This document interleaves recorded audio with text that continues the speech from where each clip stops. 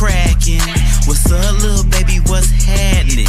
I know you about ready for some action, so just slide to my current, let's get nasty. Say, what's up? What's cracking? What's up, little baby? What's happening? I know you about ready for some action, so just slide to my current, let's get nasty. Hello, and welcome to our show. What's tea, everybody? How's it going on this lovely Tuesday, April 21st? How's everybody living, loving, and, lusting, some of you, because, you guys are some sluts. I'm weak. But what's tea? Obviously, I'm by myself at the moment. Carl is out doing his international superstar thing. He got some things going on that he's handling. But when he gets the opportunity, he's going to pop in with us. And we're going to chat it up, honey. We're going to have us a good time as always. Now, tonight, it's not too much on the docket for real, outside of us going through the Chasing Atlanta photos for the reunion. I know you guys have already seen it. I know TTB and maybe some others have already kind of went live and did some reviewing. But it's time for us to do the live, okay? It's time for us to chat it up. Look through these pictures. Y'all tell me your thoughts, because I'm going to tell you mine. Hello? So we're going to get into those photos. And then also, I have a fun story time. I think that's going to be one of the new things that we're going to do, both in regular lives and in our subscriber and membership lives, because we do have some fresh members. Shout out to y'all for subscribing, both on regular YouTube and in membership. Y'all are some real bitches. I love that for y'all and us. And so we're going to start getting some membership only shit running. It's been a long periodically time. I know life has been lifing for everybody, which, by the way, how are y'all feeling about spring? Okay, like this spring is a whole different breed from what we've been used to. Like, it's been hell on earth. When I tell y'all I've been struggling with this pollen, my allergies have been beating my ass. Like, I have been so bad. Like, even before, I'm late tonight because I had to get some I put some eye drops in. I drug myself up because I have been in shambles for the past week. Y'all probably have heard it in the previous episodes. Like, I sound congested. I still kind of sound congested, just not as bad.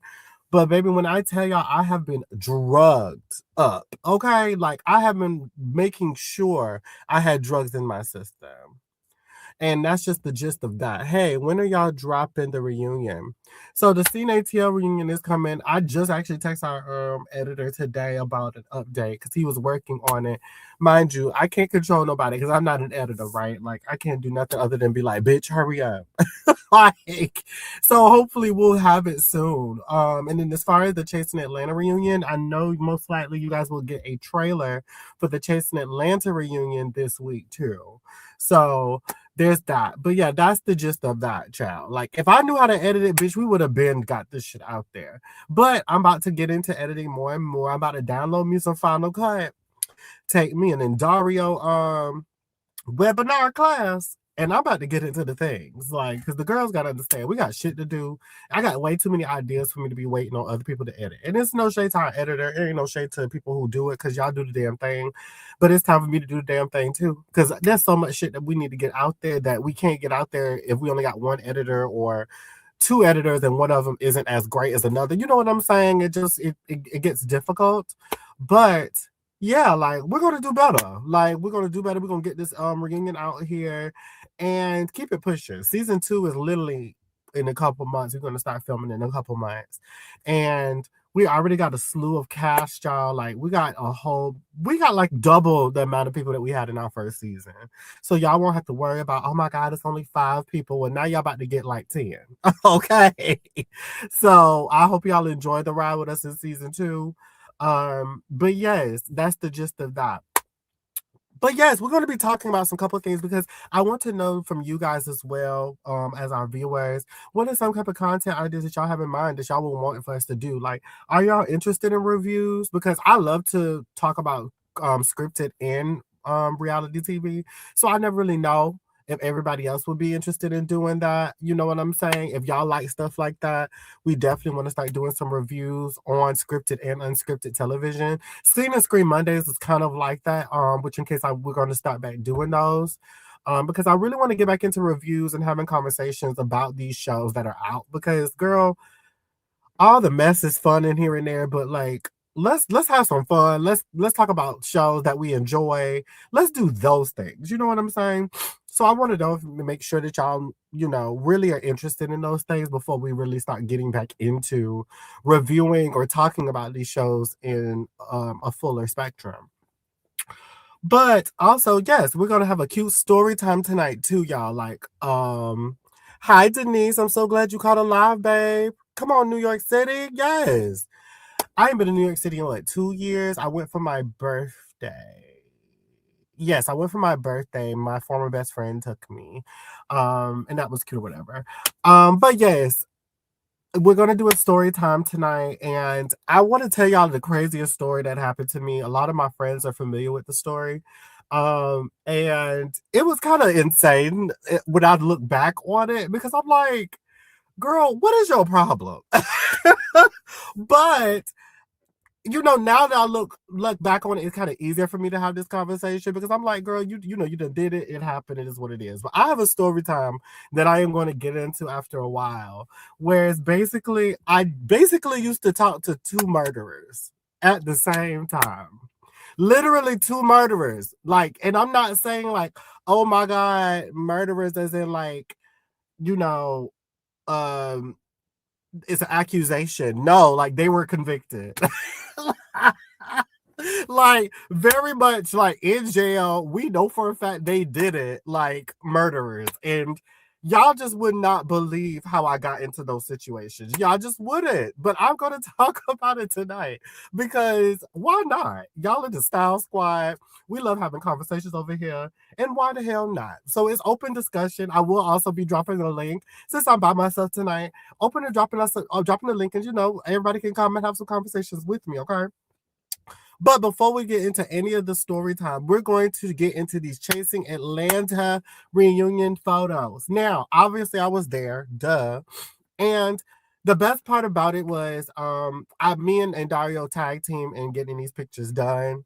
And they look so good. I want to say as a collective, everybody looked amazing as a collective.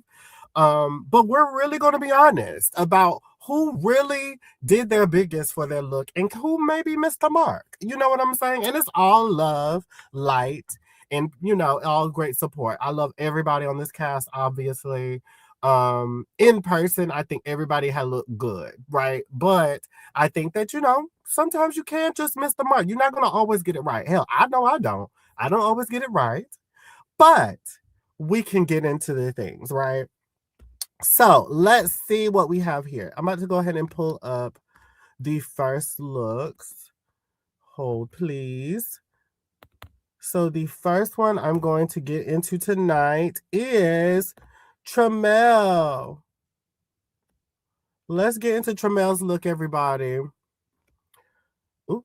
Okay, so this is Tremel's look. Hold on, let me make sure if I can zoom in because I'm in the Discord, not the Discord, in the drive. So that's why it looks like that on the side.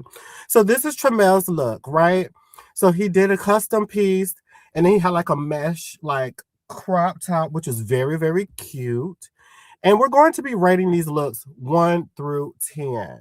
Hi, BC Brownie. How you doing, babe? So let's rate this look 1 through 10, everyone. Give us 1 as it being the worst, 10 being the best, and anything in between. Also give your commentary on it. Now, seeing it in pictures and in person, I feel like as a piece of, as a work, and as Tremel is being so handsome as he is, I would say that this look, I'll give him a solid 8 out of 10. Hi, Edwina. And I'm giving him an 8 out of 10 because Tremel is handsome. Like, Tremel always looks good to me. And I loved how the pieces came together. The only reason why I'm giving him an 8 out of 10 is because it was somewhat reminiscent of his cast photo shoot look. So when you get the opportunity, go back, check out his cast photo shoot look. Tell me what y'all think. Like, it kind of gives similar because it was like the the blazerish top along with like a mesh crop. It was kind of similar, right? Yes, Jamar, I already started. I'm about to send you the link, bitch. Yes. So I'm going to give him an 8 out of 10 for it because it's kind of similar to what he did for his cast shoot, which obviously no shade, no tea. He looked good for the cast shoot as well. But again, just based off of the fact that we had such a similarity, that's the only reason why we're going to go and say, hey, this one is kind of just going to be good. You know what I'm saying? This is a good look. This is a solid look. You feel me? And so that's why I'm gonna give him an 8 out of 10. Now let's go ahead and look at some of these other pictures before we continue, right? Yes, poses. See, his poses were perfect. Like the poses gave very rock star tease, very model. And Tremel is fine. Okay. Tremel is fine. Like that's what makes this even better is because Tremel knows how to put on shit. Like he knows how to personally dress. Like his personal style is everything. And like when it comes down to custom pieces or anything, like he's going to make shit look good.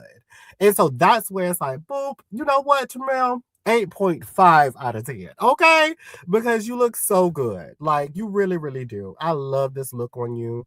It is everything. Like, come on. This is gay. All of his accessories were tea. I loved it. I actually like the boot. I know somebody said they didn't really like his colored boot, but I actually like the darker colored red along with the rest of the red that he wore. I actually really like that. And I actually think his glasses, the red glasses, actually mixed well with the shoe. So I kind of liked it. So yes, Tremel, 8.5 out of 10, Bookie Butt. 8.5 out of 10. Okay. Hi, Jamariana. How are we doing? Are you still transitioning? Well, yes. Yes. Oh my God. What are you eating? So I air fried some chicken and some Rally's fries, and I put like some mambo sauce on all of it. Yeah. Girl, can't worry about it. How y'all doing? What's the ghetto? But very authentic. I Amen. love Rally's fries. Hello. Okay, look, once they start selling it, I said, oh, y'all done fucked up now. Okay, see, I don't even need to go there no more. Okay. Whether it's around the corner or not. Hello? I'm screaming.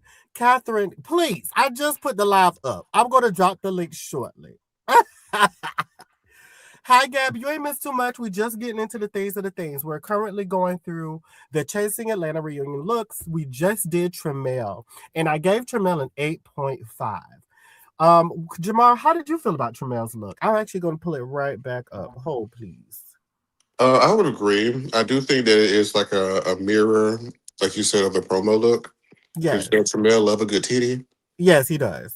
A titty and a tummy. Okay. So, I mean, look, if you work for the body, if you have the body, bitch, show it off. Show the body. Okay. Show the damn body. And that works for another one of our cast members that we'll get to. Absolutely. She's another the one. girls love titty and tummy. Okay, titty and tummy. That's it. The girls love titty and tummy. Now, let's get into Tonette. Yes, Tonette. She just made it into the chat. Who, Tony? Said the girl's about to fight. My God, today. Hi, Tony. Perfect timing, bitch. We are on you now, honey. But yes, ma'am. Oh yeah, but Miss Tony gave me a good old nasty classic gown to the floor. That cut or that length of gown is like so appealing for me because it's like it's hit right at the floor. It's not like too drapey with a train. It's not like too short where you like see the shoes and it's like ankle length. Like it hits right at the floor. So when you stand, it's just boom. Yes. Like this outfit just fit perfectly on her. I must say, and since Tony, I'm gonna tell her, listen, your edits were so easy for me. Okay, like Tony is a naturally pretty bitch. Do you hear me? And so I was like, oh, this is so fun. Like Tony was one of the first people I jumped in when I started editing this. I was like, yes, God, let's eat. Let's eat. Okay, and I told her at the photo shoot, I said, I'm telling you, blonde, you should do a little bit more blonde. Yes. It looks good, bitch. More blonde. Listen, season 8 should be her blonde era. Okay. I think season 8 should definitely be her blonde era. So well, for this look, very film queen face of me. Okay, amen. Yes, she did look flawless. Yes, Mother Lush. Oh, what you think? I was so happy to see my face and it looked natural. Yes. Absolutely. That's my thing. Of just so for the people know, I do retouches on photos regularly. Like that's literally a piece of my job, honey. And I love natural edits, right? Like I really like to make sure that people still look like themselves, but like a more like cleaner, fresher version of you. I will, knock some blemishes, clean up marks, because I'm also one of those, I'm an insecure girl too. Like I'm very much like, oh, I see that scar. Let me cover that up. You feel me? Like I'm Okay, I I'm didn't like get enough that. sleep last night. Pay it. Okay, let me get the bags. You feel me? Like I definitely don't play, but I still like for bitches to look like themselves, and that's the best part of it. So let's Mhm. give Tony a rating. What do we rate Tony? I personally rate Tony a 9.9 out of 10, and the only reason why I'm gonna give her a point 0.1 off is just cause. Well, I was going to agree, but then it's like, Tony is still my Scorpio sister, so I'm gonna give her her tens. Okay, period. Give her a 10, baby. Yes. Tony 10 out of 10. No shade. Like it's very much a 10 out of 10. Okay, so about the 9.9 repeating. Yes, 9.9 repeated. 9.999999. You know. And then just round it up. Okay.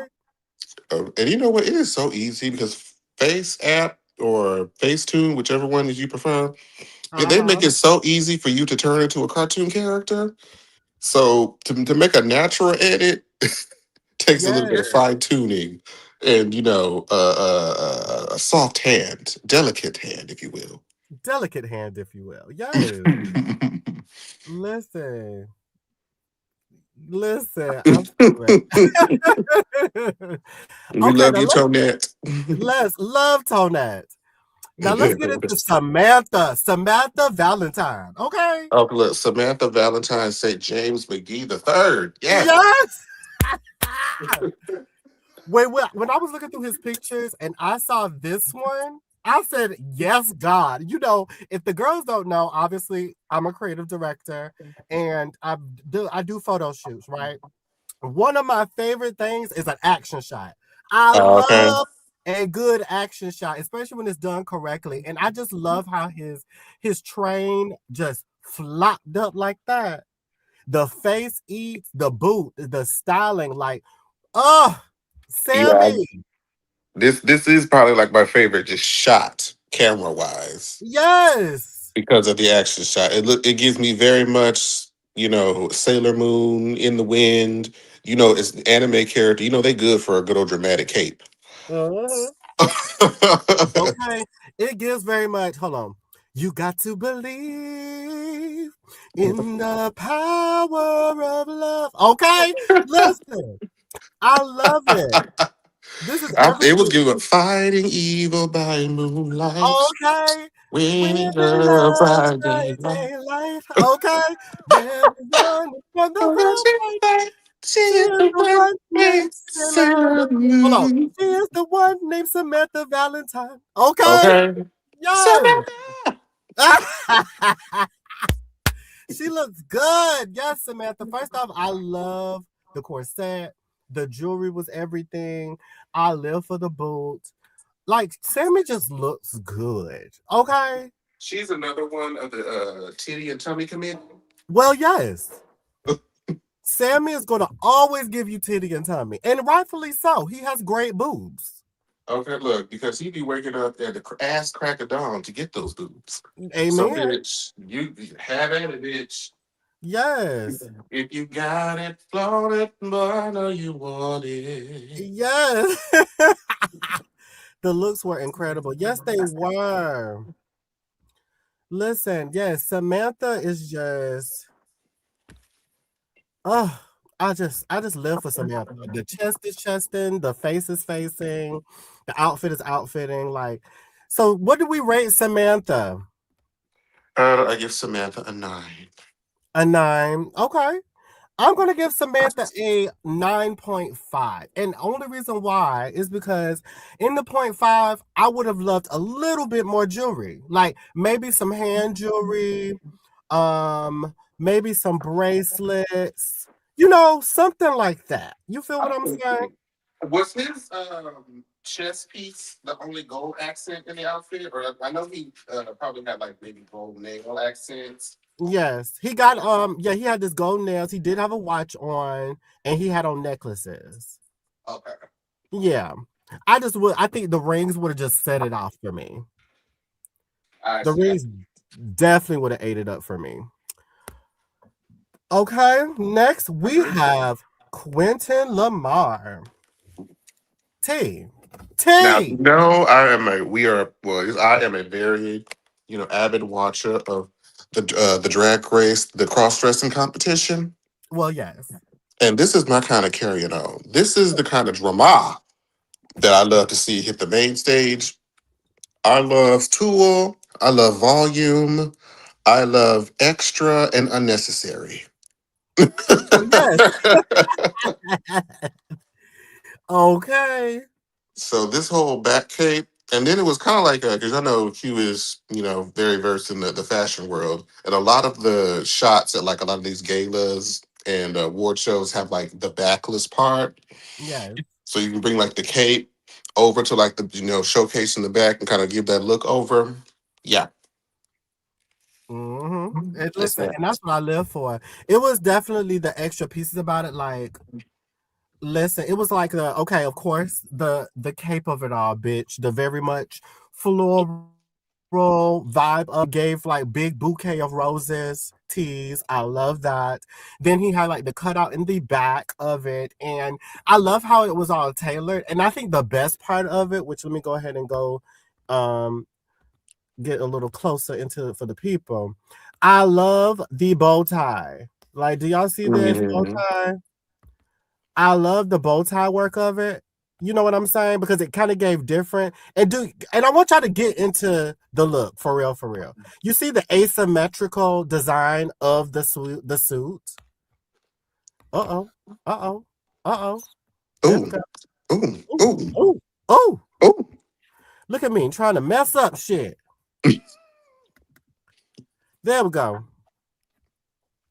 All right. But yes, the asymmetricalness of the suit is just everything to me. Like you see the jacket pieces of it, everything. Like it's so tea. It And this is with so this tea. material puts me in the mind of what music video? Okay, what? Bitch, Rihanna's only girl in the world. Yes! He needs There's to a be lot on of red, that little swing. the floral, all of that shade of red. It gives me very much loud. Yes. Well, yes. Yes. See, the people didn't see the bow tie initially. That's what I'm saying. Y'all see the bow tie. It's the details of this look that I think people didn't miss. People were so Mhm. gung ho about the bouquet cape of it Right. all. And I think that's But just because it's so close in shade that it is yeah, very easy to lose a lot of those details in an outfit unless you really zoom in and get into the minute things. But I mean, all the pieces are there. So whoever yes, wants to get into the gig is there. the gig is there. It's definitely there. I don't like the shoe collection from a lot of the girls. I can see that. I can see that. And that's the thing too. Especially with certain things, depending on the coloring, and if you're really on that type of time, man, sometimes a shoe may fuck it up. Sometimes. I say a lot of the girls in this, all right, what they would be trying to caught tease. I'm screaming. Sorry, y'all. I just got a text. Girl, what's that they said? Okay. You check the group chat. Uh, what? On wait, child. Anyway, we'll talk about that Okay. later. We'll talk Well, about that Candy. later. Because a girl almost said something. Okay. Girl, I But forgot where I'm at. Hey, girls. okay, just I'm like, hey y'all, like, please. But yes. What do we give Q? I mean, shit. If you give me the drama, You reference an era of my favorite bitch, I'll give you your tens. Give you your tens. That's it. We're gonna give Q a 10 as well. He did amazing. He really, really did. And then he even said on his story before the reunion came up, he said he might have the best reunion look of all time. And you know what? I may have to consider it. I love the drama. It's definitely in the running. And Mm, I think we may have mentioned this before on a previous live. We were just talking about like style and different cities and their approach and perspectives. I always, because I've gotten to live in a few different cities across the states, and one thing I always appreciate about like Atlanta, especially amongst our community, we don't really have a lot of boundaries. We really don't put a lot of ourselves, especially like our, the butch queens and the more femme presenting people. They experiment with a lot of different articles of clothing and styles that I just don't see us wearing in even places like LA or Houston or yeah, Detroit. Like the Atlanta scene, the girls are not afraid to dress. correct. And that's what I've always appreciated about this city. Yes, it's very open to like expression and like really just trying shit out. It's kind of expected when you're walking down the road or the highway or coming out of a club or bar and you just see somebody with an outlandish look. Like to you it's outlandish, but when you're in Atlanta for X amount of time, you just realize like, bitch, these girls It's just ready to dress. and you, even like in Bulldogs, I don't know if you've seen that person, but there will be somebody who will have like, oh God, I don't know who it was that made the reference. They have like a chain, they have a mask on, a Yeah, full wait. chain mask. Yes. Wait, are we talking about the same person? Like the person that had the person on a chain whip thing Yes, something like that. Yes, they probably had it a was a variation black of that. man in like a weird mask thing, and then he had a Caucasian man on a chain. Oh, now that I did see that too, but I'm thinking Okay. of something different. But I mean, just that again is a testament to you never know what the fuck people are gonna have on. I think when people say like they may not like certain things, we may like that, but I know to the outside world where they're not really used to that, it can be a little jarring. Right.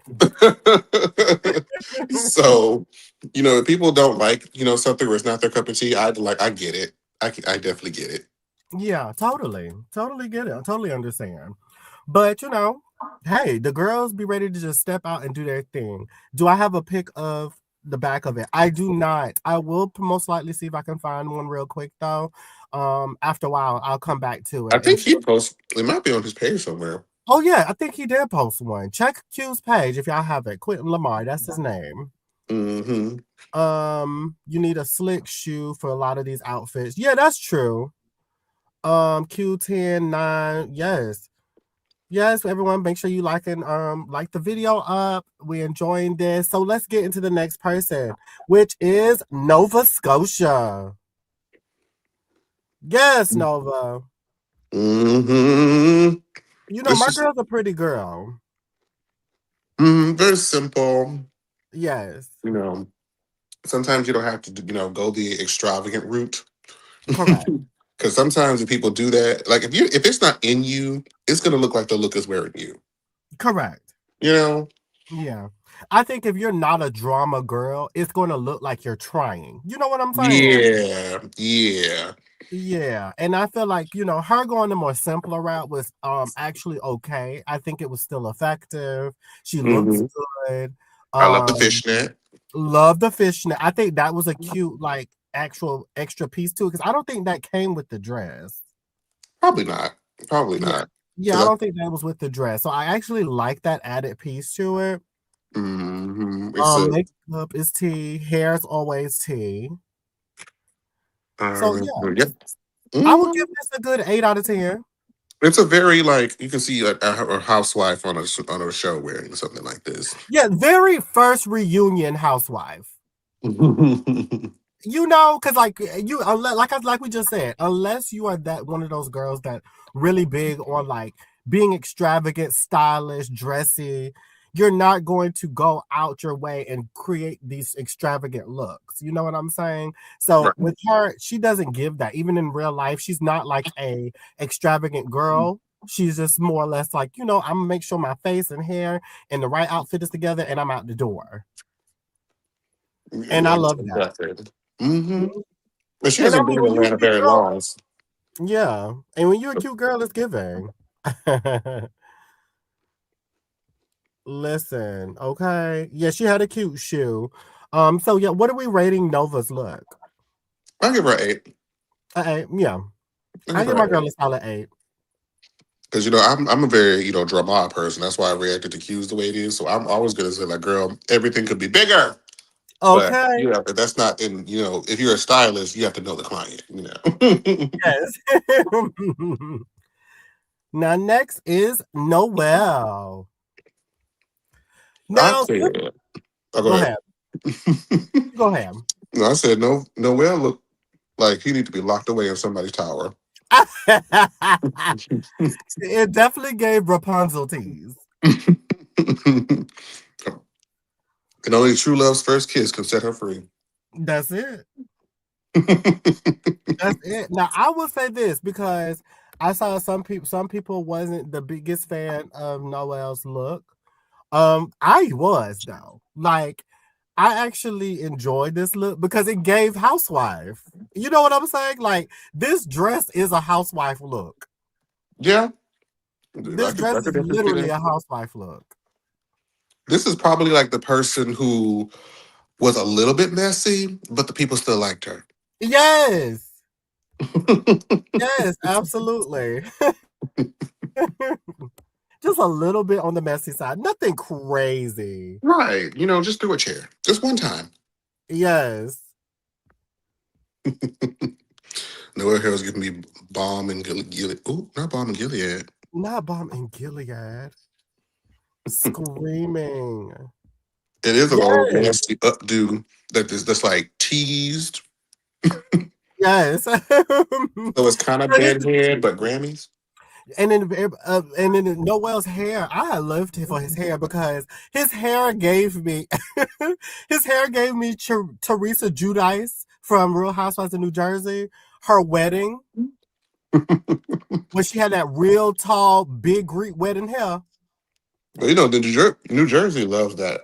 The bigger the hair, the closer to Jesus. Yes, yes, yes. That's exactly what it gave, and I live for it. I live for Noel. I actually love Noel's like androgyny and the choices that he makes. You know what I'm saying?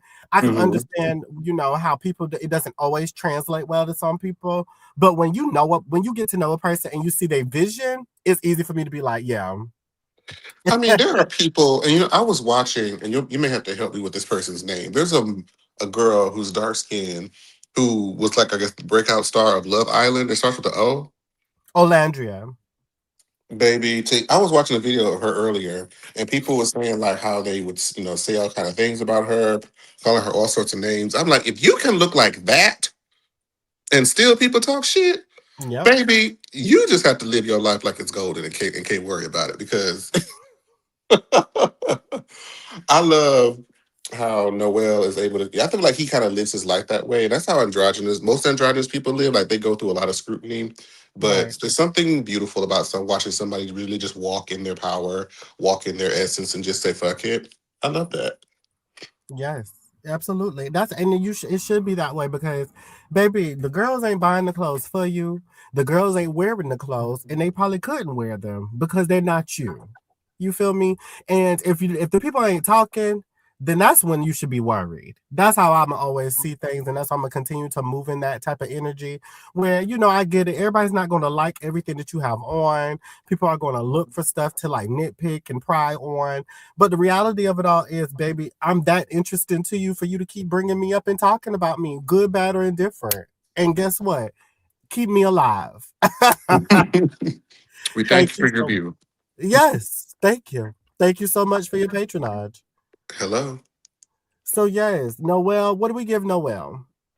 I give Noel an 8.26. I love that. I will be giving Noel a 8.147. Ah, that's Yeah, 7. yeah, yeah. And it's Hey. And I enjoyed them though. It was very good, very cute. Hey y'all, how y'all doing? Welcome in. Make sure you give us your ratings on everybody's look so far. I'm sure most of y'all have seen them. If you haven't, go ahead and rewind and check them out as we went through. Yes, okay, it's Noel 7.5, period. Now, let's get into Carlisha with his absent ass. That's Dragger. Okay, Dragger. But no, this is another one where it's like I love the drama. Yeah, And shout out to his boyfriend Rome, who I think this was his very first piece that he made or sewn. yes. So I mean, look, I don't know the first thing about stitching anything in a sewing machine, so I can't make a napkin. And you know, made this lovely accent piece. And what I was surprised by is that because our reunion colors was red and white, Yes. I was surprised at how Carl was really the only person to incorporate white in their look. Yes. And I think that's why everybody was shocked when the pictures came out. They were like, why is Carl wearing white? Well, that is actually one of the colors. Like, it's just that nobody else did that, which is in case it's no tea to it. You had the option to do red, white, or a combination of both. Mhm. And he chose to do both. And I think he did well for white to be his main color for the foundation of this look. It Mhm. automatically made him stand out. Yeah, and I think everybody probably assumed that everybody else is gonna have like white as their base color with red accents, and they was like, "Well, I want to be the one in red," and everybody just ended up being in red. Yes. So, I mean, either way it goes, everybody looked amazing. Indeed. I think everybody looked great. Everybody really looked good. So yeah, with Carl, I love his cape. I love his white suit. And then I also love the fact that he not only had, red shoes, but he also had red in his hair. So I think that Mm-hmm. made it even cuter too. Had a cute little beat going on. Yes, Carlisha. Okay, But his maybe it's first, Maybelline. maybe it's Maybelline, honey. How are we feeling about Carlisha's look? I will give Carlisha a 8.8862. I Listen, couldn't give you a 6.3 because fuck you. yes.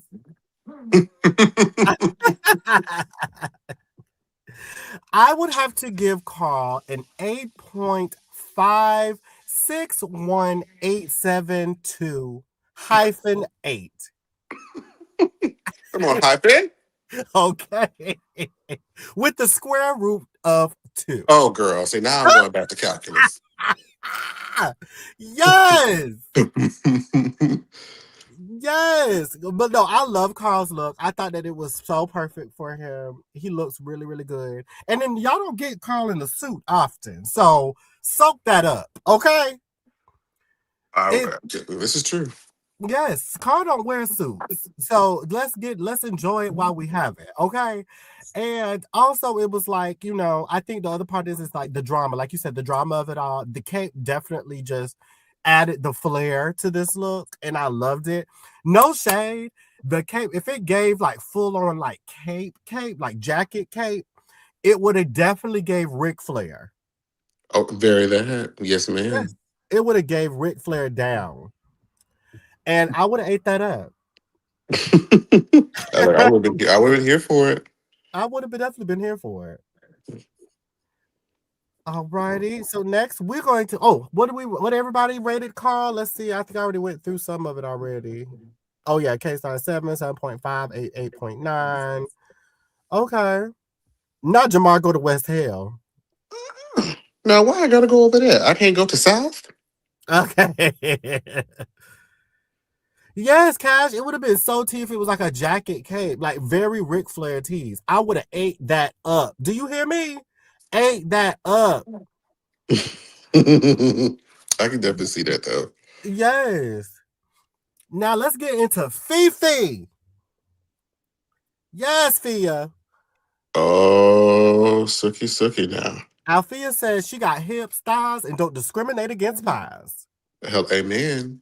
Amen. The baby said, let me show you some ass, honey. In case That y'all didn't know, this is a J. Amore piece that was is put together for Alfia, honey. First off, Jay and Alfia was the perfect combo. You know what I'm saying? They've been eating since they met each other, and I love that for them. Like um, Alfia just eats. I agree. She tore that up, and then I was surprised to know because that gal. She, like I said, she ain't got no panties on. Like Mhm. it's all look everything all out, and it's like it takes a lot of. Well, I mean, I guess it don't take balls, but you know what I mean. It takes some balls to go out there on that stage and just be like, "This is me. Let me eat y'all up real quick." That's it. So, Listen, that's it. I will say, I will give Alfia a 9 out of 10. And the reason why I'm giving her a 9 is because we didn't get to see the full dress in these pictures. We saw it in person, obviously. But she didn't take any pictures that gave you a full look. She just gave you the side profile, which don't get me wrong, it ate, right? But if people got to see the full dress, they would know like this dress ate all around, like full 360. yes, I agree. From the So front that's to the the only back. reason why I'm giving her a 9 out of 10. I would agree. Look, I couldn't say it better myself. Yes. So you giving her, what are you giving her? I'll still give her a 9. Hmm. Period. That face card can't decline. Absolutely not. Where is it going? Bitch, it is good for all places and things. Okay, Regions Bank. Yes, Cash. Yes, exactly. The when it came down to it, if y'all watch that live, which is up there, honey, the live is everything. Go check out the live, and y'all will see her full look. Matter of fact, she even made a post too about with her full look, so y'all will know what I'm talking about as far as the pictures were concerned. Tell us I'm wrong for that, girl. Please. Anyways, yes, she. If y'all seen the full look, y'all would know why I was like, damn. I really wish we got more pictures of the Hmm. full look because it's everything. She looked good 360. Hello. This is true. So yes, everything, everything, everything, and more. Okay. Now Period. let's get oh. Oop. I done messed myself up. What I done did? Oh, there we go. Now Ah, let's get into Kendall.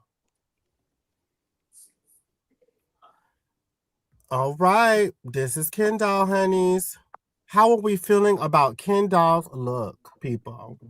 is it? Wait a minute. Is it not showing on? Oop. Oh, there it go. Okay, I had to go back into that. I look the drama.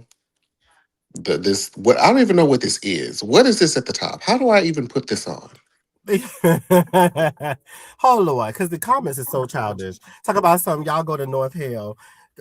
Y'all, do y'all not realize that we all are open and having a good time and we're having opinions here? Okay. 9 is a good number for Fifi. Like, Not North Hill. yes, North Hill. All right, so how are we feeling about Kendall's look, everyone? They're saying nope, nope, 6, tacky, outfit 2, face, hair 10, 7, Kendall look a hell no. I'm screaming. Well, I think it's safe to say that y'all do not like the look. I think so, actually. But I really do. I want to know more about this top piece because I want that in my closet. Yes. I'm not even gonna hold you, and I Yes. don't know why I I didn't. need that. I need that chinchilla. Just to caress my breast. Just sitting on the couch. I put it on. Just caress myself a little bit. It's so soft. Yes. How are we feeling, you guys? So here's my take, and I'm gonna keep it a buck with y'all. This is probably my least favorite look of everyone, and I'm gonna tell you why. So, number one, I think he didn't really fit compared to everybody else in the cast as far as like the looks are concerned. A lot of the looks gave very formal, very ball, very going to the reunion. I think this look, however, this look specifically, it looks more like he's about to go perform. And that's not even a shady thing because he's a performer, he's an artist. You know what I'm saying? And I feel like that was really what this gave. I think if what would probably have elevated this a little bit more would definitely have been let me go to the another picture real quick. Would have fixed this probably if we gave a different bottom. Like if he wanted to keep the fur boa top part, Mm-hmm. he would have had to change the bodysuit out because the bodysuit Ooh. kind of dressed it down a little bit where it felt, like I said, like a performance outfit, right? Here's where my And mind is going. Okay, y'all follow me, right? So y'all yes, see the material that's on, the top. I'm yeah, imagining, midriff out, and then like some, what do they call? Like some wide pants, but they're still in that same material of that top. yeah. Bitch, it's giving Mm, like Hunty Grinch. yes, yes. That's what If I he see. went in more, if he went a more formal route with his bottoms, that definitely would have ate. And then the other thing that fucked it up, the jewelry and the boots did not go well. The black and white boots, no, absolutely not. The Dior belt, no. The chain necklace, no. The reason why is because none of them went together well. It's like if he did the chain without the Dior belt, maybe. If he did the Dior belt without the chain, maybe. You get what I'm saying? It's like, but all three, no. Like that's the only thing. Kendall is gorgeous though. Like Kendall's makeup was everything, his hair was everything, and he knows how to come in, right? Like he has an energy about himself. But the look itself just did not align with how everybody else came when it came down to the formal aspect of stuff. You know what I'm saying? It kind of just didn't really link too well. So that's what I'll have to say about Kendall. So what are we giving Kendall's look? Let's see. Let me zoom back in here. I mean, I can agree because I think because I thought the accessory was like one. I thought they were all one piece. I thought the Mm-hmm. chain and the Dior belt were like supposed to be together, but then when you mentioned, it, it's like, oh, okay, I see. Um, I do love the top piece more than the bottom piece, but and I mean, in the hair, really anything from the waist up Yeah. is the T. But I guess the bottom, I guess that wasn't my favorite either. So I mean, would it be fair to say just like a 7? Mm-hmm. Okay. A good 7. Everyone, what are we rating Kendall? 1 through 10. Oh, 4, 0, 4, 2. I give it a 2.88 infinity. Was he going to perform walk at the corner store? Neck up 10, 1. Y'all are a mess. Like, Girl, the I don't comments are know. always a mess. They're in the pits of hell tonight. Yes, the commenters are in the pits of hell. Mind you, they've been telling us to go to West Hell. Okay? Okay, look, y'all trying to bring us down there with you. We ain't even did Okay. much. Apparently, we about to meet them now. Okay, do they serve refreshments? Do you hear me? Libations, if you will. Okay, good. If you just give me a good little, sparky, I'm good. Okay? We might be on to something. Okay. That's what I'm saying. From the top up, I think it would definitely have worked if there was something else on the bottom. And here's the guy, and if some of y'all who may or may not follow Kendall, and I wish I had it queued up, but I would recommend going to follow him. He did a photo shoot before the reunion. Oh yes. And that look he did for the photo shoot of that reunion, he should have worn that dress for the reunion. Like that reunion, that look was tea. Like he did a whole like formal dress. He had his peach in his hand. Like it ate. hmm Why did he not wear that? I could be wrong. I felt like he mentioned somewhere that he wanted to lead people to believe that's what he was going to wear, but wanted to kind of do a 180 and do like a different, unexpected style. Okay, and I received that, but to be honest, it missed. It missed. That's fair. That's fair. Yeah. It missed. And that is okay. You know what I'm saying? It is okay. You're not going to always hit it every time. But I would have definitely appreciated.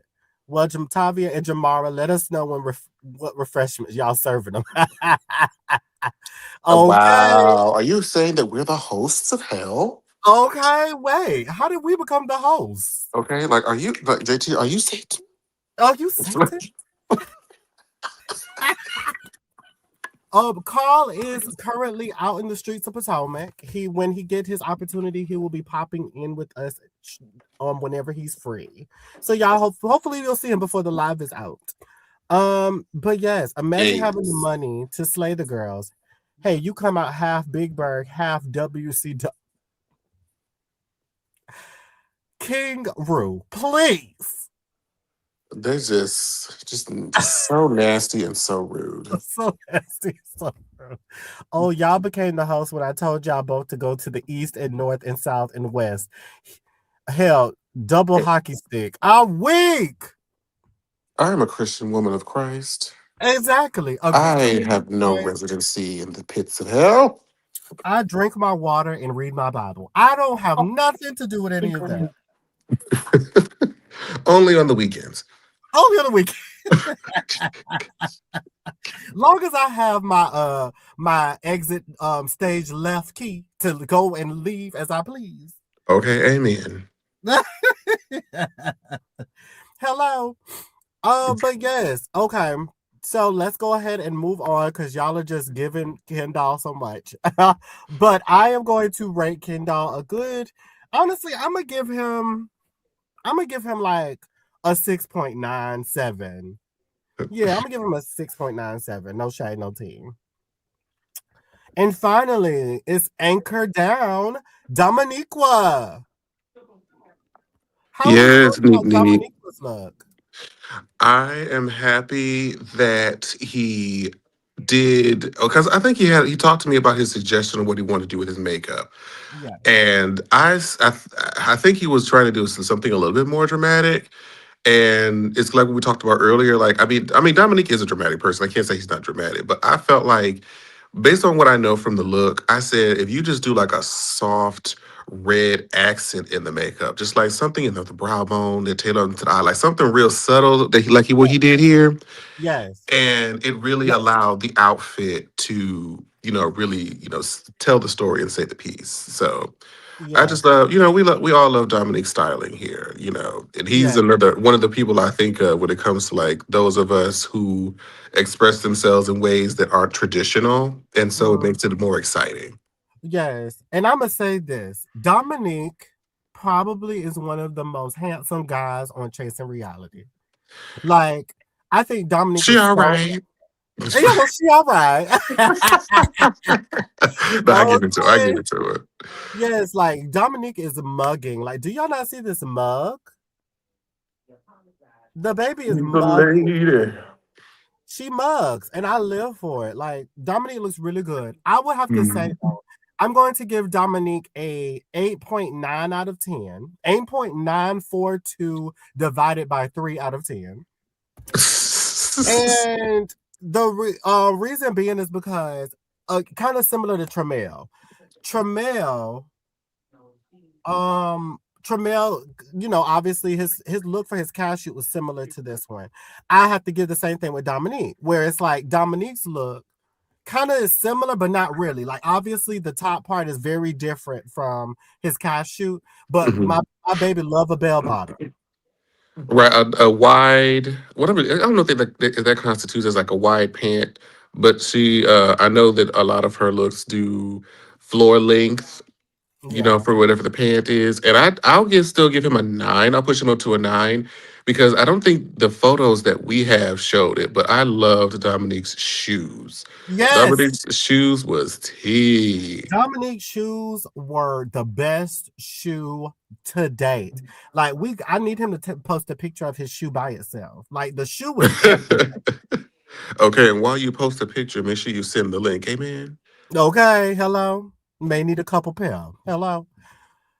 Yes, Dominiqua, you ate down with this. We love this look. We thought it was everything and more.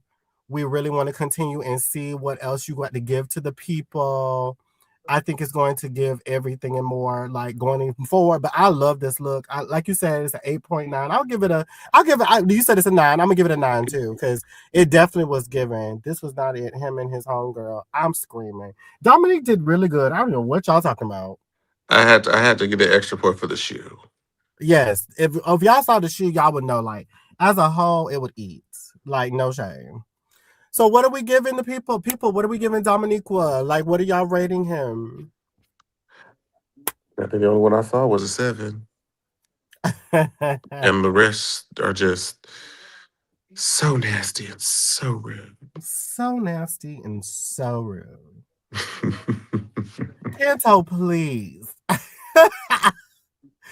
Like, come on. Wait, who? Canto Canty. Oh, girl, please. Look, Please. look, look, look, look, look, look, look, look. The girls is just a mess. I'm crying.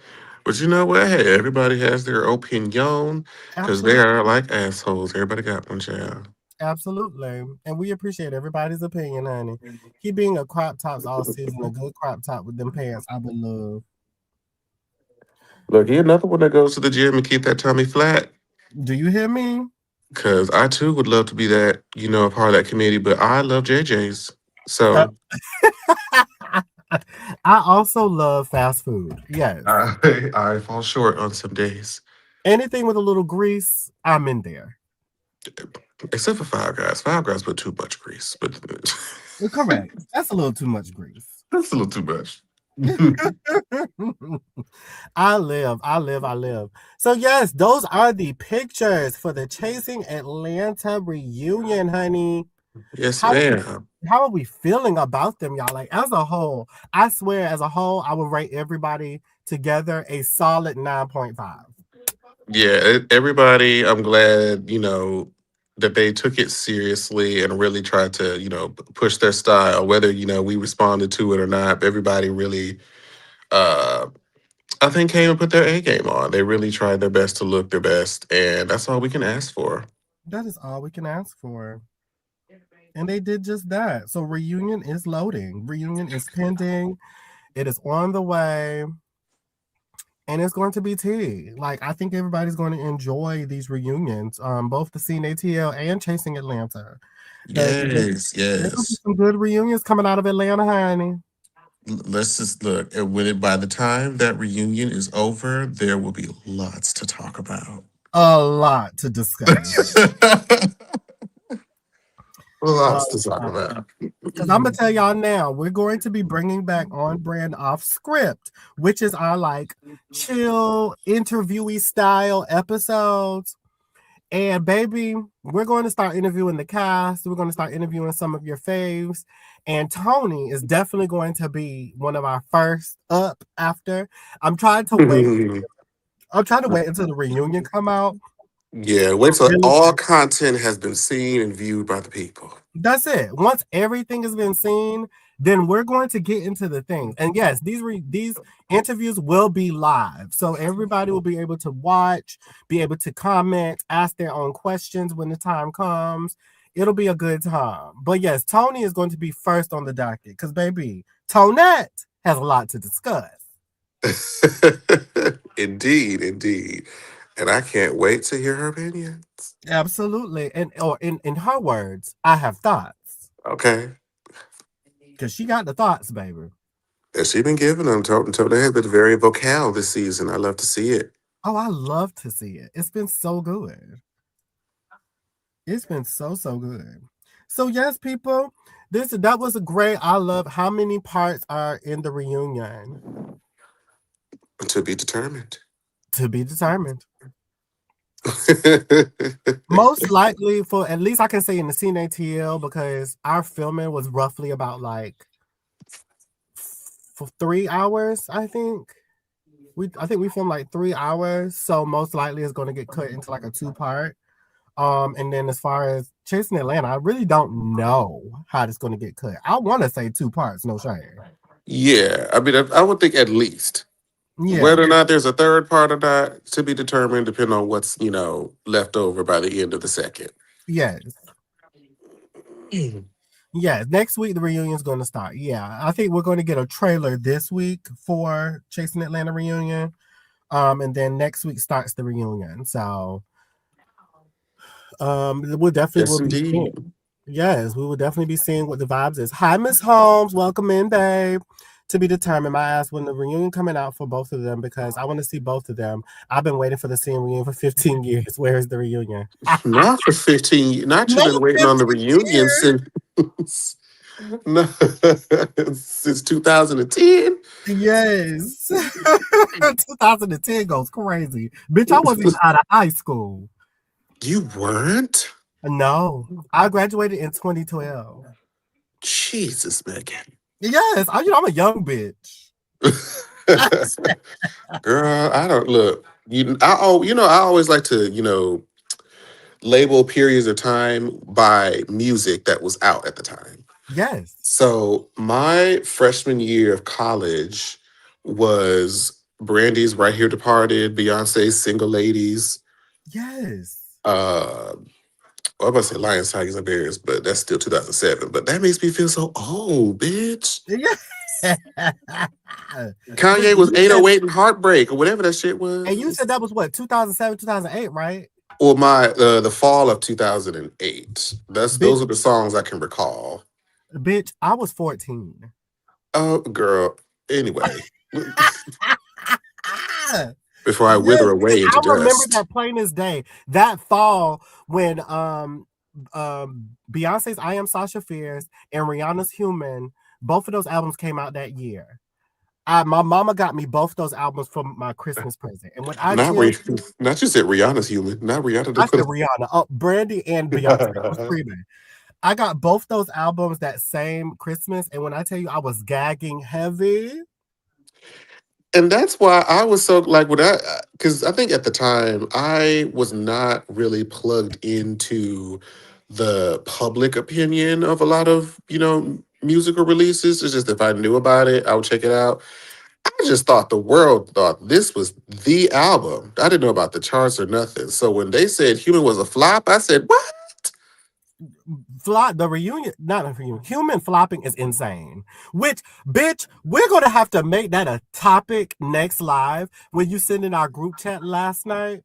Oh, we're gonna Oh, have to talk about that shit. girl, that is messy. And I had to bring to the messiest bitches I knew. Yes, and the moment you said that, when I had made my statement and then Scotty made his, I said, let me shut my fat ass up. Because me and Scotty will go toe to toe in that bitch. You know this. We will go toe to toe. Now, because I see now I want to just go ahead and dive into it, but We can. Go ahead, bring it up. because Hold on, before we even do that, the people said that they wanted us to bring up the seating chart real quick. How did you feel about the seating chart? oh God, okay. Because some people, I saw online were feeling like some people should have been sitting this place, some people sitting there. Then I mean, for me, the seating chart doesn't really matter. And in our case specifically, the seating chart wasn't always about, placements of who did what. I think that really only mattered for Dominique and Tony. That Yes. was it. Everything else was based on their outfit, because some people, I think I saw somebody say, why is Q at the end, he's such a big part. That's because Q had that large train, and where we had him originally, like his train was getting like bunched up, and so it would just look better aesthetically for the camera to have that kind of droop off the end. Mm-hmm. And so it was a lot about placing people with people that they felt comfortable with, trying to put, degrees of separation between, high energy cast members between one another. So that's really all that it was. I don't want people to, feel like we look down or, minimize anybody's contributions to the show based on where they were sitting on the seating chart. Everybody still spoke. Everybody still had their moment. It was just about what it looked like on camera, what their relationships were like, and that's really mainly it. Yeah, it was really less about storylines and more about like you just said, the technical things of the things, like how things looked, or Yeah. based off of certain conversations, who needed to be set certain places, because you wouldn't want there to be where two people who need to have dialogue be sitting right beside each other. Like, you know what I'm saying? It's those things. They got Yeah. to be able to look at each other, have those conversations and or arguments, and Right. be able to do that freely without the discomfort of this person being right beside them. You know what I'm saying? Like, Yeah. And we it don't need to could make force it it. easier to, escalate faster than it normally would if there was, degrees of separation. Exactly. Because I'm still trying to figure out season 6 Atlanta reunion when Portia snatched Kenya. I'm still trying to figure out why in the hell did they put Portia on that same chair with her? Okay, because all she did was reach over and touch her. Reach out and touch somebody's weakness. Okay, lay Okay. hands in your life. Hallelujah. Should have brought a Amen. Honda. Should have tried another bitch. Okay. So that's just that on that. But yeah, I think, the seating chart was fair and it was balanced to me. And honestly, regardless of where everybody sat, bitch, conversations were had. They were. Absolutely. Mm, Like there's only 10 people. There's nothing that can really stop, anybody from getting to anybody if they wanted to. So it's like it don't matter. I don't want people to, look at it, through that type of lens. It's yeah. all good. Yeah, it's all Gucci. It's all Gucci. It was really, really good though. And that y'all are gonna enjoy the reunion. The girls chatted it up. Y'all had some great conversations that were happening. Some surprises happened. Baby, this reunion is everything. I like I said before, and it's biased because I was contributing to this season as a producer. This season is the best season of Chasing Atlanta. This is the best reunion that Chasing Atlanta has had. No shade. Listen, the revival, the The- rebrand, the reinvention. I think this is a great stepping stone for the future projects or future seasons of Chasing Atlanta. I know that it took the audience some time to kind of get used to the girls. It was a big shift, yes. but I feel like as the weeks progressed, they started to fall in love with the characters. And now I'm seeing that they want everybody back. They do, and that's what's so funny. When y'all struggle with this cast this season, but y'all realize that it was a journey. Like this was definitely a soft reboot, as we said before, and y'all got to know all these new people, and with that came, just getting to know and learn and just grow with these folks. And this group has formed. Like I want everybody back. Hello, you feel me? Okay. Listen, hello, beautiful people. Hey, Angie. Yes, Hey, Angie. it's really, really tea. So I'm excited for that. Now, let's get into this one conversation, and then I'm gonna tell my story time because I have a story time for the people tonight. And I think you know some of this story time, but I don't think I actually told you this story time. So I would love your your takes on it. What is the deal? What was the dealings? The story time is about how I was dating two murderers. I don't recall any of those details, but Oh my god! I don't I know. did tell you this story before. I mean, if you have, it may have been over drinks, and you know what happens when you do that. Absolutely, nothing's happened. Actually, I don't even think the conversation even happened. Okay. Oh, listen, who knows? But I mean, even if it didn't, we're gonna try it tonight. Probably Uh, not something you can answer now, but would you guys film season 8 for the same length of time? It was filmed over the course of a year, right? More like what, six Not months? even. So essentially, what happened? Because I think a lot of people think like it films all the way up until it airs. This was probably I think for LA and Atlanta especially, this is the longest length of time between filming the season and airing the season Yeah, because we had all players in the ring this go round. We yeah, brought back Atlanta, we brought back LA, and then Dallas and Orlando also had their seasons. right, So Atlanta, Orlando, and LA were all filming simultaneously, right. actually. But Orlando just started airing first. Mm-hmm. So Atlanta was actually finished filming before Orlando even aired. Correct. So that's really the only reason why so much time went on. It felt like it was so much longer, but it just had to wait longer to air because one season had to go first. So I feel like we did a solid April to September. Yeah, I feel, April, May, June, July, August. Yeah, good 6 months. yeah, and I feel like we did a lot. I mean, We did. especially like once you like if you have a good story going and you're storyboarding correctly, a lot of the stuff will just happen. You can get a lot of like 2 episodes worth in like a week and a half. You know, Mhm. depending on what's going on. So Absolutely. I don't think we set aside a particular amount of time, but I think we just try to, give the cast enough time to, showcase everything they have to showcase in that time so that, we can have the best show. Absolutely. and it's a great way to stay in shape. Hello, I'm screaming. Where's Okay. that from? I have a Family picture. Guy. Okay. Yes, you remember when it was the news reporter was interviewing the biker guy, and he was just like, "Oh yes, I enjoy doing this, that, and the third. I love riding bikes. I love how it makes me feel, and it's a great way to stay in shape." And then it was just like, "Oh yeah, and didn't you say you're also suffering from cancer?" Well, yes, it's quite painful. The chemo makes me very nauseous, and it's a great way to stay in shape. Like what? It's like not the chemo. Like what? Most television filmed a year and 8 months airing, unless we talk about Zeus and that sham they are running. Okay. Not sham. Okay. Gasp. Yes, they definitely participated. I'm glad that you see, I love a good family Guy reference. Listen, over here, y'all gonna always get a reference from something. With me, Jamar, Carl, we referencing something all the time. I mean, girl, the group chat and the memes are just cult pop culture across the decades. And it's only a millennial can do this. You get what I'm saying? Okay.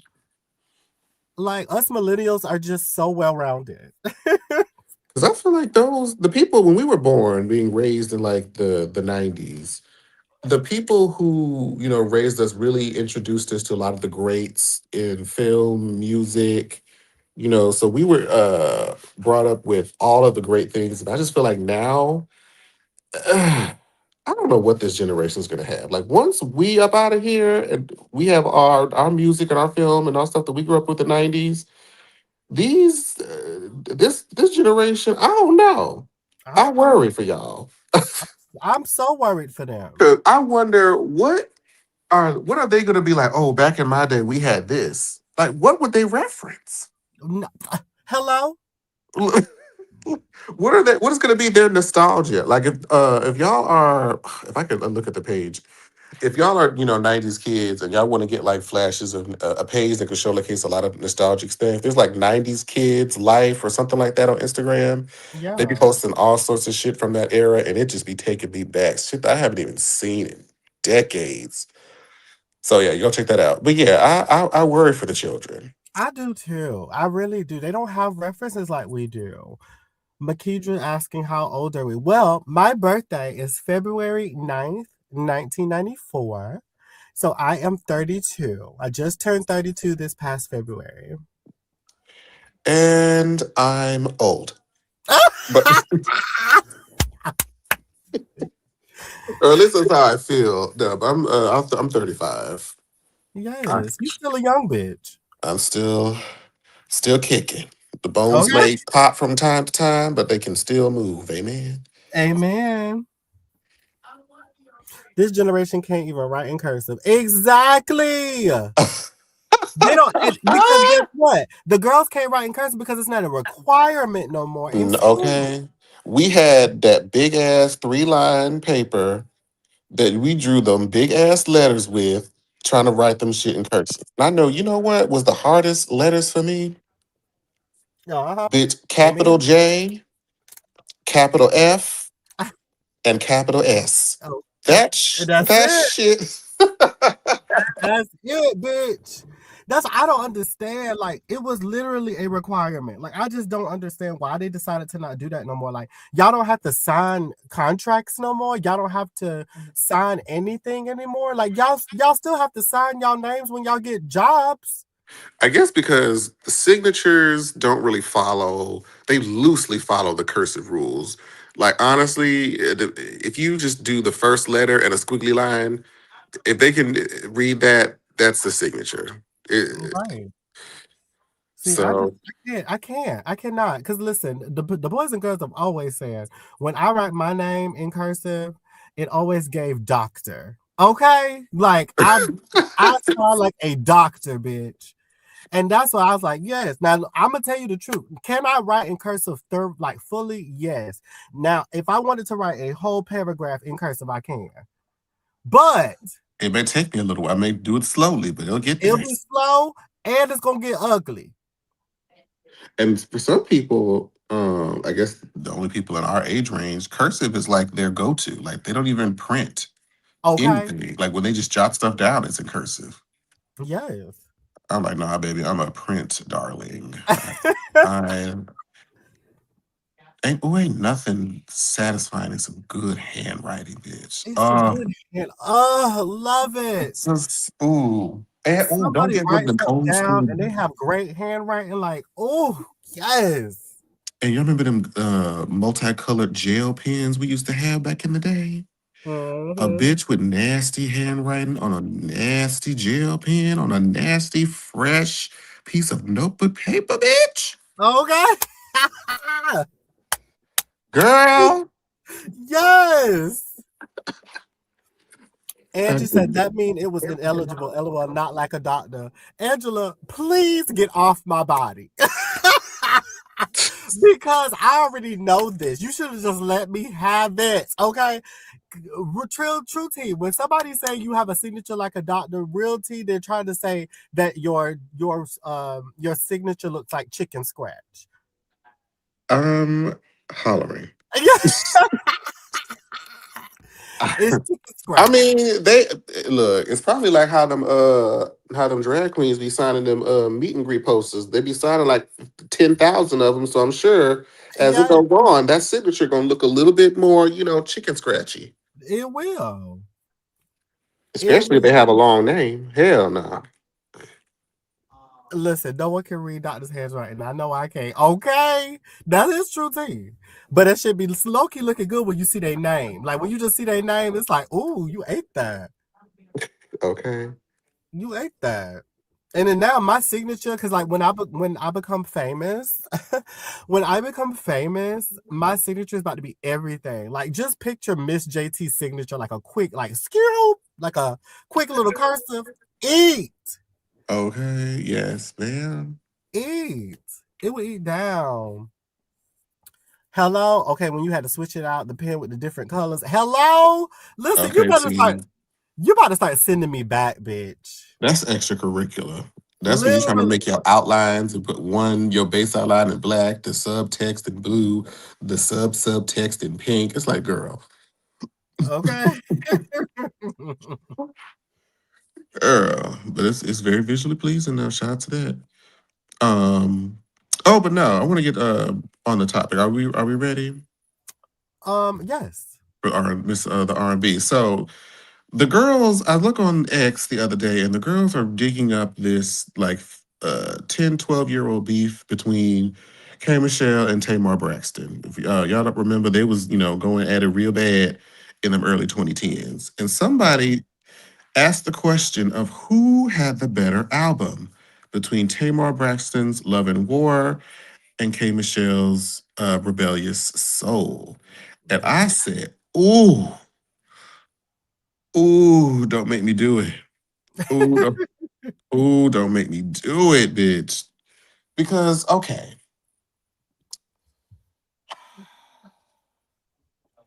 I, I do give this so very narrowly to Tamar. And you know why I give this to Tamar? Because I probably just had more time with Love and War. And the way that my inner drag queen is ignited when All the Way Home gets on, Yes. I listen, I feel like I should be collecting dollar bills when I'm and and that's because Tamar is an animated, person, as I'm sure we all know. And so their sort of approach to R&B is different. Tamar is more theatrical with songs like, All the Way Home and Hot Sugar, and that one-on-one fun, all that fun stuff. She did that. But K Michelle is more heart on my sleeve. Let me, deliver the pain. Let me, take you there as a, strong Black woman. And Yes. those are both, I mean, very authentic takes. It's really down to personal preference. Yes. It's because I mean K Michelle still does have Damn. She does have if y'all don't know this, if y'all haven't go listen to K Michelle's album, there's a song on there called Sometimes, if I'm not mistaken. Mm-hmm. Mm-hmm. If y'all you ever got to the end of Sometimes and she gets into the opera voice and she's like, my coochie is broke. I said, said, what the fuck am I listening to? I am weak. Not Michael J. I said, K. Michelle, please. But yes, of course, Can't Raise a Man is on there. A personal song that's one of my faves on there is I Don't Like Me. That's one of my self-deprecation songs. Yes, But so it has a lot of amazing moments, but I have to give it to Tamar, known a narrow margin because of the theatrics of it all, the soprano voice, like I said, all the way home alone. literally. And it has the one on there with that sample. Like yes. Now, Like, if we go to the next album, then K Michelle will clear it mm-hmm. because I love calling all was it lovers? The second album, well, the third Yeah. album technically. Well, technically her third, but Yes, it was. Yes, calling all the lovers. Yep, which has some great moments there too. But anybody want to buy a heart clears. clears. Hi, Scotland. Hey. We welcome in Scotland Sanchez into the convo, honey. Now me and Scotty about to tussle, baby. Girl, I ain't got shit to say about this. Y'all got it. Because listen, let me go ahead. I'm about to jump in, Jamal, because let me tell you Go something ahead, about do your thing. Tamar motherfucking Braxton. Esteem. And Steen Braxton, honey. This bitch sung down on this album. Do you hear me? She sung down. And here's the thing. I loved K. Michelle's first album, but not as much as I love Love and War. I'm sorry. Like, Love and War genuinely has no skips. No skips. The only song that I would say is probably the weakest link on that album is Hot Sugar, because Hot Sugar is kind of like an acquired taste song. Like, she wanted to do something hot and sexy, even though when I think of sexy, I don't think of Tamar. So it's like, Well, I'll say the weak link on there is She Did That. I oh, feel she did that. I actually do like Hot Sugar. I do. It's still very gay. It was like, a standout on the album where it's not the typical like R&B, songstress. It was kind of like her own thing to kind of separate her from Tony a bit. Uh-huh. But She Did That it was so auntie trying to be hip in that Yes. regard. The production of it all was very like that hip hop sound, but child. Like Tamar, like I'm pleased. And luckily it gave very much like transition song low key. It really was. And that's what it was. Yes. For Hot But Sugar. let's go. Like it was, she had so many good ones. Obviously, The One, All the Way Yes. Home, Love and War. Love Ooh, and bitch, I War. forgot about Tiptoe, bitch. Yes. Now Tiptoe is a bob. Girl, I'm gonna play Tiptoe this is album a when I get bop. off the bed. Tiptoe is about pieces. My personal favorite is Where It Hurts. I was gonna say my personal favorite is Pieces, bitch. Pieces should deserved a damn video. It did. Pieces deserved all that it should have gave. Pieces should have got a Grammy. Do you hear me? Like, that's how hot Pieces was. But Where It Hurts is All the Way Home should have got a Grammy. And look, honorary mention to White Candle. White Candle. Listen. Listen, this album was so good. Listen, even let's give it to Jesus. Thank you, Lord. Okay, as a Braxton, you got to bring it back to God. You got to go back to church. And she went right back to church, sung down. Like, Tamar's voice is sickening. Like, that's the only thing I have to give it. When it comes down to these first albums, Tamar's vocals alone, to me, just kind of just demolished. Like, and she don't get a lot of respect for her talent. That bitch is everything. That's what the fuck you gotta say, bitch. I ain't got nothing to say. I'm gonna let y'all have this little fake ass love fest y'all got for this album. It ain't even all that. Y'all got it. Scotty, y'all, cause see, regardless of what I say, I'm gonna be called biased. So it's really no need for me to say anything. So y'all got it. I ain't got nothing to say. I You ain't love got K. nothing to Michelle. I say. know this. But see, this is why I don't like to say anything because everybody knows I don't like this muffin face bitch. Everybody knows Ooh! this. However, I never said she can't sing because I do think that she's a good singer. As a matter of fact, I think she sings better than Kay. However, her music don't hit for me. It don't. Aside from a couple of songs, I don't like her music like that. Like on this particular album itself. I like the one, of course. I like Love and War, which ain't nothing but like Trust and Believe by Keisha Cole's first cousin. I liked All the Way Home. I liked Pieces, Stay and Fight, and Where It Hurts. Everything else is a chop for I me. wanna stay and Oh my fight God. for you.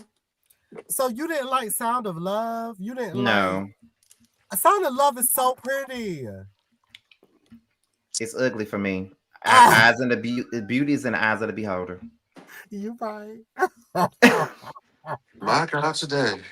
Amen. Y'all sit up here and ask me what I think, man. Don't Ah!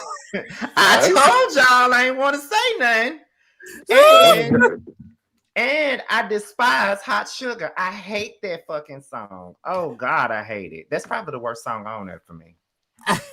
No, I said Hot Sugar is very much an acquired taste. I think it's for the, that was for the gays, like the real gays. Yeah, Mhm. that means Pop, that ain't for me then. pop, Okay, pop it. okay, pop it. Mm-mm. I love it.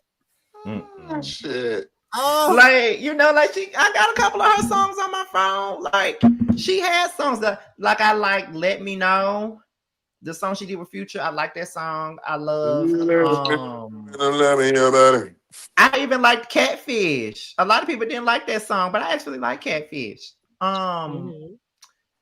I've heard Don't Flex. Yes, I love that song. But it doesn't go beyond that because I did like My Man, but I don't go back and listen to it like that. But she got a couple of songs that I like, but I can't never listen to a whole Tamar Braxton album. I can't. It's good, child. Like Calling All Lovers didn't have a lot of songs for me that was in there. But that last album, that Bluebird to Happiness, has some good songs. She has some great R&B hits off of there. She just didn't really put it out there like that or really Yeah, she's trying to market say it. that was her last one. I'm like, girl, please. Please. Like, please. We already knew what it was. It was your last one over there dealing with events and them. Okay, because I said, girl, not you done waited all these years to have the career and then to put out just a couple of records and be like, all right, I'm good. Please. Yeah. I'm like, child, please. But I live for it, honey. I love me some Tamar. I love K. Michelle too. So this conversation had nothing to going against K. Michelle because K. Michelle is one of my favorites too. I got plenty of her albums on my phone. Mixtapes. Okay, listen. And mind you, they didn't just telling me because I be listening to a lot of songs off of YouTube because at the time I didn't know if it was going to be on albums or not until later. Y'all be reminding me about certain songs and I be like, bitch, let me go Her ahead and download mixtape, this. her mixtapes be on point. I don't care what nobody. I miss the days where she would put out mixtapes. I love her mixtapes. That she could be as ratchet as she want to. And then she'll throw a country song on there. Then she'll do it like that. I love her. Yes. Like, Yes, Tamar's latest EP is good. I do like it. It's really, really good. But yes, so let's get into my story time, honey. Scott, you right on time, bitch. Oh Lord. So Before you do, I just Uh-huh. want to let the people know that Jamar be using me. I just want the people to know that. Oh my Okay. God. Gasp. Jamar texts me before I could even clock the fuck out because I already went to work today on my day off. Mhm. So as I'm getting ready to clock out, he gonna text me, friend, can you do me a favor? Yes. What is it, bitch? I'm fiending for a box of cheese. It's the original kind. Can you please bring me some home? Bitch, what? Yes. I want to go home. I don't like shopping at work. What? And you know what I did? See, he got him. There you go. I bought him for the bitch. I bought him for the motherfucking bitch. Tell us some yes. Yes. Like, I can't stand Girl, I him. just said, girl, the craving just took off. I said, girl, I want some salty Cheez-It crackers. Like, that bitch, he stay catching me. Hey, friend. When he say, friend, can you do me a favor? I'm like, what, bitch? What you need me to buy for you? Okay. So that's what this is about to be about. What you need me? Can you bring home some sour cream and some shredded cheese? Okay, Jamar. You ain't gotta be fake, child. See, I'm trying to add love to it. Because you want to add love to it because you want me to do some shit for your ass. But it's like, Well, I can't just be a bitch. Listen, next time Jamal just be like, bitch, pick me up some shit. Ho. Ho. Child, whenever he start off with friend, I'm like, this bitch want me to buy him some, child. Nah, go on and buy it. Let me just ask this bitch what he want. Jamar is such a Caucasian woman. Child. Of Christ. Don't forget Of Christ. Oh, please. Go ahead, forget of JT. Christ. Go ahead with your story time, JT, because I ain't got time for Jamar fake ass. Yes. Yes. See how fake his ass is? He's so fake. Why am I getting so much backlash? Oh, you are so fake, bitch. You so fake.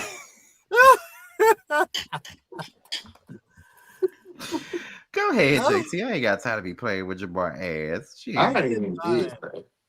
But no, today's story time, because we're going to start doing these more often. I just want to start telling people my business. You know, like, why not? You feel me? And maybe it'll just give y'all a little piece of insight on me and why I do the things that I do. So the reason I wanted to do this story talk, I was just thinking back to when we were doing the scene and how, you know, a lot of people had a lot of opinions about me bringing up Scotty and Vandal's relationship and things of that nature. And everybody was just like, JT, where is your man? Oh, she either wants Scotty or she wants Bando. Oh, far from the truth. It was all over the place. So I was just like, oh my God, first off, y'all, I don't have no problem getting no man. Thank you. But I've had a lot of interesting situations in my life that leads me now to basically be very much in a bubble when it comes down to men, because niggas is crazy, y'all. Niggas are crazy. The things that y'all see on First 48, Fatal Attraction, Snapped, all of these things, real shit. Like, real shit. So let me tell y'all this story about me and my dating life. And at this particular time, this was when I was talking to 2 murderers, and it was an insane time in my life. Okay, so I'm going to get into it. Wait, Scotty, I ain't never told you about this either. I'm screaming. Oh, this is going to be fun. Because I wish Carl was here. Carl knows about this because he was around when all this happened. So, let me tell you, and I'm going to connect some dots too, actually. This is so funny, but it's not. So, there was this guy that I met in my apartment complex. Like, there was a girl who was like down the hallway from me at my original apartment where I was in Midtown. Y'all remember where I used to stay at. Mm-hmm. And at that time, it was before me and Carl moved into the new apartment together. It was our first apartment. And there's a girl that lived down the hallway from me. She was like one of those girls who kind of did some of anything, right? Like, you know, and not in a bad way. She was kind of like a Renaissance, like, hood bitch. Like, most people from the hood know, like, there's a bitch that you could go to her house, or an old lady, you could go to her house, get you some snacks. She probably got some food already cooking you could buy. You know, like, she probably do hair. She probably could sell you some secret shit. She probably burn CDs, do DVD. Like, in the hood, you know that there are people like that. Okay, so she was kind of like one of those girls. So it was one particular evening, I was coming out, going in my car, whatever, and there was this hood nigga who was coming out in and out that direction from her house, also going in and out too.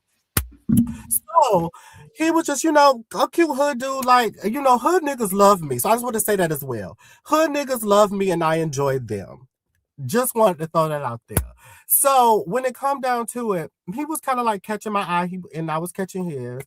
And as I was like coming back from the car, whatever, he was coming out of the apartment, and he had spoke to me or whatever.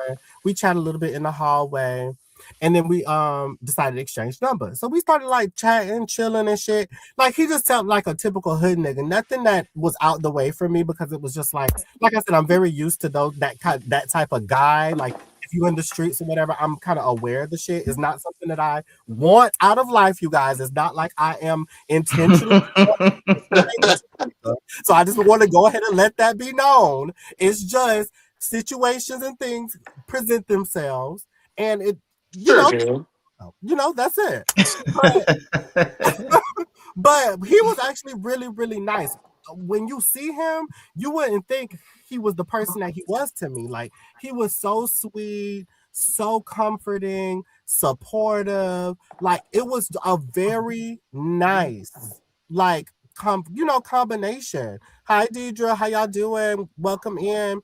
He was just a very nice combination of like a masculine, about his shit type of guy, but also soft and comforting to when you at home and you chilling, very protect. Like, and so we started talking for I think we talked for maybe like 4-5 months, something like that. Mm-hmm. So out of nowhere, his communication kind of went weird. Like, boom, we were talking every day. He would come by the house, chill with me, and everything was cool. Out of nowhere, the communication started getting spotty, and then he would say he was going in and out of town, and I'm like, okay, what is going on? So boom, I'm minding my Black-owned business at work. Out of nowhere, we stopped communicating fully. Like, out of nowhere, radio silence. I'm like, okay, fuck him. I was like, it is what it is. And I let him know, like, don't hit me up ever again, whatever. So he tried to hit me up another time, and I ignored him. Boom, I'm at work chilling. Why in the fuck I look on Gay Magazine, and the girls Lord, Gay Magazine. Mm-hmm. Why I look on Gay Magazine, and there was a well-known OnlyFans trans girl that was killed. Oh, and why the fuck they put his picture right beside hers, saying that God. The person who did it. Bitch, when I tell you my heart dropped. I know you were mortified. I said, I know you fucking lying. You gotta be. Gotta be lying. Gotta be lying. And so here's the gag of all of this. Mind you, this shit happened.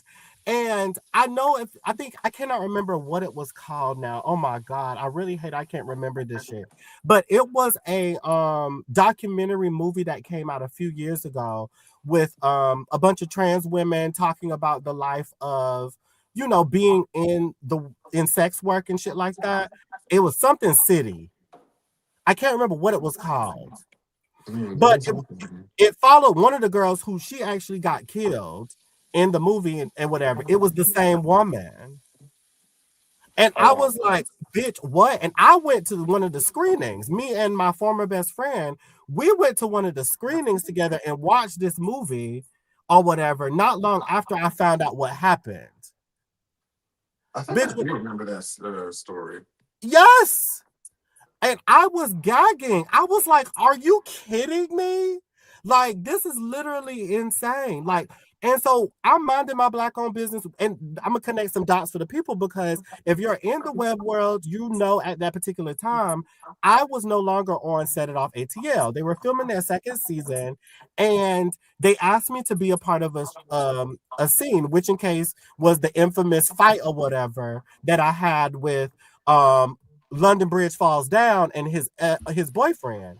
And with that, they ended up basically like, what people don't know is I went to that screening.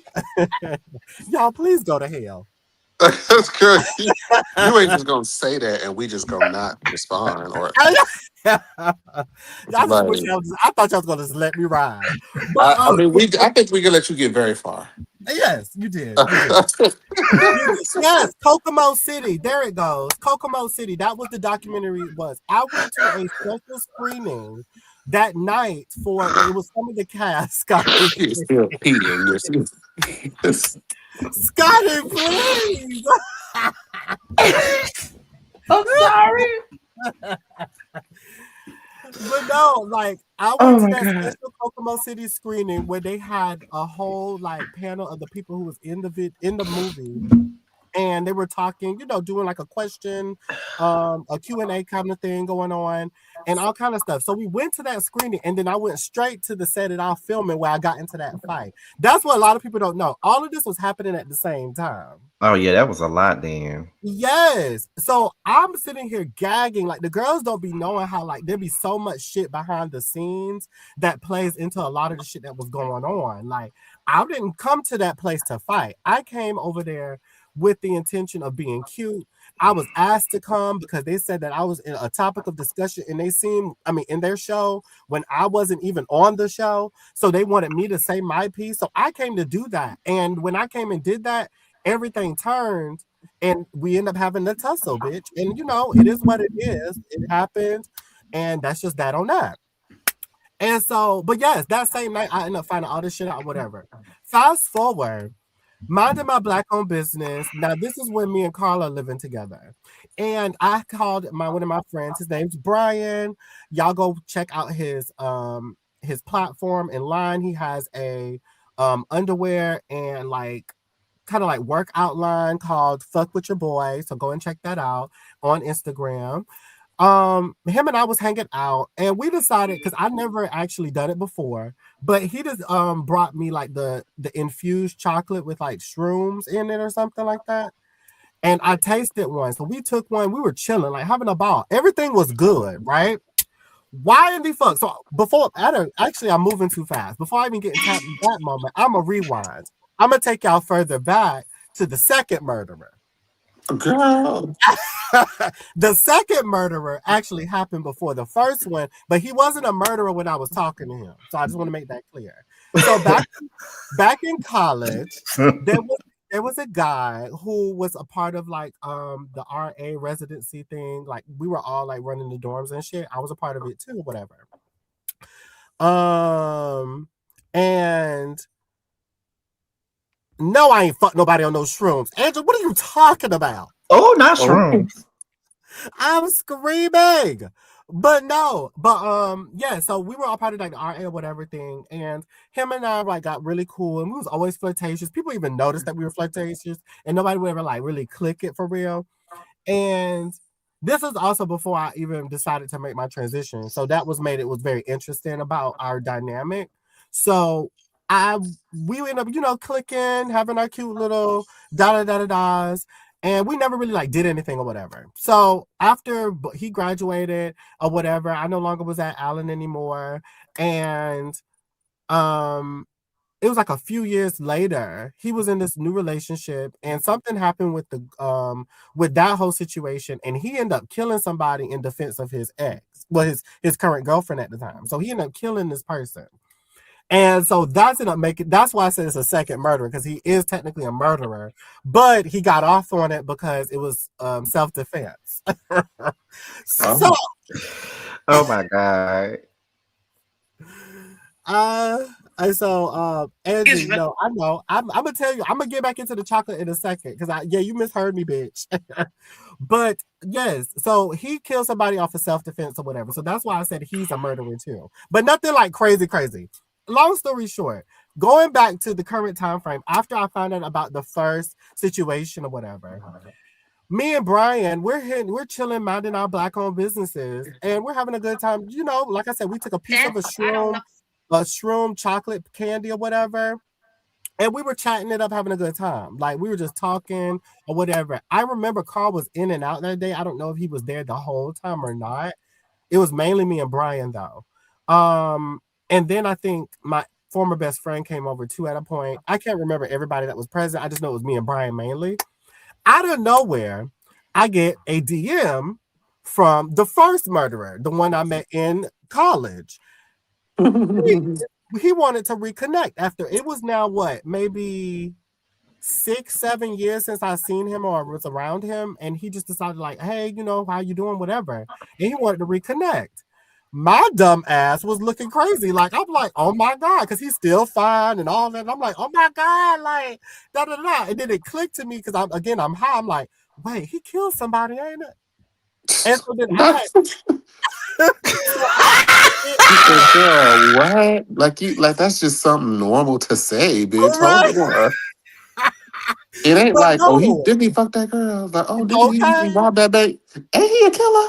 And Like, it's a bit mass genocide. listen, okay. I was tripping out. Like I was like, wait, and he killed somebody. Now, mind you, like I said, I was on this chocolate mushroom shit. So I'm kind of wasn't processing shit like as fast as normal as I would. So I'm looking crazy as fuck. Like, so me and Brian, we talking about it. He keying about it because Brian is a key. So he thinks me tripping out is so funny.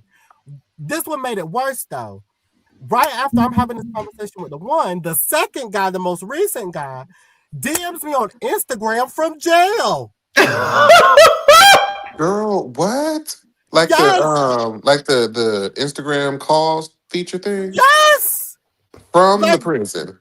yes. And I hate to say this, but it's just like, yes, we've had conversations with him. I've had conversations with him from jail. From Ooh. jail. And let me tell y'all how my heart dropped. And this is literally a movie moment. No lie. I felt like I was on Scream 8. Not I 8. genuinely felt Not that. to went straight to 8. It's just Yes, I was on 8 already. Because I'm sitting here with Brian, and as this DM coming, it wasn't like a oh, what's up? It wasn't given like a oh, hey, how you doing? What's up? This nigga sends me the article from Gay Magazine of them saying that he murdered this bitch.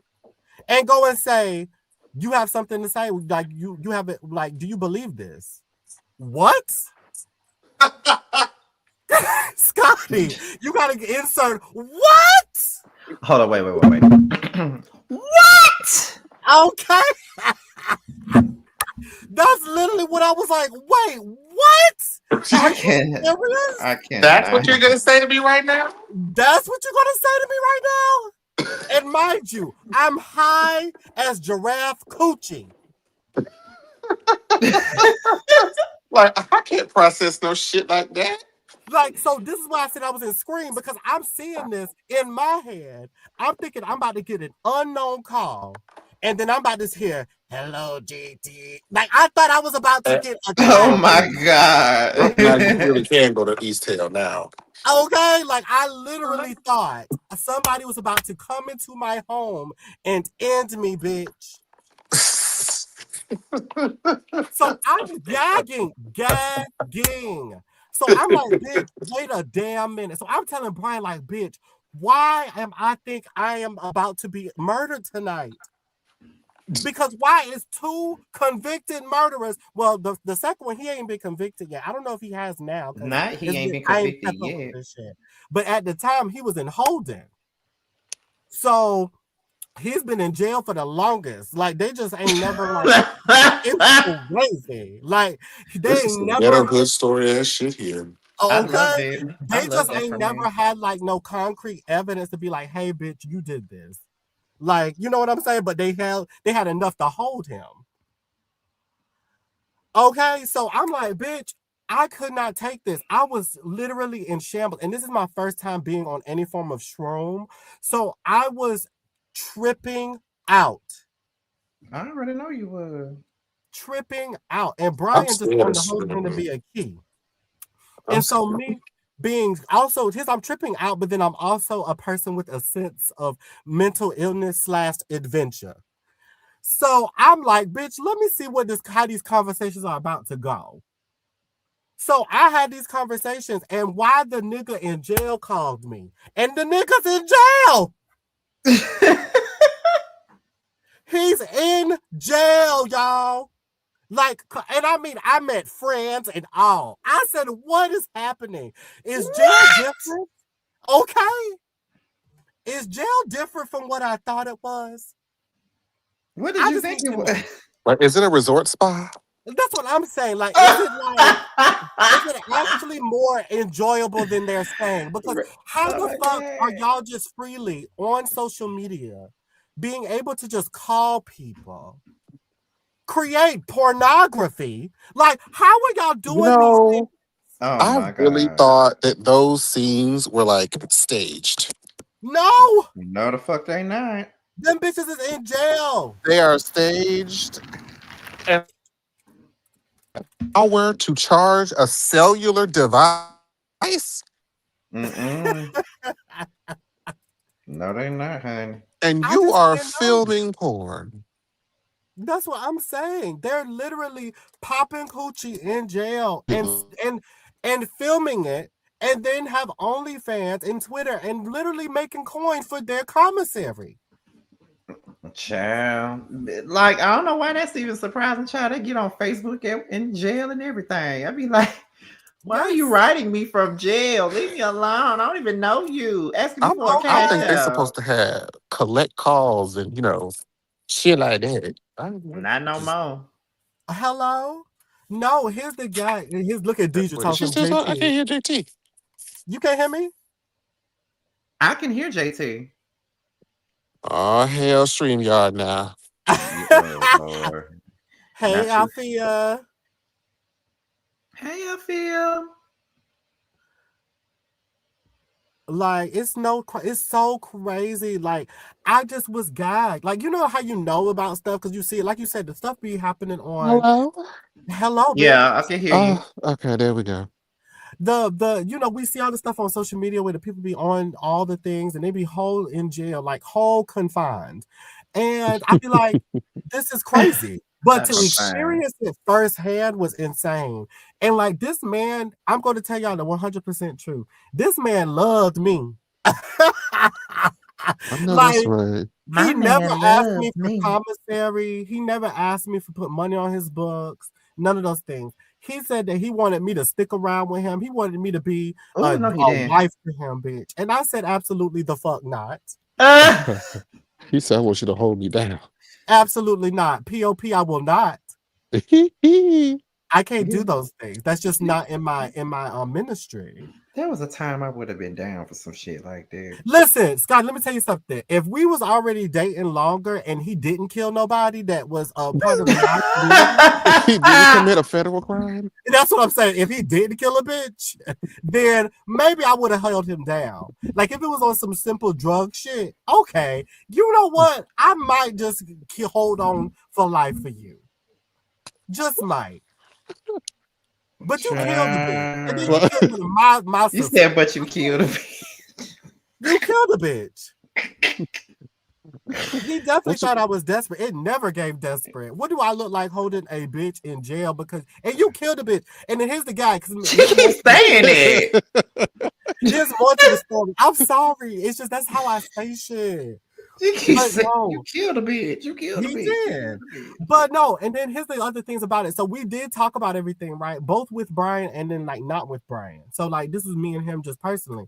So he told me the full-on story about everything. He said that he did not kill this girl. Him and the girl were doing OnlyFans together. He Oh, even God. told me the whole gist of it. Was doing it, all the things. They were doing OnlyFans together and they were friends. They were cool. No tea. The reason why they ended up taking him to jail though was because when they came to him asking him questions about what happened or what was going on, no, this is on his phone, bitch. We was on FaceTime. Top was on a collect call. No. He said that basically they took him in because when they came to him and asked him about what he knows about her and da da da da da, he was just like, oh, he don't know her, but it was visual proof that he knew her. So that was like, oh, speculation. You're going to jail. That's what he says is the vibes. But to hold somebody this long, there's definitely more to this story. Like there's so much more to this story. And that's why I was just like, this is not adding up to me. I wanted to hear verbally what he had to say because it's like you clearly wanted to tell me. So it's like, bitch, hey, tell me. But we here now. Yeah, we here now, so tell me.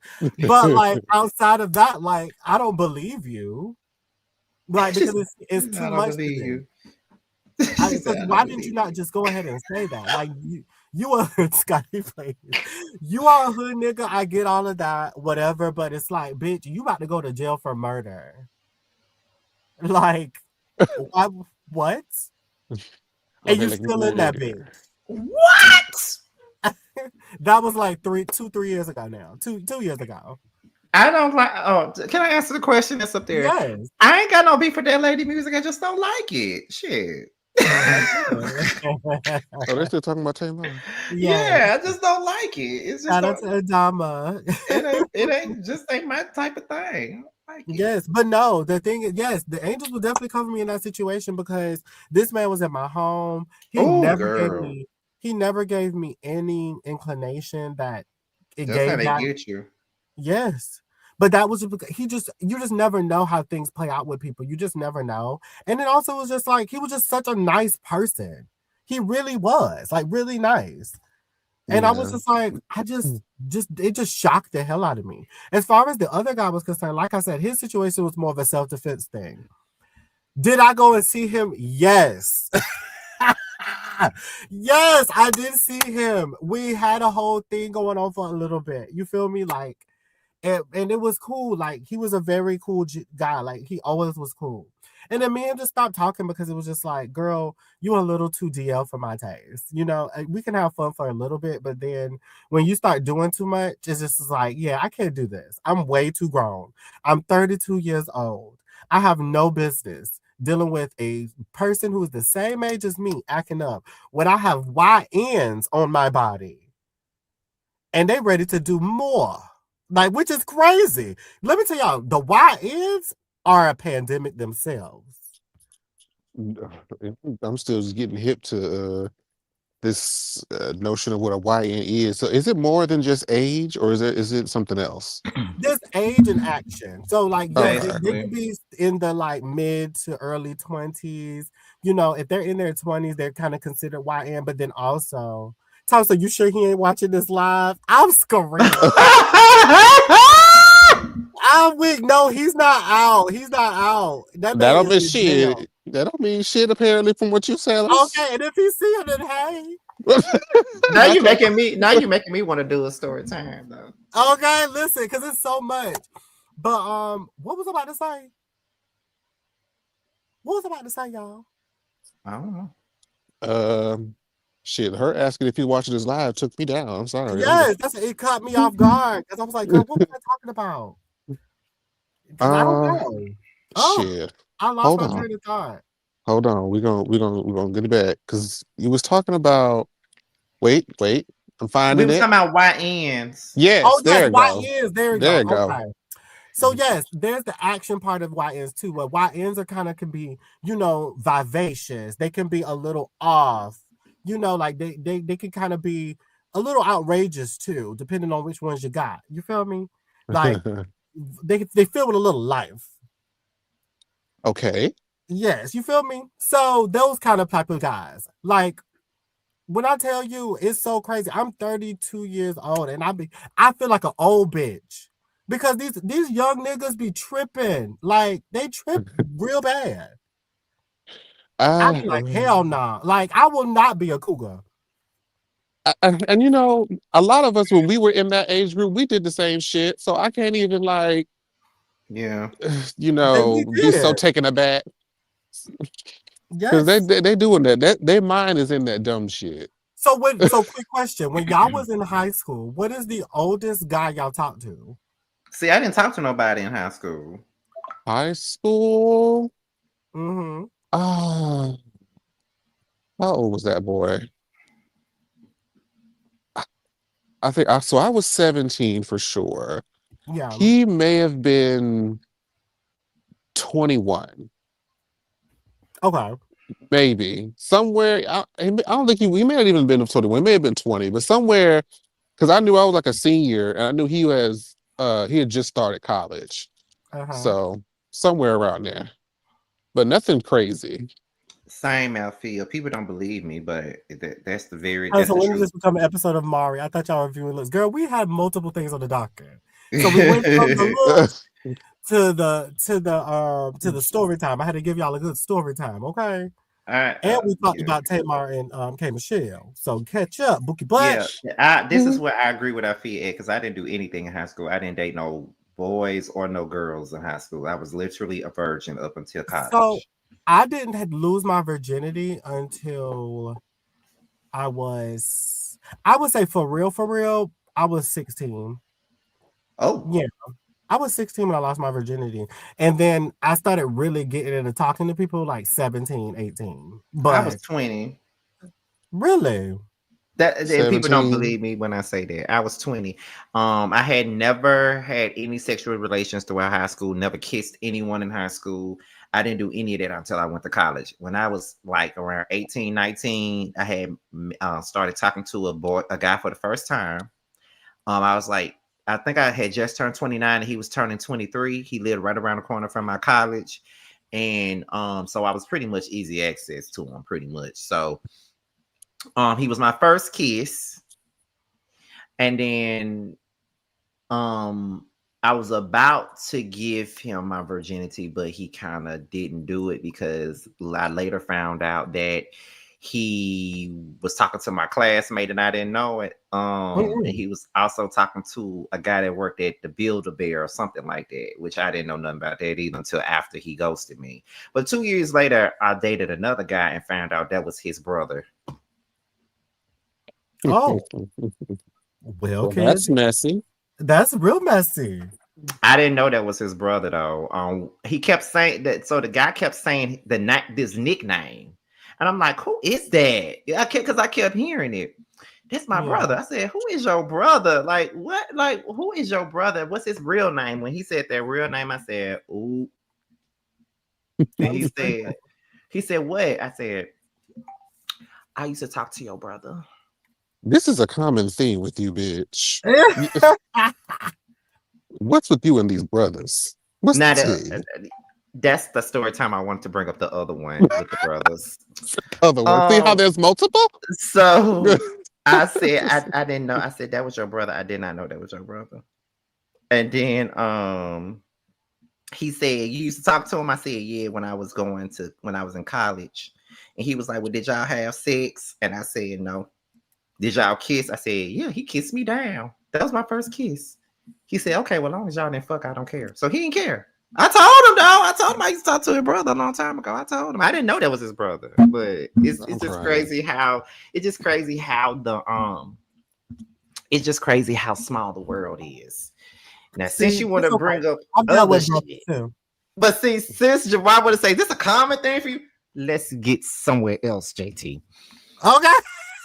So it was this guy. I really had the biggest crush on him. Like this was during the time I wasn't talking to the 2 year down the line brother no more. We was on break then. Talking to this guy, and he was so fine, so handsome. He was an Aquarius like me, just a January Aquarius. And we were just talking, and I went to his house. We did what we did, whatever, right? But then next thing I know, he started talking to a female. He was talking to a girl after we did what we did. But years later, he started talking to my best friend. And child, I had kind of fell out with my best friend over there for like almost a year. And we got back cool after that. But baby, this is where it gets messy. He has a twin. And the twin was trying to talk to me too. And because I was feeling spiteful, I said, Scotty, this ain't right. But I don't give a fuck because I feel like since he fucked my friend, then I'm gonna fuck his brother. So that's what I did. I'm screaming. Gasp. Escándalo. Now I knew they were brothers that time. They were twins. How could I not know? Here's the gag, Scotty. We have parallel lives. So I always wonder, like, if you fall in love with somebody, let's say that you go through the whole dating phase with them, and they mention that they have a sibling, but they don't mention that they're an identical twin sibling, and I'll be like, do you feel love for both of them? Because it's literally they look like the same person. I'll be wondering, like, if you attracted to my twin, are you if you with me, are you attracted to them too? Like, I will feel away. Okay. You can call me trifling all you want to, but he was trifling for fucking my friend, so that's it. This ain't nothing that I'm proud of. Now, don't get me wrong. This ain't nothing that I'm proud of. But it's just a story. It happened. You know what I mean? Like, and this is what I mean. Hey, Dominique, this is what I mean. Hey. If I can tell y'all this type of stuff, why would I be so upset if somebody said I slept with somebody? This is why I be like, I don't mind. I really don't mind telling shit that I've done in the past. You feel what I'm saying? But you know, that was in the past. I would never do that today. I would never do that today. But it happened. Okay. Well, have you ever had a threesome?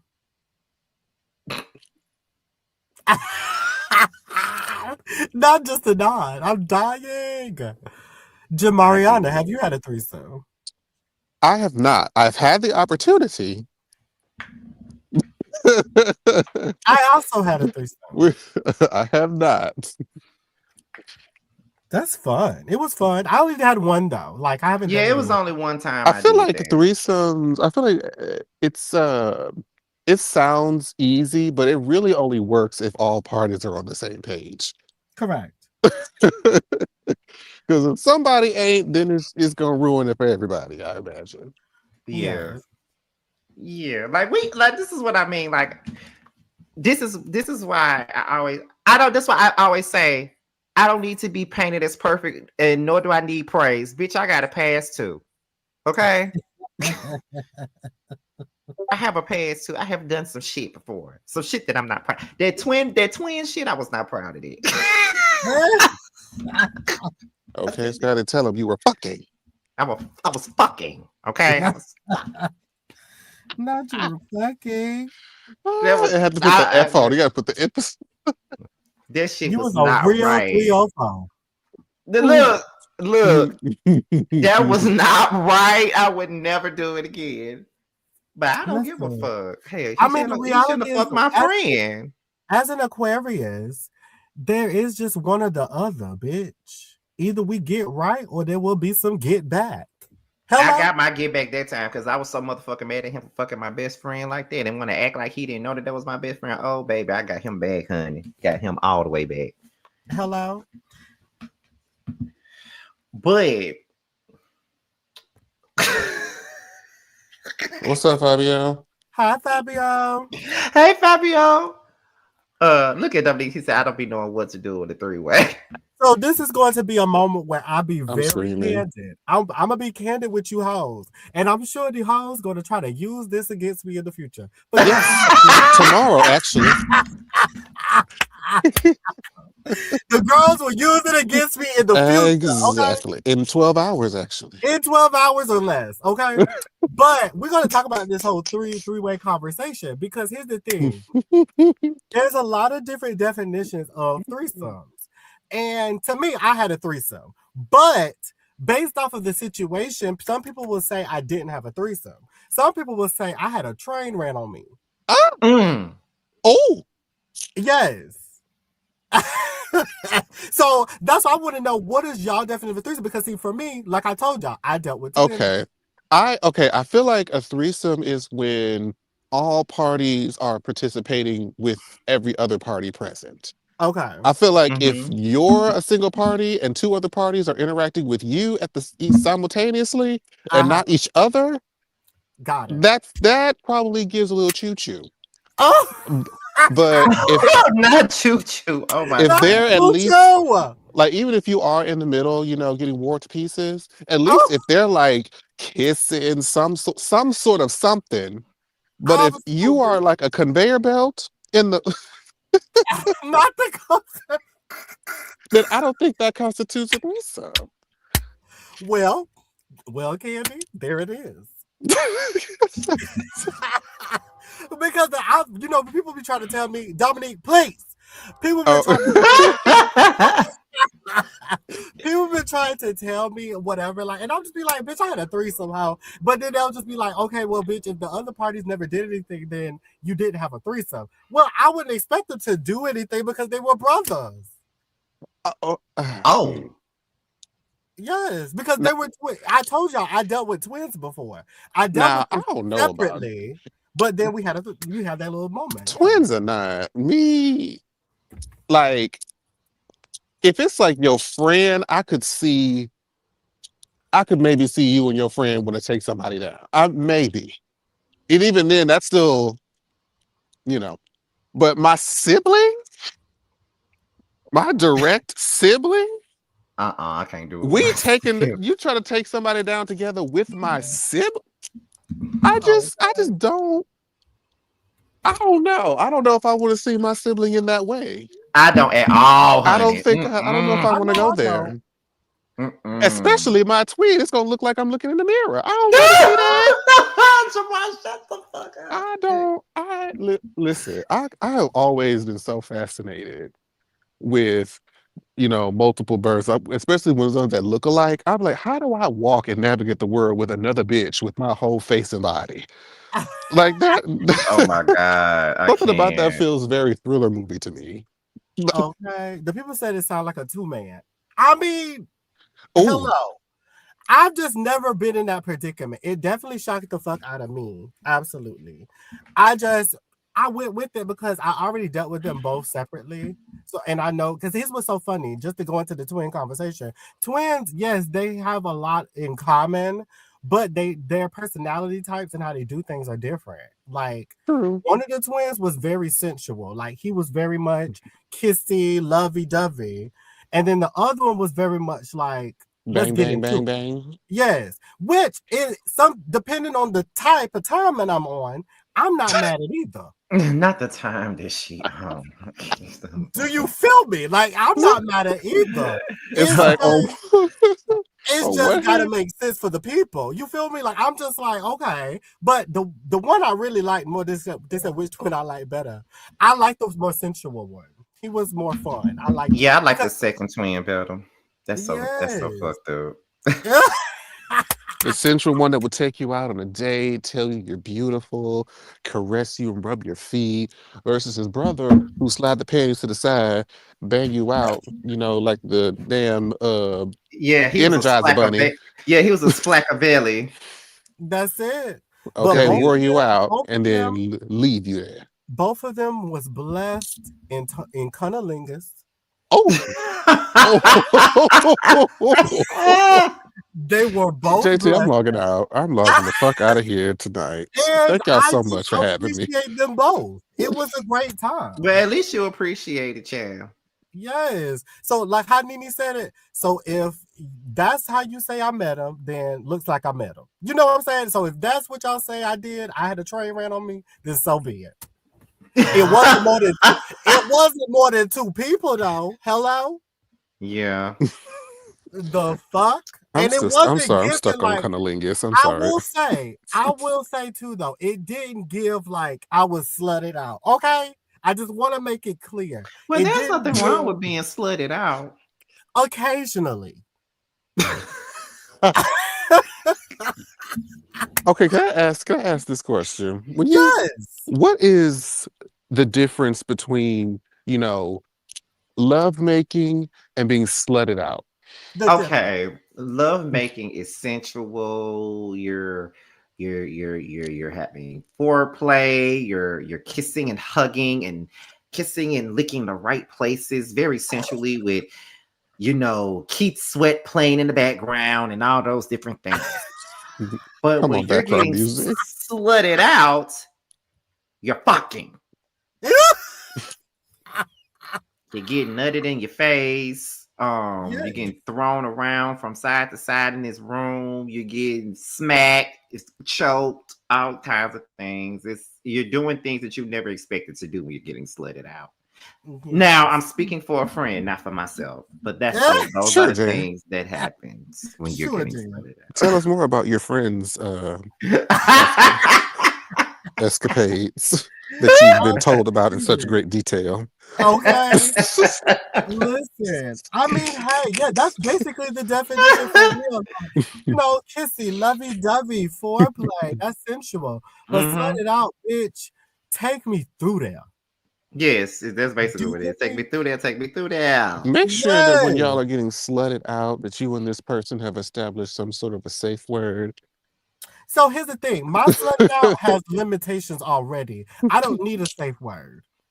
Niggas know better. Do not spit nowhere near me. Oh yeah, don't spit on me. No. And don't kiss on me either. If you want to choke me, do a light pressure on the neck. If I have in dreads, do not pull my hair. Because baby, it might come out. It might come out. And if it come out, I will be pissed. And it will be over it. The session will conclude immediately. Get out. Conclude immediately. In the words of JoJo, get out, leave right now. It's the end of you and me, nigga. It's too late now, and I can't wait for you to be gone. Okay. I'm telling you, like, I don't even play like that. And I'm not a bitch that does that BDSM shit. I don't want to get beat up. Ooh. If I wanted to get beat up, I will sign up to be a boxer. I will not do that. Okay, or just sign up for baddies. Hello. At least I'm going to get a check. Okay. Oh my God, I signed up for baddies. Like, literally. Don't spit on me, and please don't pee on me. That is the most disrespectful thing you can do. Please don't pee on me. Oh my God. Please don't pee on me. That is going to piss me off. Okay, no pun intended. Talk about something, or just go to Bulldogs. Girl, the girls do be tussling. They be tussling down to the Bulldog. I just shared a video on Facebook. Somebody had posted a video of somebody like fighting down up in Bulldogs, and one of my friends back home was like, "That's what y'all deal with when y'all." I said, "Well, we don't deal with it. Me and my crew be gone before it get too packed, and everybody want to fight. We be gone before they do all." And I do think that'd be so funny how we be leaving right when they be about to fight. Like that's so funny. Okay, like the fight will literally be happening in the background as we're walking away. As we walking away, and not even notice. Not even notice. Exactly, child. Like it's crazy. We don't be there for the. That's what the thing about Bulldogs. I need for the people to know. Y'all can say whatever y'all want to say about the Bulldogs. We don't go to Bulldogs for them hoes. We don't. We go in there for a quick little drink to socialize and see who in the building. And then once we get done doing enough drink, we be in there for a good 2 hours. And by the time we leave, it's time to go. We go at 9:00. That's before the crowd. That's before the crowd show up. By 11:30, we technically be going for each other because we'll just be sitting each other until the people start coming in and they'll be they see us, we see them. Hey girl, that kind of thing. Yeah. But like majority of the time we get our drinks and then we find us a cute spot to sit and we chatting with each other most of the time. Mm-hmm. Like we really don't be bothering nobody now. And we see people that we know, we gonna talk to them. Say for instance, we up in there and somebody like Troy comes in. Hey, because Troy is my friend, so of course I'm going. Hey, girl, let's see somebody like that. You feel what I'm saying? So it's just like if we see people we know, we gonna talk to you. Like we not stuck up bitches. You know what I'm saying? And occasionally, remember that we went to Bulldogs one day and that man fell out and we were YouTube icons. Bitch. That dude gave us a long ass speech, and I didn't know how to take that. I loved it. But let the people say it. I need to be praised. But I got set up there and got praised right then that night and didn't know how to accept that shit. You know what I'm saying? That happened to me just this past weekend. I said, "Oh, I don't know how to accept flowers and praise. Like I don't know how to look at Jeremy ass. I cannot take it." Hey baby, I miss you too, Daddy. Oh God, y'all just saw each other. Shut up. That was over 7 days ago. 7 whole days. Been what? Okay. Jamar, that song gonna forever be funny to me. You know why? As it should be, because that's exactly what it was. Jamar so shady. That was exactly what it was. JT, when I tell you, I lived the lyrics of that song. every I'm time I screaming. hear 7 whole days, I cry laughing because of Jamar. I'm weak. I can't take it seriously no more. Oh, that was years ago. Y'all gonna have to give me that backstory. Listen, I mean, it's really yeah. But say long really not story a. short, it was basically a lot like years ago. I don't even know if This Jamar is had like even moved 2020. to. I was Yeah, in I was just LA about at to the say, time. I don't even think Jamar had even moved to Atlanta yet by then. Jamar Mm-mm. was talking to this guy and or whatever, but he started ghosting Jamar. Like it was day one. Jamar had called me. I ain't heard from him all day. Day two, still ain't heard from him. Day three, still ain't heard from him. But he posted on Instagram. Day four, I still ain't 5. I'm like, and I even had to call Jamar by day 6 and say, bitch, have you talked to him? No, and it was legitimately 7 whole days. So by day 7, Jamar posted a meme and it had 7 whole days playing. And not a word from you. When I And saw whole Okay. nights. when I saw that, And I I'm called just Jamar's about phone, and through. when Jamar said hello, he didn't hear Can't take nothing it, but me won't take screaming it, in the can't take background. it That's no all I more. was doing. I had about enough of you. I'd rather be on mine. I cannot. Honey, honey. Look, I was like, shit was, babe, let me tell you something. Sometimes this shit songs was will be, so some funny. songs will be good, but once you live the experience of the lyrics, it's like, oh, baby. Listen, this shit was fucking hilarious. I can't take that song no more. It's so funny to me. Jesus. I'm telling you. It was funny. That's why I'm like Jamar Shade be fucking funny because don't nobody be knowing he being shady. That's why it be so I funny. don't And know you should what meet y'all his talking mom, about. JT. His mama just as shady as him. Now that's a shade tree right there. Oh, I Girl, believe that. she is. I am much more docile in comparison. Oh yeah, you are. I'm far more docile in comparison. She Because is when very theatrical. she was here last year for Mother's Day because I had already left. So when I came back home, I was on my way back and she had came in my room and redid it. I wasn't mad. Yeah, she couldn't help herself. She redid the room. She redid the bathroom. I was not mad. She called me and said, "Do I have permission?" Yeah, girl, please do it, please. And then she did that. Then when Jamar is not here, if I'm at home and I'm here, oh, she gonna put my ass to work. I want to watch The View. Can you put it on TV for me? And all this other shit. I be like, girl. And then I walked to the store one day. She asked me because she realized I was gone. So she asked me where I had been. I said, oh, I had walked up to the store. She said, no wonder you not gaining no weight. You always walking somewhere. I was like, Mom, please go somewhere and sit down.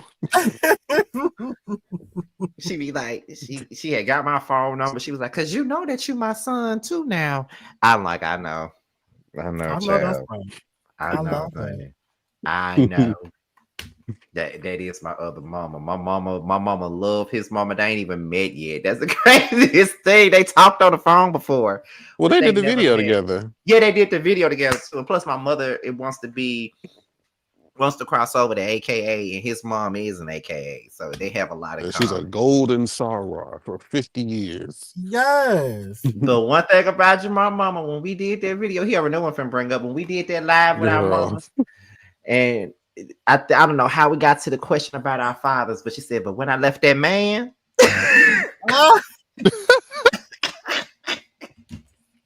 Yes. when you hear that, you know it's a story to be told. But when I left that man, Oh, look at my baby. My baby said, I'm the prize. I know that's right. you are the prize. I had He's to just trying to find get in you. my pants. That's all. And I'm And going Child, to you let him. go have let to get in him. them. They And will I'm going all to let keep him. off. You They're gonna already let off, him. Like, They're actually. what do already off. you mean? Come on in the room. And let me tell y'all what I said yesterday. When I was on the phone with Nikki yesterday, I said, let me tell y'all something about Jamar, little bitch ass. Let me tell you something about him. She Now, said, why am I what? in it? She said, what? I said, you know what's so funny to me?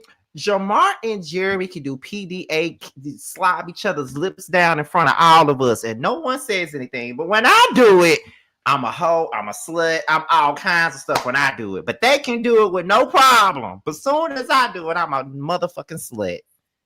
Why is that? Yes. Why is that? Why is it? Why is it okay for y'all to do it, bitch? But I gotta be a hoe if I do it. But what do we be doing though? I just told you, bitch. I just told you, bitch. Just sucking on each other's lips in front of all of us. You don't give a fuck. Yeah, I don't want to stop just because people walking by and watching us.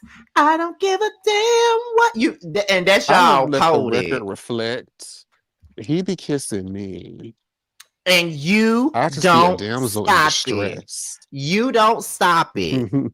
But let me and Bando do this shit in front of y'all. Oh, you a slut. You a whore. You a... Yes. Please. Yes. Please, child. And then JT asks, y'all know how each other's tonsils look. I'm like, bitch, shut up. I said they're beautiful tonsils. I'm hollering. Someone said, "Am I wearing?" I'm not wearing a muumuu right now. No, now if you ask me in about a couple hours, it may be different. No shade, Jamar do be trying to take me down everywhere. He do, Jeremy. He's such a slut ass bitch. But be talking about me. Why am I getting so much backlash? Cause you a freaky ass bitch, and you want to pretend like you some damn Baptist ass. Baby, please. Please, like I don't know what Jeremy's talking about right now. These are all salacious lies. Child. Thank you. Listen. He know. And then she gonna highlight it. You shady her. She in the bathroom highlighting shit. Girl, that is a shady ass bitch. I knew what they said about her was true. But no. All jokes aside, though, I do love that for Jamar and Jeremy, though. I do. I've seen my friend deal with a whole lot of bullshit with me, and I've seen it. And I still got hands for a couple of them. See, period. Demure at all times. Thank you. Yes. No, the fuck he not. Y'all don't know him like I do. Nikki had to pull him off me. Baby, please. When she had to pull you off of him? I don't recall. I'm inquired to believe Jeremy before you. That's crazy. You think you know a bitch. I'm screaming. But I'm for real though. Like I said, I'm here for it though. I love it. Like I told you anyway. Like I told you, I still got hands for a couple of your past people. I still got hands for them. I still got them. So let the Lord use them, however which way they see fit. I wanted to use them for a punching bag, but you wouldn't let me do it. So no, you know. Gasp! How urban of you. But you know, I don't fight no more. So I mean, hey. No more. If they had tried to accept me, I wouldn't be where I'm at today. Jamal, we still gotta highlight the no more. I don't fight anymore. I mean, it's she has not shied away from her past, as she stated before. Correct. What you trying to say, bitch? Because I ain't fought nobody in over a decade. What you mean? As the word says, history tends to repeat itself. Now, however, have I come close? Absolutely. But yes. I have not fought anyone since 2011. But I remember you would tell me during our friendship, like I used to, all these different times I used to do this. I had this encounter, but I ain't like that no more. I'm not. But I would be wondering, like, okay, so how were you like before? I'd have been arrested for fighting. No, since my early 20s. I was 22 the last time I got into a fight. Oh, yeah, that's 15 years ago. Yeah, I haven't been in a fight since I was 22. I'm 37 now, so I ain't been in no fight since then. Now, and that fight wasn't even my fight. I was helping my friend. Yes. I would like to also acknowledge one more time I am the youngest. Thank you. I Time just Bitch. for your want please. to, just That's make why I sure be we're so tickled. together. That's why I be so tickled at the people on these internet streets who really think that they know me, child. Like why y'all be trying to act like I'm some damsel in distress, like I can't get down if I want to. And it's always, and I never sit up here and act like I'm Mike Tyson and I can whoop everybody ass. Because just as well as I can try to whoop somebody ass, I can also lose as well. Because I've lost some and won some. Like for Hmm. real, I've lost a couple and won a couple. It's a 50% chance I'm gonna go in and get my ass kicked. And I'm the type of person that if I get my ass kicked, I don't give a fuck. While you whooping my ass, I'm still talking. So you're not gonna shut me up. I'm still gonna That's talk. I it. don't give a See, fuck. the reason why I have two reasons actually, why I personally no longer tussle with the people. One reason is because in my femininity, it just doesn't work for me. But also, in that femininity comes a lot of handicaps that unfortunately sets me up for failure. Things such as my clothing or my hair. Like those Mhm. things will set me up for the okie doke. And that is why I cannot be involved in tussling. The last time I tussled was that video everybody saw when I was fighting on the set it off stick. That was the last Yeah. time I tussled. And even then, a bitch was taking that hoe through there. Okay? Like, because bitch, you could throw me all you want to. Because at that time, I was at my smallest. I actually lost a lot of weight at that time. I was very small. I was dressed in a bodysuit and bodycon skirt. Hello? And I was wearing my heels. I was cute, had cute dreads, 28 inches. Like, I was very much happy. And then next thing I know, I'm tussling because my former best friend at the time was getting his ass beat.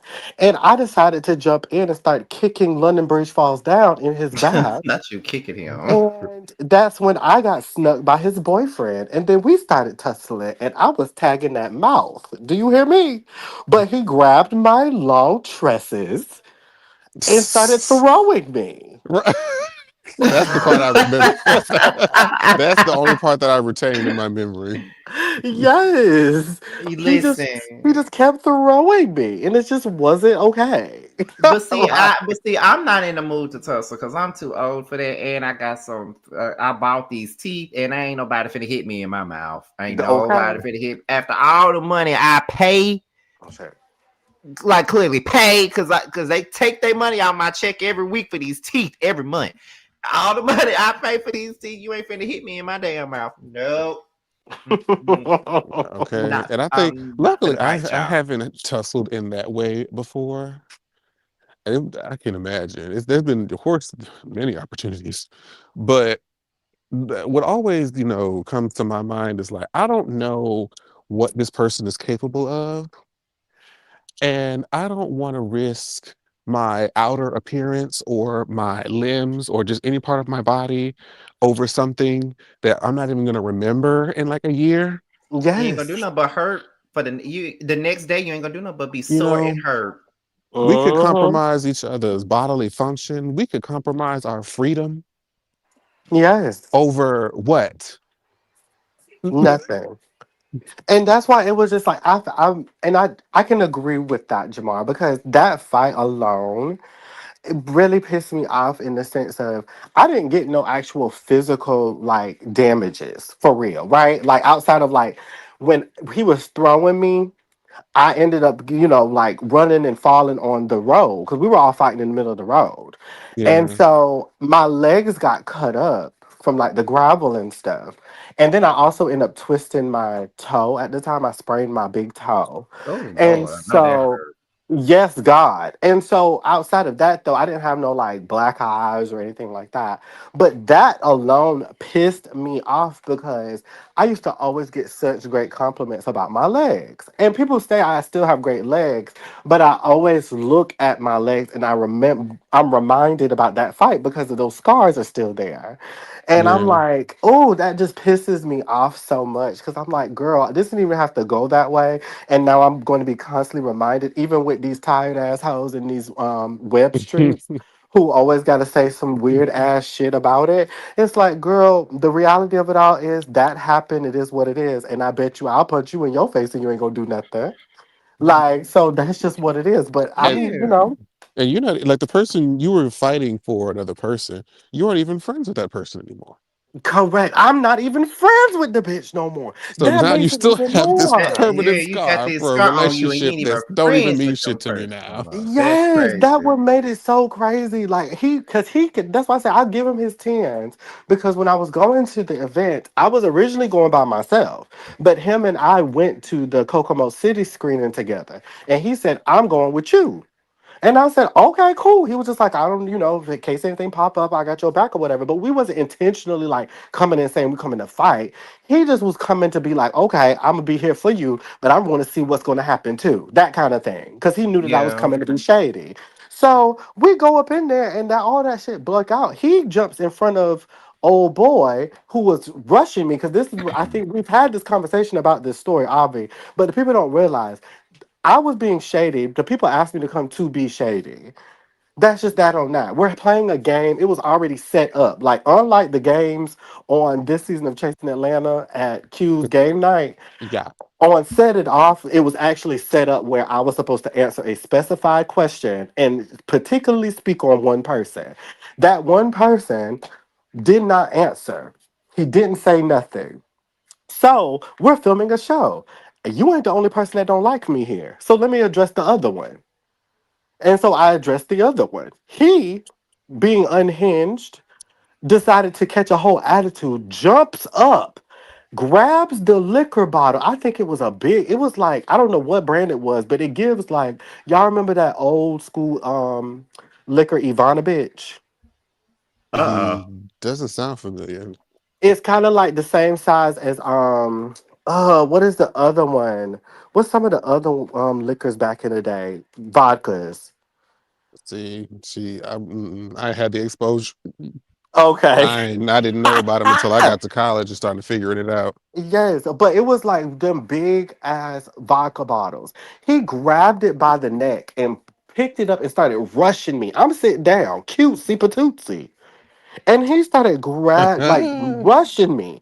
And my friend jumps up in between us, and everybody jumped up and everybody started grabbing each other and all kind of things. Like it wasn't Grey Goose, it was something else. Yeah, I was about to say Grey Goose is probably the biggest bottle I can think of. Yes, it was Mm-hmm. something else though. But Ivana bitch is a old one. It's a real ghetto one. It's in the era of E and J and Paul Masson type shit. Ooh, But Paul Masson. yes, Oh, God, hey. trenches. Okay. But yeah, so that ended up happening, and he tried to rush me or whatever. My friend defended me. We end up outside. They start fighting. So I'm trying to get to them. I have all these different people, which I actually at the event, Delon's event, one of the people who, mind you, this whole crew of people there that didn't like me. One of them I actually had a conversation with. Shout out to Christian. One of them I had a conversation with there, and I actually apologized to him because that particular night he was holding me while my friend and London Bridge was fighting. So I was like, dang, like let me go. Like and I mean his big ass was strong, holding me. Do you hear me? Bear hugging me, making sure I wasn't getting over there. So, but I ended up finally breaking off from him or whatever, and got over there, and that's when the friend ended up, his boyfriend, London's boyfriend, ended up like sneaking me or whatever.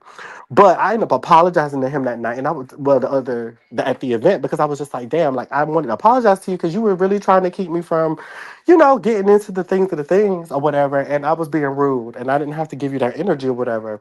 And we just cleared the air. It was no tea, no shade. But yes, like that whole night in itself was just so peculiar. It was so peculiar. And I was so emotionally like charged because I just started to feel set up. It gave set up. Like y'all telling me to come to surprise this man and have this conversation with him, do whatever.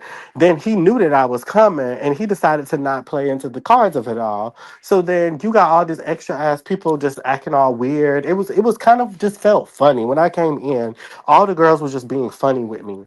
And at this time, I wasn't even filming season 2. I was not even involved in the show at any capacity. So all these people who didn't even know me from Adam's House Cat had all of this energy for me. I'm like, dang, y'all been talking about me real heavy this season, and I had nothing to do with this show. Like, that is so crazy. So Listen, yes. that's how it be. You know, like I said before, like I'm not, but I don't, and that's the thing. I don't like fighting. I really don't even like to argue with people. It just takes so much energy out of me to argue with somebody and to raise my voice and scream, and it's just too fucking much. This is why I don't put myself in position to scream and yell and argue with people. Like it's just too much, and I don't give a fuck. I'm gonna say whatever I want to say. It just goes right back to the whole like what was it called? What I called it the last time I was up at the Thanksgiving massacre. That's what I Thanksgiving Yeah. called it. massacre. Yeah, when I was up there on TTV arguing with old Oh, girl. yeah. And that's something I Mm-hmm. don't that's something I ain't want to do. Like I don't like because I feel stupid after the fact. Mm-hmm. You know what I mean? Like you'll be looking back and you'll be like, was that even worth it? Like No, did you like was it worth it? Did you even have to do all that? Like did you have to curse them out? Did you have to say all of that? Like you could have just removed yourself, or better yet, you didn't even have to go up there and do anything. You feel what I'm saying? Like I was so disappointed in myself after that. And then Mm-hmm. JT was not having it. JT gonna say, first of all, get your ass off this live because you ain't disappointed in shit. Get off of here.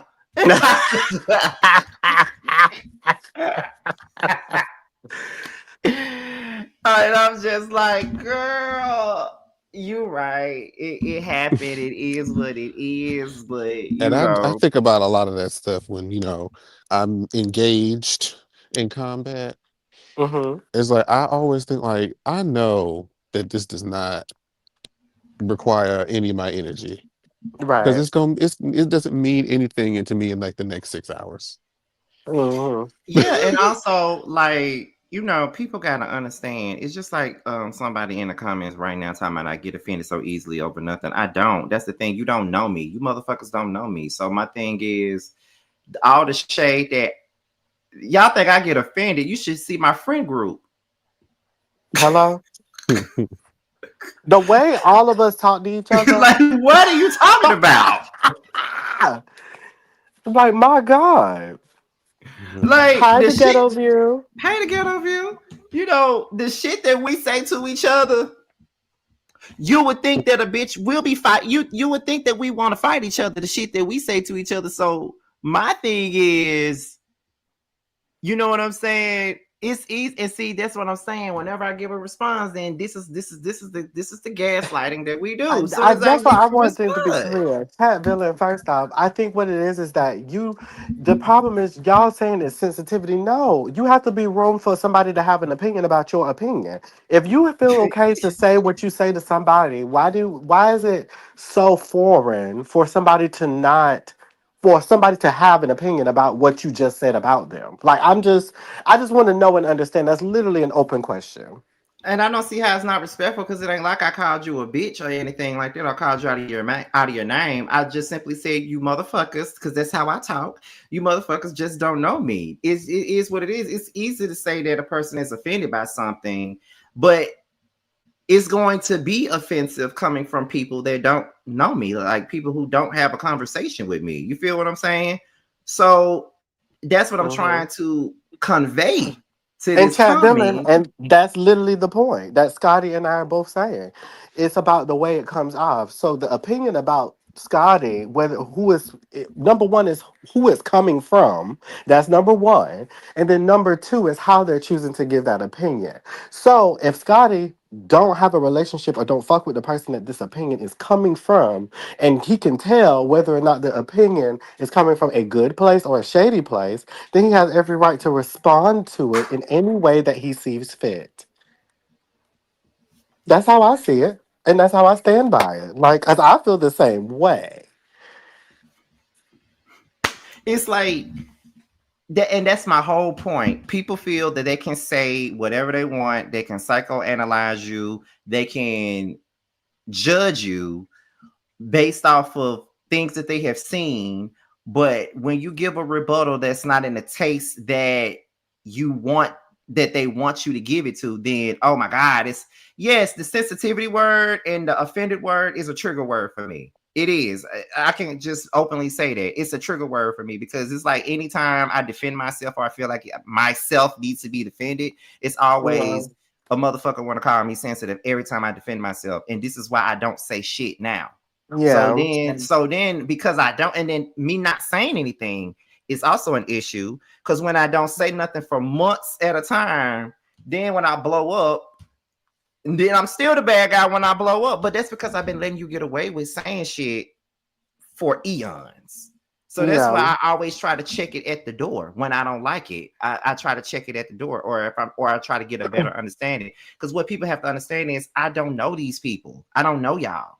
So I don't know where this opinion is coming from. I don't know where if it's coming from a decent place or a shady place.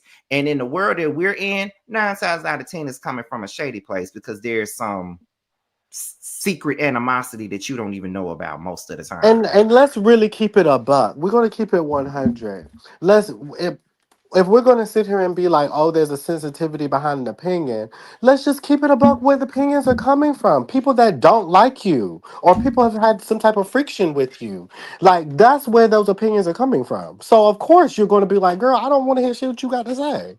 Like, that's just what it is. If it's coming from a place of other people who just want to have an opinion and have a conversation about things, sure, do that. But do you know when people don't actually like each other or there is some animosity, of course their opinion is going to hit different because it's not coming from a genuine place.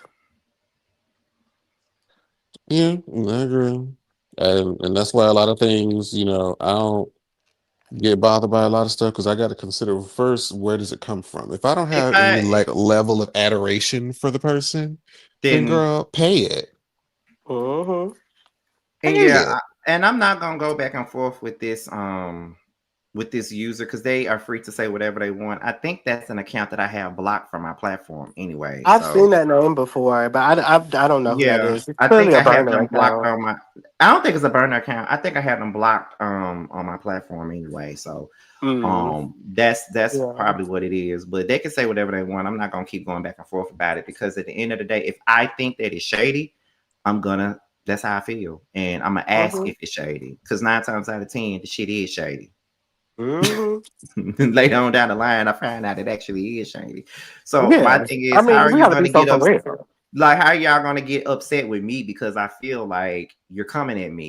If a motherfucker is used to if I'm used to people constantly coming at me or coming for me, then what do you expect me to feel then? Yeah. If JT could say the same thing you're saying, and I'm not gonna take offense to it. Jamar could say the same thing you're saying, but I'm not gonna take offense to it because I know where it's coming from.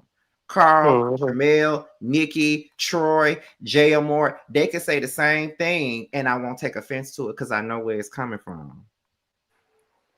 Bando could Mm-hmm. say the same thing. I won't take offense to it because I know where it's coming from. Jeremy, T, they could say the same thing, and I won't get offended because I know where it's coming from.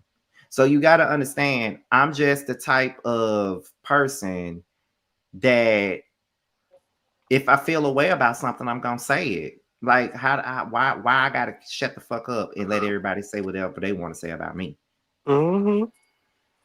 Listen, and we're not going to keep having this conversation because I think chat villains just want to keep on going back and forth about this. So we're just going to end it like this. The reality of it all is this, bitch. You're right. Everybody don't deserve the vitriol that is of Scotland Sanchez. However, Scotland don't just be out here just cussing every bitch out who got an opinion. Let's really talk about it. I really don't. So the reality of it all is the bitches who get it, and they needed it. And that's just that. So he knows where to send it, and the girls who feel it gonna feel it. They know who we talking about. They know who the vibes is because they keep on making these conversation pieces. So because of that, they know what the vibes give. Let's not play. So the reality of it all is Scotty is not making no tea out of nothing that ain't there, bitch. Do you even like tea? Like, do you like because bitch, it's just like, girl, nobody's not making nothing out of nothing. Yeah. That's just Like it. If you was, because nobody don't talk about none of these girls. We don't talk about these girls. at all. So my thing is, you let the people tell it, and this is why I'm constantly on the defense because I feel like I'm always being like psychoanalyzed all the time, and I'm being psychoanalyzed because of the sofa dog. You know you good, but I'm always being psychoanalyzed based off of the way that I respond to stuff and everything that Fabio was saying. I'm so glad I'm being seen right now because he knows, he sees exactly what I'm saying. It's irritating when you're being psychoanalyzed literally all the time because of the way you respond to things. I don't, sometimes I respond, and the thing of it is, I don't even curse a bitch out when I say it sometimes. Like, even when Wang was up here and I said what I said to him, as dismissive as it was supposed to be dismissive. But as dismissive as it was, I didn't curse him out. I called him a nigga, but I call everybody a nigga. But I did curse him. That right there was very much so light compared to the shit that I have said and could say to people. That was very light to me, and I was very happy with myself with the way that I approached it. Now, I could have been less dismissive, you know what I mean? But and I could own that. I was very dismissive, maybe a little bit condescending, but that's because I didn't give a fuck at that time. Because I needed to say what I had to say, and they didn't care about what they said about me, so I didn't give a fuck how I came to you. You know what I mean? You can't talk shit and then tell me how to talk shit back at the same time. You feel what I'm saying? So it was one of those type of things. But if you listen to these people, you would think that every day I wake up, I'm cursing a bitch out. Every day I wake up, I'm going off on somebody. Every day I wake up, I'm in my feelings about something. That ain't the truth. But at the same time, I also don't have to constantly defend my character either, because my character speaks for itself. The people that know me for real know me. I'm very drama free. We laugh every damn day. Jamar live in the house with me, bitch. We laugh every day. It could be the smallest things, bitch. We laughing. Like JT knows, I will scream at the littlest things that I think is funny. Absolutely. I laugh every motherfucking day. It's not like and that's why it's so irritating when I'm on live or when I, do whatever. You feel what I'm saying? It's like the moment that I choose, ain't nobody dropping on Lynn Catherine. Oh, Jesus. But whenever I choose to respond, then it's just like people want to get all up in their feelings when I choose to respond. And the thing is, I just thank you, the ghetto view. You've known me and Jamar for years. Okay. You've known us long as I've been here. So you know it. You know exactly what I give. I'm always respectful to everybody, which is the reason why I respond to the shit the way that I respond to it. Like, I'm not, you know what I mean? Why people feel like they can talk about a bitch but then police the way they respond. Like, how does that work? You feel what I'm saying? So no, it ain't that I'm sensitive. It's not that I'm constantly offended by something. It's just that I definitely, it depends on who it's coming from for me. You know what I mean? That's basically what it is. Because being in this realm, it's always been secret animosity going around. So I'm on guard with just about everybody I come in contact with. And it may not be the best thing to be, but I'm guarded with most people in this spectrum. I'm very guarded with mostly everybody because it's always coming across like it's shade. It's always coming across like it's shade to me. And y'all know I'm not lying. When it comes to me, it's always coming across like it's shady. It doesn't matter. It doesn't matter what I do. It's always shade somewhere in there. So of course I'm going to be guarded. And I'm not going to keep on responding to chat villain, but I'm only going to say this. Sometimes when people disagree with me, it's not that I'm always taking it as shade too. A lot of the times, people, I'm passionate about what I think. And a lot of times there is no change in my mind about it. So sometimes people may take it as I'm upset because you disagree. I don't give a fuck about you disagreeing. But at the same time, I don't give a fuck about what you're saying either, because I'm not changing my mind. This ain't Keisha Cole. I ain't changing my mind. I said what I said. So we can go back and forth and we could do whatever, but I'm not getting mad because you disagree. It's just that I'm passionate about what I'm saying. Yeah. Take it as you will. Yeah, and Chad Villain, I don't know why you internalizing it because we don't even know you. But I was saying it. I think the whole purpose of this conversation is acknowledging for the people who have done this to Scotty, who have done this to me, or Jamar, or Carl. You know, we got sense enough to differentiate the two.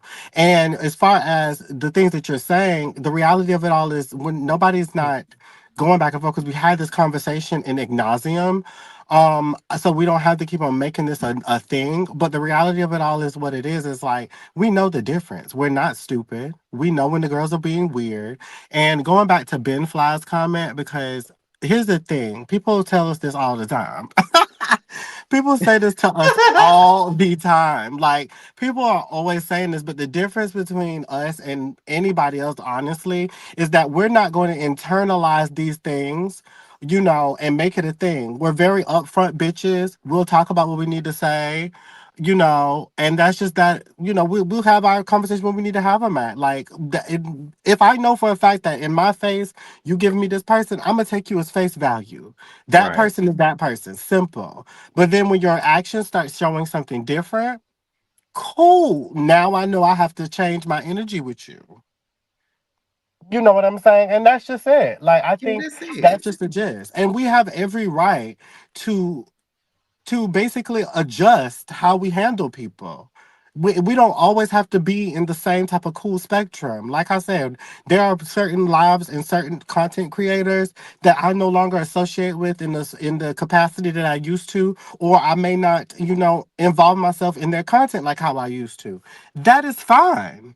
I don't wish them no bad nothing. I wish everybody well. Do your thing, make your content, live your life, get your checks.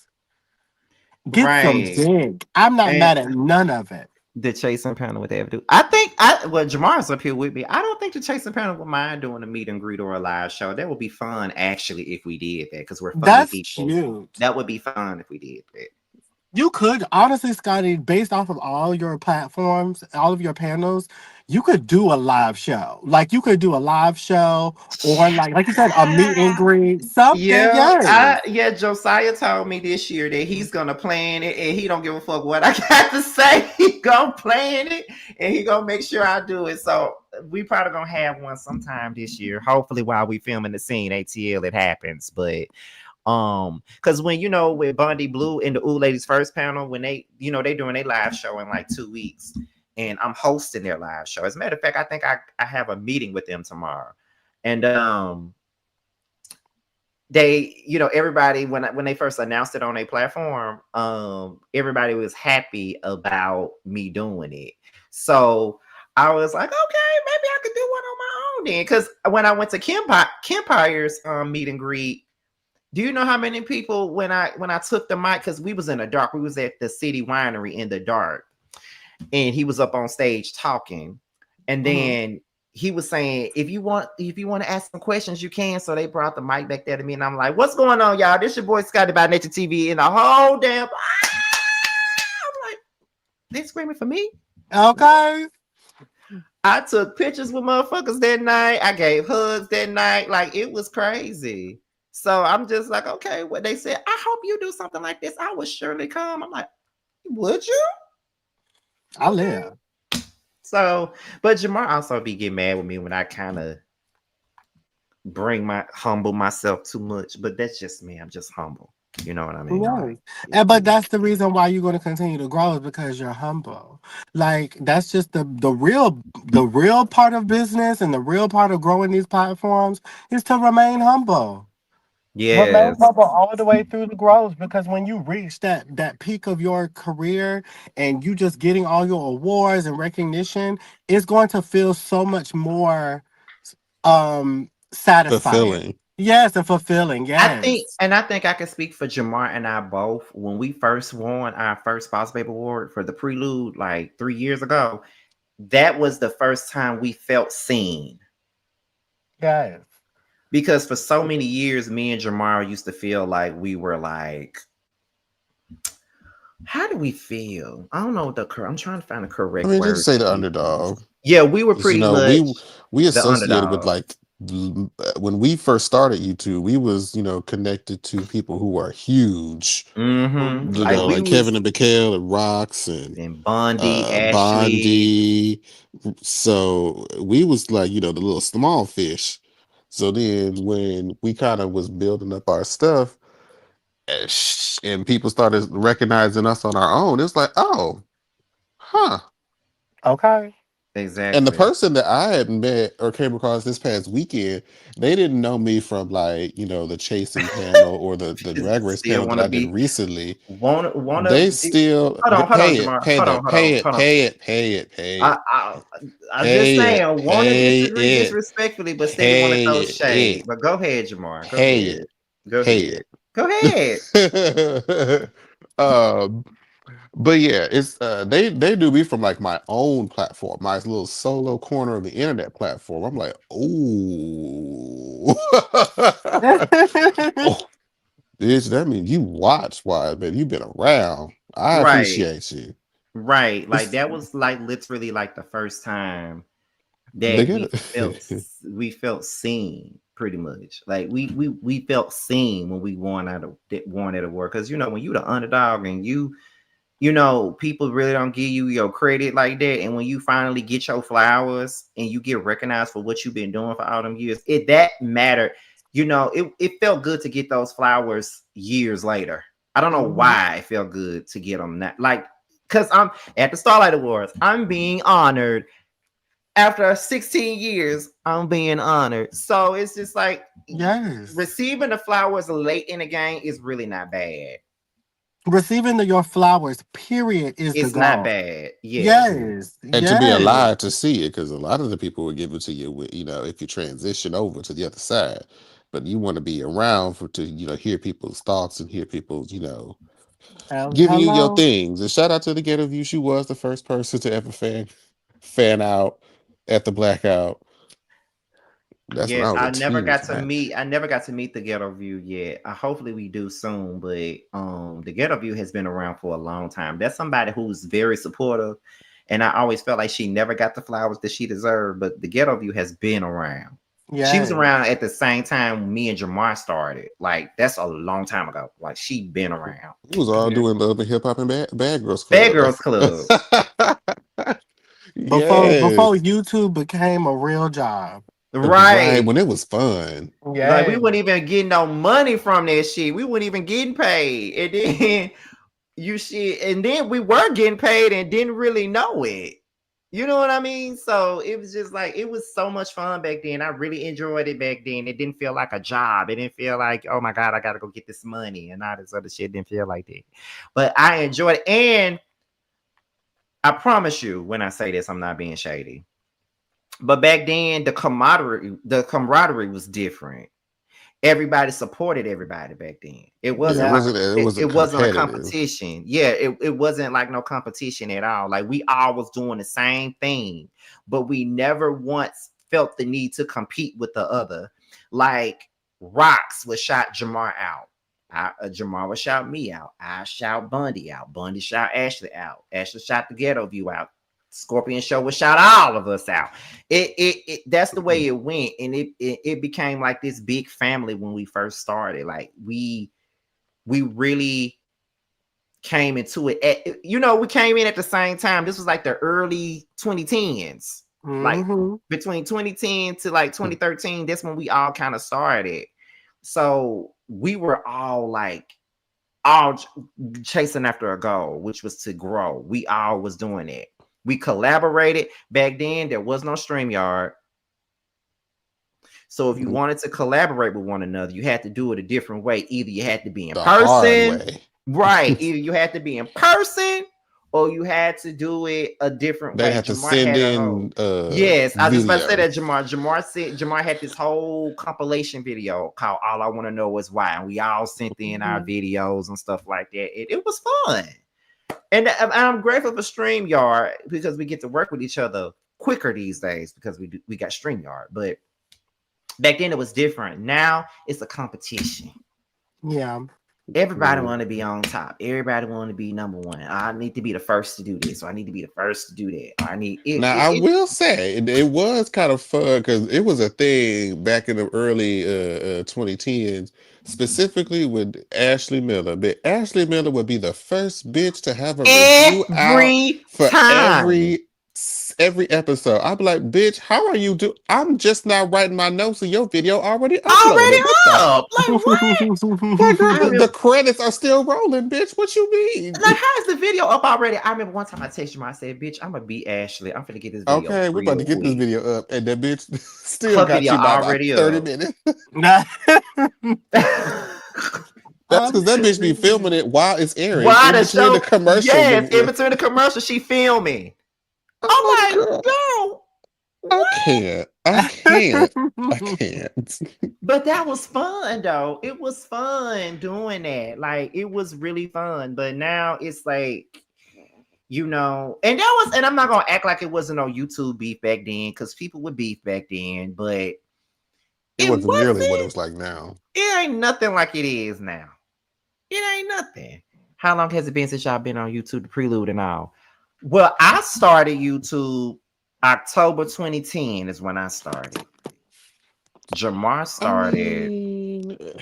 The start date when did I start putting myself in front of the camera? Because my YouTube channel was doing I was uploading like anime episodes and some other random shit that had nothing to do with me.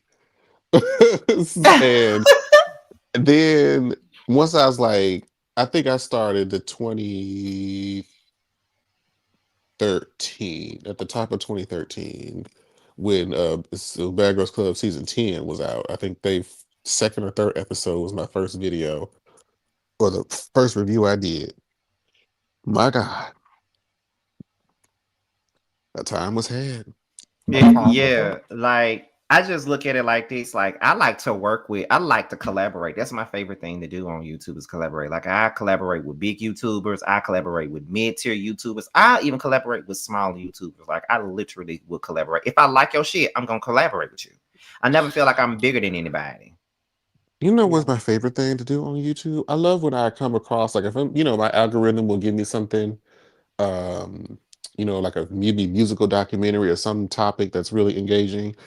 And I'll watch it. I'll be like, oh, this is really good. And then I'll go and subscribe. I think like, oh, they probably got like 20, 30, 40,000. I look at that and they only have like 1,000 or a few hundred. I'm like, oh, there is nothing that feels good to just come across a great content creator on the come up. And I feel so good supporting, subscribing, comments, and like, this is some good shit. Keep it up. Yeah, because it's like, so wait, so the prelude wasn't a collaborative effort. I always thought it was y'all show. It was our show. And it was a collaborative. I mean, it was supposed to be. See, the thing is, Jamar and I was supposed to do a podcast before the prelude even came about. We was getting ready to spend money to do that. Like, oh God, there was a lot going on. That was right when COVID was starting. Yeah. Yeah, we was supposed to do a podcast. It was called Room for Two Podcast. We had the artwork and shit getting ready to be done and everything. Like, then the next thing you know, we were trying to figure out, okay, so how are we going to put it on streaming platforms? Like, we was literally trying to figure that part out, and we was going to spend money on that. But then the pandemic started, and you feel what I'm saying? What else is happening? The pandemic started and people was getting laid off and losing their jobs. You feel what I'm saying? So it's kind of like Jamar was like, look, I don't know if I'm still have my job. We might need to put this on hold. Girl, yes, because didn't nobody know what the fuck was going on then. Right. So that's when the prelude came about. The prelude was actually supposed to be a prelude to the podcast, but the prelude turned to something else. We didn't know it was going to be something else. And to Y'all the point, became the thing. Right. yes, And it it is turned kind into of like something else. a running joke now, to where it's like, well, girl, this was supposed to be something temporary, and it just never Right. It changed turned into something else. And it was to the point to where it started when we were just doing like regular like gossip chatter, and we talked about the Brandy and Monica verses that time and all that other stuff. And then we kind of switched it up into interviews when we interviewed Tramiel. I think Tramiel was the first interview we had. Tramiel or Yeah. Ike. It was one of them. It was Tramiel, Ike, and then I think Devon. Yeah, we was doing G Status then. And then from that point, Chasing Atlanta season 4 started. And then we started interviewing everybody. We pretty much interviewed everybody that season. Baby, let me tell y'all. Almost. We was getting interviews every week. Season 4 Atlanta interviews were iconic. Oh, yes. They were Yes. iconic. What I knew, Dre Simba. That's what Scotty knew. I win. What I knew. I saw Scotty when he was in the closet. I was screaming. Okay. The closet videos were better than the ones before that, because before then I was in the bathroom. Not Jamar too. What did we know? Now, why am I in it? Yes, Jamar. You know you always in it, bitch. What did we know? But the prelude became something different, and we was getting interviews every week at one point. Like every fucking week we had an interview. Every week. Girl, the people wanted to come, and I felt like shit. We was doing the damn thing. But baby, when we interviewed Candy, you couldn't tell us anything. Oh, baby, I retired. Because that was y'all knew she was there. Who is she? I'm so lost. Wait, who was I where? knew she was there. Wait, tell them where Nikki. I don't know what he's I talking know simple what? Tell them she knew too. What? What?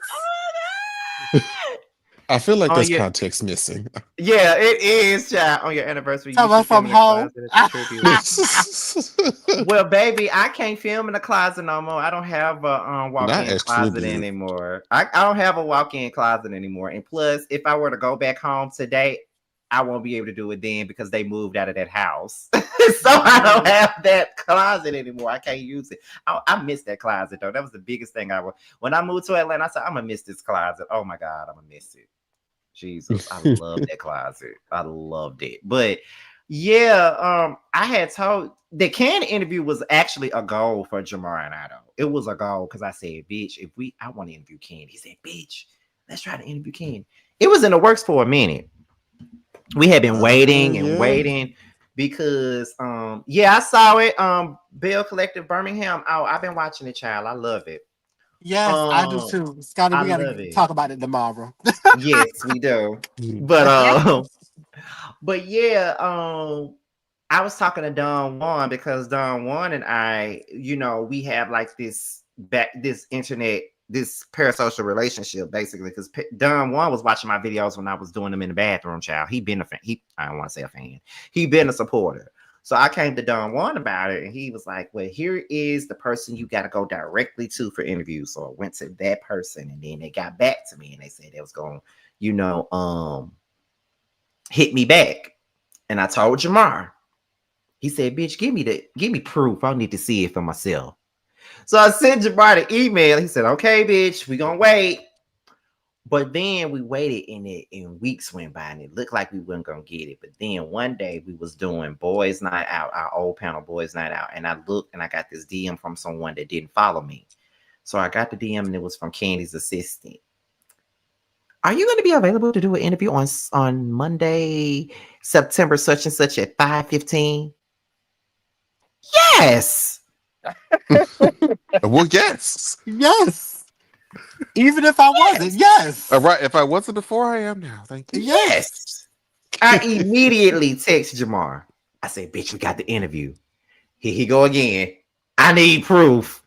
I sent him the Cause DM. girl, y'all ain't gonna bamboozle me, that damn I it. sent him the DM. That bitch hurried up and made that thumbnail and put that shit out in the middle of the night. I didn't even get a chance Girl, to at 1 tell a.m. nobody. Yes. They gonna know it today. I woke up to nothing but DMs. Everybody congratulating us on this interview and shit like that. Like the thing I need is, to we find only that had post and look at 15. them comments again. Right, Need everybody to- was congratulating us, but we only had 15 minutes with her because she was on like this YouTube tour. So it was us and other content creators that she was interviewing with. So we only had 15 minutes with her, and we made the best of them 15 minutes. Like that was probably the biggest thing that I did. Plus the interview that I did with Miss Wanda from Love and Marriage Huntsville, that was a big thing for me too, child. So it was just like, yes, bitch, like, yeah, and that was a big moment for the prelude. And months later, we won Podcast of the Year, Boss Baby Awards. To me, it was a no brainer, bitch. We had been putting in work all year. So we've been putting in that work all year. We didn't only have web reality stars on our platform, but we had, network TV bitches on now. You feel what I'm saying? So it's just like it was everything. But yeah, it was a time. The prelude was a time. It was a time. Yes, Listen, indeed. Yes, indeed. I It love was it. a time. Like we were supposed to do like this episode where we do our top moments of the prelude, but I never did get a chance to put it together. But I think I'm still do it. Oh, she's asking about Boys Night Out. Not no time soon because we was doing Boys Night Out on Friday nights, and that was just a bad night for us to do them. And it'll sometimes get look at really be telling some go to bed. It'll sometimes get fucked up because me and T got to review Bell Collective. Then Jamar and Maddie would have to look at RuPaul's Drag Race. So it didn't work. And Friday was the only day we had to get together. So it just didn't work. Yeah. Yeah, it was vaguely time constrained, and then it wasn't gonna work. And then Chase and Panel came along, and it was just like a bad Boys Night Out part 2 any goddamn way. So it was like, all right, I'm screaming. Well, have you decided this? Because bitch, you ain't never told me, ho. About what? Have you decided about reviewing Divorce Sisters? I have not decided. Bitch, you about to piss me off. You know these hoes is about to come back on again this week, and I need to know. We need to do this like Brutus. We do. Me too. We need to listen because I still ain't reviewed Rhode Island either. Scotland. And I actually been trying to catch up on that. Like I still Scotland. Girl, don't you better stop with that fake ass crying. I am literally perspiring. Girl, if you don't stop with these big words and shit, girl, please. This is why people be pissed off with your ass. This is why they be pissed off with you. These big ass words and shit. And see, this is what I'm saying. You see how we are all interacting? That should let you guys know I am not no crybaby sensitive mean ass bitch all the time. I'm just sitting up here. This is how I am every motherfucking day. No shade. This is honestly our phone conversations. Like literally, like it's literally like that's why I was just like, but you know what else? Because we talked about it earlier, but when that person said well, the reason why Scotty didn't make Chasing Atlanta is because he don't get the same energy that he give on screen in person. What? Have they seen you in person? Do they know you? Do they know me? Do you know me? Like, what do I give in front of the computer that I don't give in person? I cannot. You're very much the same bitch. The same bitch. I don't know what they were referring to. I guess the crash out moment. I guess they expect me to crash out every motherfucking day. I mean, I don't know, but that ain't the life I live, bitch. I don't crash out every day. I crash out when I feel like it matters. So okay. You know, no, I don't do that every day. Like I ain't even dramified every day. Like one thing you can say about me, if we in person and it's somebody I've been having some issues with and I see them in person, I'm gonna address them about them issues in person. That's one thing nobody can tell. One thing everybody knows about me. If I see you in person, I'm gonna address you every time. Okay. JT and Jamal be like, don't do it, don't say it, don't do it, don't say nothing, don't And do he it. go and do it. And I'm gonna do it any goddamn way. He's literally Jamar, and you know the audio when he be like, "Don't do it, girl. Don't do it." I'm not I gonna ain't do gonna it, do it, girl. girl. I'll just think about it. I ain't gonna I'll do just it. think about it. I ain't gonna do it, and then come back. I I did it. did it. That's literally I Scott. had walked over to JT about a couple of weeks ago. I said, well, I did exactly what you told me not to do, but it went well. And he was so proud of himself. I said, "This bitch here, he's the drama. Y'all was talking about me. No, he's the drama." Listen, if I got something to say, I'm going to say it in your face. Do you hear me? I don't have time to be going back and forth on no internet, no Instagram story, no live, nothing. When I see you, I'm going to address you. Yes. And if it ain't worth addressing, if I ain't got no issue, then baby, I'm not saying shit to you in person. You over there, I'm over here. Now, if you want to talk to me, we can talk about it. But I'm not coming to you because I don't really give a fuck about you enough to have no conversation with you. Yes. That's the way it Absolutely. goes. Shout out to Moon Bay. Yes. All of us, we're Period. real. We real bitches. We be having this a good time, honey. We just be That's we be it. kidding. We really be kidding. Like, Oh, Lord, please. I mean, why? Even Bando was so tickled at me today because he was like, ooh, and then he said they don't want it with that. He go, and whenever I go out, here go Bando. Here come Gunica. Kicking down Okay. doors and smacking chicks. That's it. Bando was like, here come Gunica. Gunica's coming out. Because one time me and Bando did a live together, and I said, look now, don't play with me. Don't play with me, Bando. He was like, oh, here go Gunica coming out. Y'all see it, don't it? Gunica coming out.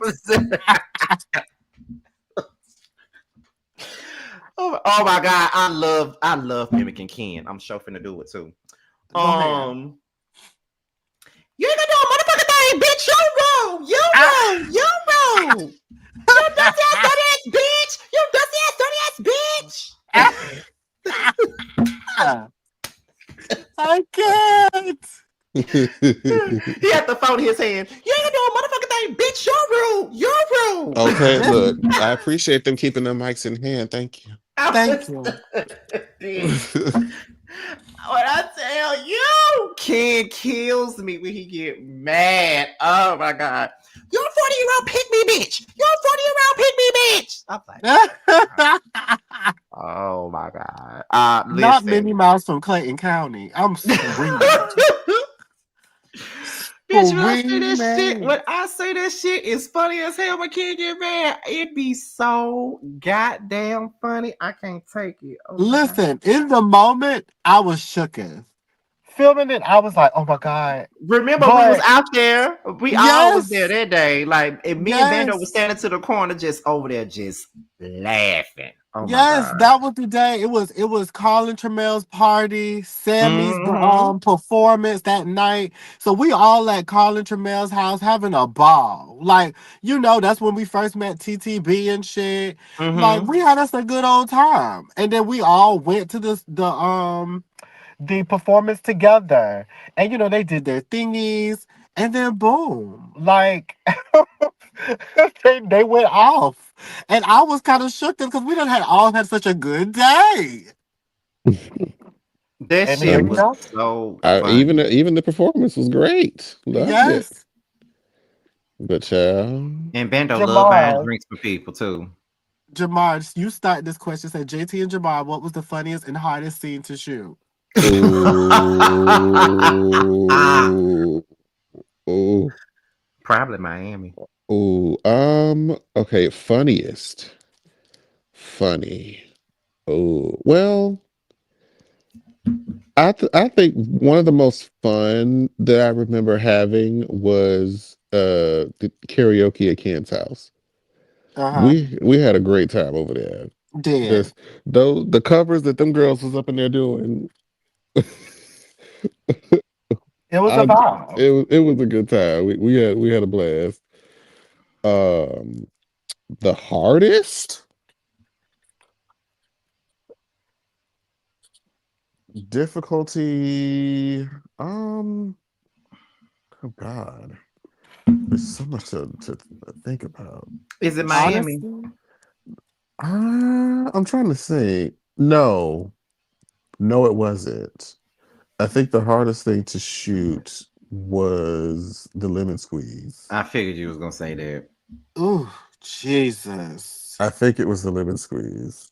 For me, it's a toss up between the lemon squeeze and the pole dancing class. Because because You the pole particularly had dancing class, difficulty at pole dancing. I did yes, not. I had difficulty with the lot going on. It was so much happening. Y'all already know why I'm laughing. You still Yes. transitioning. Baby, I almost dropped my whole stand and phone. Do you hear When me? I tell y'all, it took so much out of me not to scream when I was sitting on the side. I was there the entire fucking scene. When I sat there and heard Alfia say, "You still transitioning?" Bitch, I want to scream so bad. Oh my God. Yes. If I wasn't going to make no noise, I would have ran outside just so I could scream. Oh my God. Yes. Yes. I'm gonna give y'all some teas. Listen, the reason why, okay, so the pole dancing class is both my favorite and was hardest for me too. It was my favorite because it was so much going on. Like it was like, oh my Oh God, this Lord, is this is cinema. we going there tonight. Yeah. Yes. But it was the hardest because it started getting so heavy, right? So outside, when y'all saw the quick little snippet of when Ken and Auden was talking, he hugged Alfia and they basically confirmed what Alfia said about Ken. That was my angle. Yeah, I the reason why we started back filming was because me and Jamar, Scotty was outside. We were I all out was. there already, and everything was technically over. But I noticed Q started chatting it up a little bit with Ken. We're doing a show, boo. So, and Jamar knows this already. Here's the reason why both then and at the limit squeeze, we are always in sync. Because the same thing happened at the lemon squeeze They when kept everything filming. was over. Yep, it was over, and Dominique started chatting it up. Me and Jamal was right there Okay, at position. in position. And when he saw where I was, he slide on in. We just kept on adjusting. We were just doing the damn thing. Do you hear me? So going back to the pole dancing class that night, literally specifically, well, not at night, that evening, when everything was getting done with or whatever, Q and Ken started talking. And then Althea obviously was still out there from talking to Tawan and shit. So she kind of slid over and started chatting with them too. I started filming again, and Q didn't want to talk no more. And I was like, "Go ahead and say what you need to say." He thought, "No, I'm done. I'm not saying nothing else." I said, "You clearly." He said, "I don't got nothing else to say." I said, "No, you clearly got something else to say. So go ahead and say it."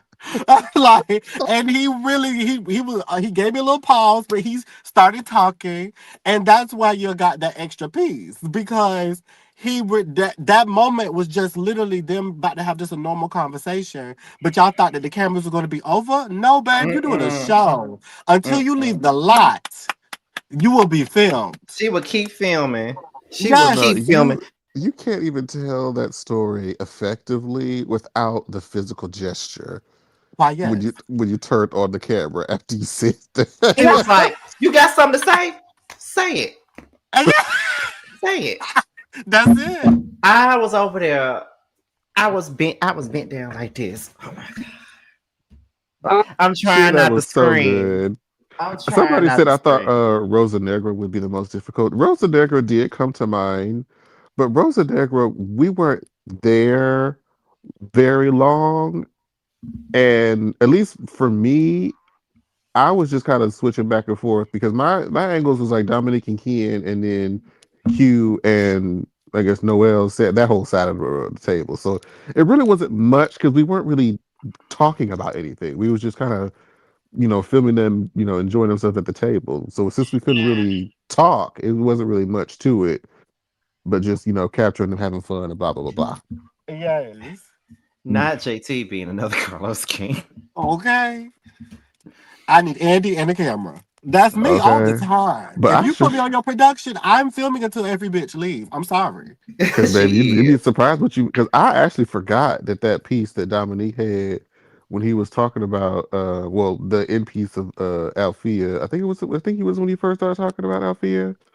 Yeah, he talked Uh, about Alfia and Q. Yeah, and then I forgot that really wasn't initially supposed to be filmed. It was just, we wrapping up the scene. When we start talking, it's like, well, hold on, you might want to say that. Can you say that for me again? Yes. It kind of reminds me of season 6 when I was there on set with them at the Kiki Ball, and they were done filming at first, but then Jay Moore and Jay Twan started talking, and then Jay Mhm. Twan was like, I'm bored, and I can hear Dario in the background like, how are you feeling?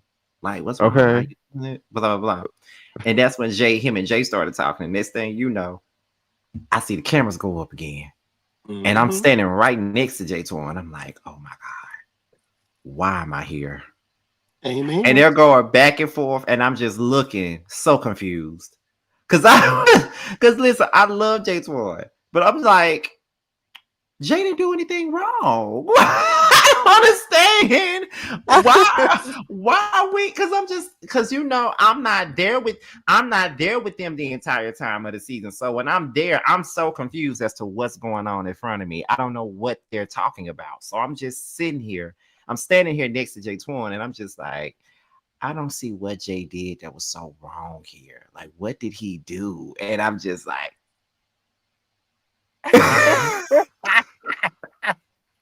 I'm like, what happened? I Season 6 was a fever dream. don't know. Oh my God. And then even at that horseback riding, Jay was so mad when him and Jay Torn had that conversation. He was so fucking mad. The edit really didn't show how mad he really was. Because Jay had that damn fan going and he threw that fan on top of his car. He was pissed. He was so mad. I'm like, oh God. Jay is Yes. funny. He's a key. And that's another person that I feel like people didn't really give him his due because Jay is actually fucking hilarious. They just didn't see it on the show. He is. Like, knowing him personally is to know, like, Jay is a key. He's shady. Like, and it's all with fun. You know what I'm saying? It doesn't Mm-hmm. give mean spirit. He's not a mean-spirited person at all. Like, Mm-mm. the energy that some of them people may have gotten from him on the show is probably because, again, and I've said this a couple times with some of the other people, it's environmental. You know what I'm saying? Mm-hmm. Like, based off of the environment and the people that you have in that environment with you can come off a certain kind of way. You know, you kind of, if you're a chameleon, like for me personally, I'm a chameleon, but in a way where I'm going to kind of fit in to a degree, but not necessarily compromise myself, if that makes sense. Mm-hmm. Like, I'm going to fit in, but I'm still going to be myself. And so with that comes the disconnect with people. You know what I'm saying? So with Jay, I felt like he was somewhat similar in that aspect. But then I still feel the same way. When they started doing the 5, 6, 7, 8, 9, and 10, that's what started to ruin it. And I And felt like everybody started to try to follow suit with each other, and it fucked it up. and see another thing too. We could say the same thing about Tramiel. People didn't like Tramiel on G Status, but they like him better on Chasing. Yes. Even though we've been trying to tell people, y'all don't really know Tramiel like that. Tramiel is funny as fuck. Okay. And he's Tremere is shady as like, cool. fuck. And he Yeah. can read. Tramiel can read, okay? Y'all just don't know that. But Tramiel can read. He can. Get him activated enough. He can read. He can read. He's just like the old gays, honey. Like Okay. all of us have old gay tendencies. Like we can read. All of us can read. That's the gag of our whole group. All of us can We read. can. Yes. I'm Scotland not a Lee. So if I don't reader. know if I can, I don't think I'm a reader either. Girl. Jamar, you don't think you're a reader? I Well, no, you know what? I'm gonna take that. I'm gonna let him have that one. I'm gonna let him have that Yes. one. I don't think Jamar, he's you're a a reader, bitch. reader. I don't think he's a reader. I think he's a shader. Okay. Like he can Okay. shade. Like he can shade real good. He Yeah. don't So read. for the people, let's clarify the difference between a shader and a reader. I, I would love to know. Scotty, Huh? give the difference. Okay, so let's be for real here, right? Mm-hmm. So Jamar throws shade all the time. Gasp. But I don't really we don't ever really see him like going at somebody to read them. Yeah. You know what I mean? Like for the most part, he gonna shade the shit out of you, but he not Yeah. necessarily gonna read you.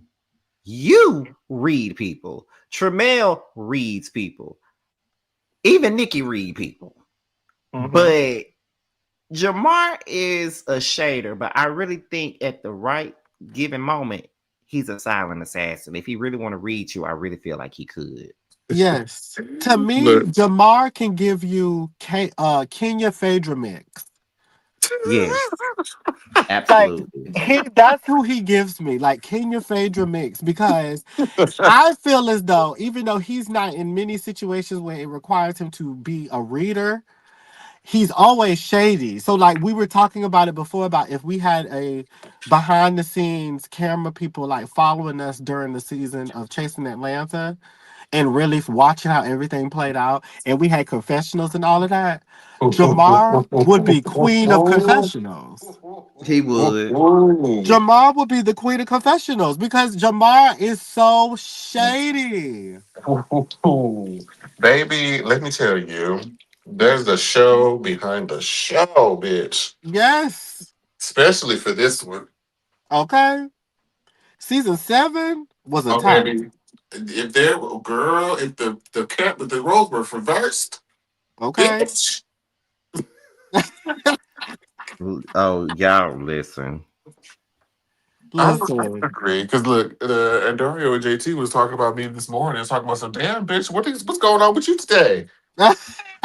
Yes. Girl, This bit, that's why I said he slick is a reader. This like this morning, we sitting here minding our black owned business, and Dario sends something. No, Dario didn't send it. Jamar sent it and asked us a question, and we were like, "Bitch, like, why would you say that?" And because then, why would they post that? yes, immediately Dario. I Shit. cannot stand you. So I'm like, girl, what is this? Me and Jamar's like, not me and Jamar, me and Daria's like, Jamar, please. Like, you are just, what is happening? And then And he's talking about what you saying, bitch? girl, You just, I gotta go straight I to it. can't, I can't say it without divulging information You're right. You're that right. I can't say. But Oh look, my God. listen. And y'all saying Jamar, please, because you know that y'all feel the same. Y'all just didn't want to say it out loud. I cannot. You I just just is a mess. because y'all know y'all said +1, no bitch, +5. Yes. That's what it was. +5, bitch. And that's what I asked you. I'm like, Jamar, what are you on today? And then Darren talking about some crack, obviously, because what is happening? I cannot with y'all. And So, that is Jamar, y'all. Jamar is shady as hell, but he got the reads in him. That's what I mean. He got the reads in him. You really gotta get him there for real if you really want to do it that. takes Now, a lot because It's gonna but take a lot. but like somebody said, you'd have to really come for like, you know, somebody I love, and it's somebody that I love that I feel like isn't gonna defend themselves. Like if it's like anybody from Chase the Pen, I ain't worried about them hoes because girl, all them hoes can read you back. That's But it. if it's somebody that I know is kind of like me and they really ain't trying to engage and they don't know nothing about none of this, and people are coming for them, not on my watch, Okay. That's Mm-hmm. it. not today. Because one thing about it, two things for sure. All your friends know how to handle their own. Right, that's why I ain't worried about that. That shit, shit, they come for me. They'll come Hello? to my eggs. They know I ain't gonna really give them that, but then they'll be like, "All right, just say the name." Whenever Just you're say the ready. name, Jamal. Just say the name, okay? But Just say the I've name. always had friends like that throughout my life. I had one girl, shout out to her. Her name was Candace. We met in college. There was somebody, I don't even think it was a person on campus. I think it was just somebody online in the general area that had said some crazy shit to me online. And I was just telling her about it on the phone. Do y'all know what she did? I I was telling her, I was listening to her on a speakerphone, and she was like, and what's their name? And in the background, I heard a Glock Not a Glock. Oh my get God. cocked. She said, what was his name again? I said, bitch, girl, put that away. She said, oh, shit, I didn't know when we was out. I didn't know we had to ride at dawn or nothing, bitch. I don't play about you now because you don't bother nobody. That's usually how I go. So I'm like, girl, I don't know why I be attracted to these types of people, but I'm thankful for See what I'm saying? They just come to us. I'm thankful for it. That's me back there. Oh, man. Oh, oh, I'm screaming. I'm sorry, my laptop was dying, child. Okay. not Scotland. I had to switch to my phone a while ago, child. Yeah, I looked up and my laptop was at 5%, child. I had my, oh, let me get off here. Let me go back through. I ain't looked at the comments in a minute. Okay. You might have to try someone of our love till he goes there. Oh yeah, and it's been I can really only recall twice in my memory that if there have been other times I blacked them out. Oop, I just thought of a third time where where like I did lose my temper, and when I get there, I don't feel like the world that is familiar with me would even recognize that person. They wouldn't. I promise they wouldn't, because even I was it, scared of him. it is not a great place that I like to be. I don't enjoy it. I already have a deep voice, and if I get loud, I yeah. Yeah. I'm My screaming. I think I think the first time I did it, it was like in college, and then I think my roommates was going back and forth about some dumb shit, and then I think they knocked over something that belonged to me, or got something spilled on something that belonged to me. Bitch, I went the fuck off. And I But they bet you just they ain't spill shit else. they didn't. But and then the second time was my damn ex. We was I think we was doing like a meet and greet for one of the queens, one of the early seasons I was watching Drag Race, and they didn't really want to be there. They wanted to go home, so they was like pouting and giving all this energy and wanted me to leave the thing early and shit. And babe, I went the fuck off in that car because I just felt so frustrated, bit. But then why he said, "Bitch, you turned me the fuck on." I said, "Girl, get the." Not you turn them on by cussing them the fuck out. Girl, because he's looking, he's like, I ain't never seen you act like that. That shit made me wet a little bit. I said, oh my God. Oh my God. I One can't of What even be my happened? exes used to serious. say that about one of my exes said some shit, some dumb shit like that about me one time, talking about me getting mad, turning them on. I'm like, I guess because it was so infrequent that they just, I mean, anybody had, I didn't like it. I don't like to be in that mental space. And like when Scotty saw it, that was me toned down.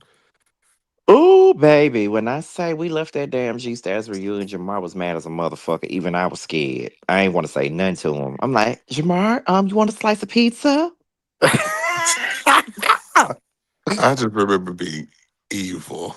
He was so mad. Do you hear me? He Uh, was so mad. I'm like, oh my evil. God. I'm like, oh my God. Wait, Like, what had you so mad? oh, everything, child. It's the fact that we went to the reunion and I think we were sitting up front at first. Yeah. And then they moved us, which wasn't an issue for real because we could still see everything.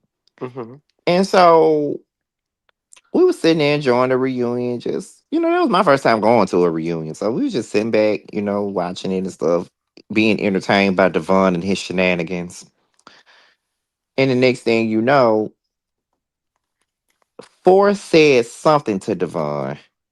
Because the first time they got into it, Devon just walked off the stage. He calmed down because we had a conversation with Devon before the damn reunion because we interviewed him before the reunion. We was like, Devon, don't get on there and show out. And he was like, no, I'm not going to show out, friend. I'm not going to show out. I'm not going to show out. So the first time he walked away, and I was like, okay, he really is committed to not showing the fuck out this time. But that second time, Forrest said something to him. We thinking he's gonna walk off that stage. Devon Some stage prop. It looked like a book or something. picked up a book and hurled that shit across that stage at four. And the next thing you know, it was over with. I'm It was a screaming. stampede of people going up there on that damn stage. Actually, you didn't even have to go that far. We were supposed to, at the VIP seats or whatever the hell we got, we were supposed to be fed. Ask me, did we eat? Right. I was screaming. So y'all dealt with the chaos and didn't eat either? Didn't eat either. What a Luckily, I crime. had an edible. That ain't food, bitch. Baby, I look at them pictures from that day, baby. My eyes is red as damn Rudolph's red nose. He was so mad. And then we was outside and they was still trying to fight. Girl, that was Screaming. Devon running through that parking lot with no shirt at It, somebody. it was I don't so even. funny. Well, thank God good that Devon calmed down, because Lord have mercy. That was like once you get Devon there, it's no stopping him. It We was didn't like even get to. We didn't even get through any of the things for real. no, because that dude Four was going off on everybody because he was just picking a fight with everybody. Him and Tramiel got into it. Him and Redrick had words. Him and Devon kept going back and forth. It was just a mess. And you know what's crazy is that they was trying to. He was trying to lead the reunion, and his mama was in the crowd. I didn't even remember his mama He being in the picked crowd. up his mama and was like, "Let's go." But then I guess they said no, we weren't gonna do it, so they sat back down. I said, "So you were doing all this shit in front of In your front mama?" of your mama?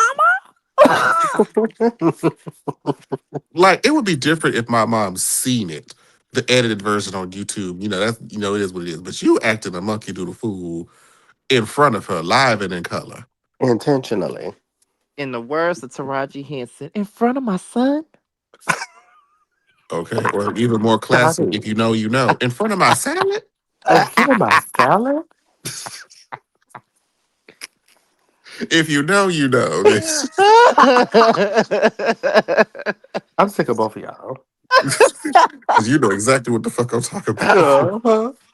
I'm just saying that was and look, what's so crazy about that? It's that whole day is a story within itself because I was drunk as fuck that day.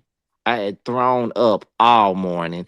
Jamar steady doing that bitch. Let me tell y'all, that bitch was steady doing his makeup while holding me, but still trying to help me while I'm throwing up in the toilet. He Oh, ain't I have no forgot care about in the that. Oh, world. Lord. She That's it, said girl. it.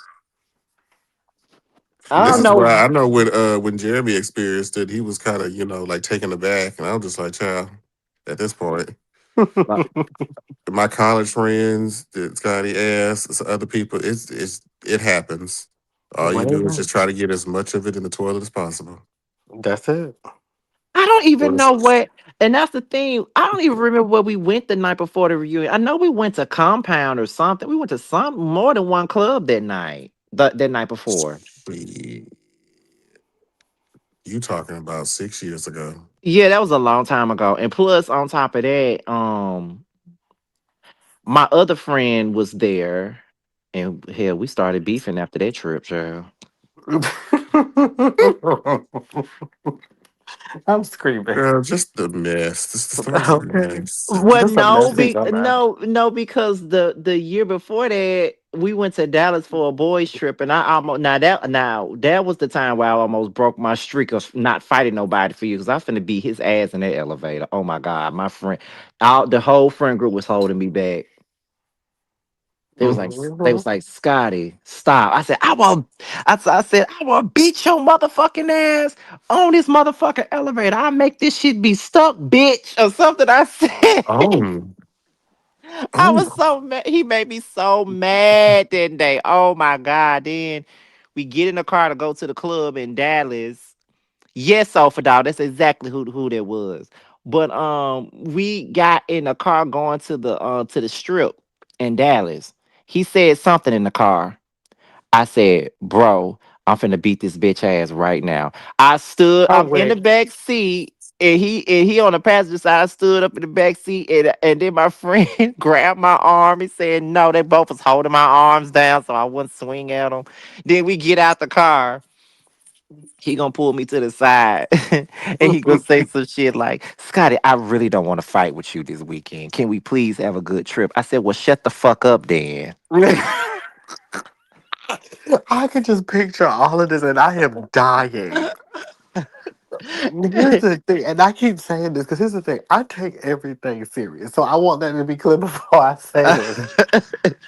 But it's just something about seeing Scotty upset that just sends me. Do you hear me?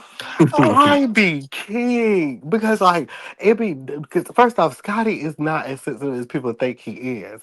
He's gonna read you down the same way you try to read him. But when you hit a certain button, which I always said before, it's a very small button us Aquariuses have.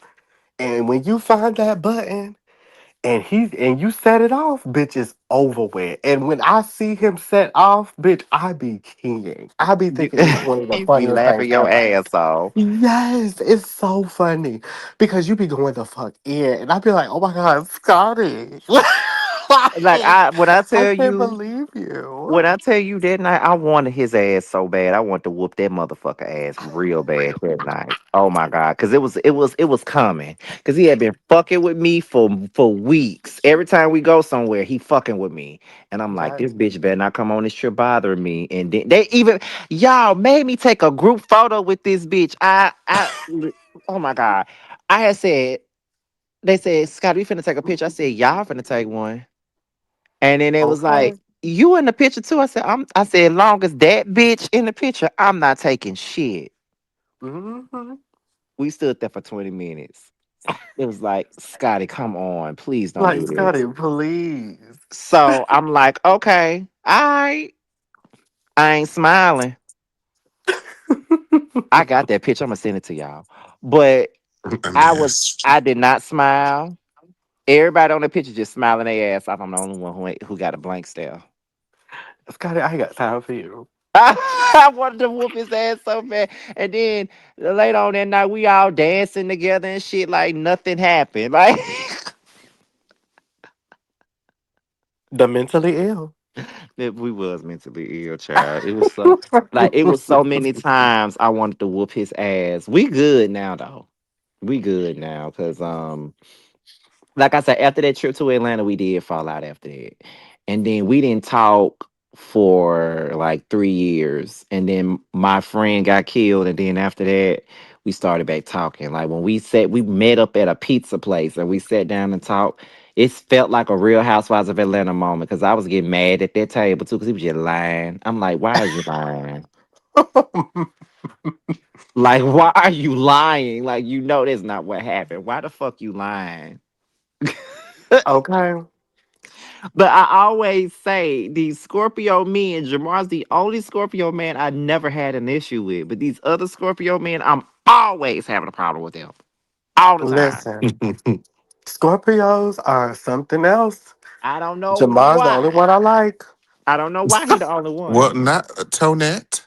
Oh, love Tonette and Nova. Yes, Mm. yes. But Oh, they they're new. Scorpios? They're new Yes. Scorpios. They're new Scorpios for me. Jamar, I've known you for a long periodically time. So I like you. Okay, so you've been around definitively. Yes. Someone said I'm an aqua sun and aqua rising. Child, listen, I think the problem with me is I'm an Aquarius, but I have a whole lot of Taurus and Capricorn in Ooh, my chart. yes. Stubborn.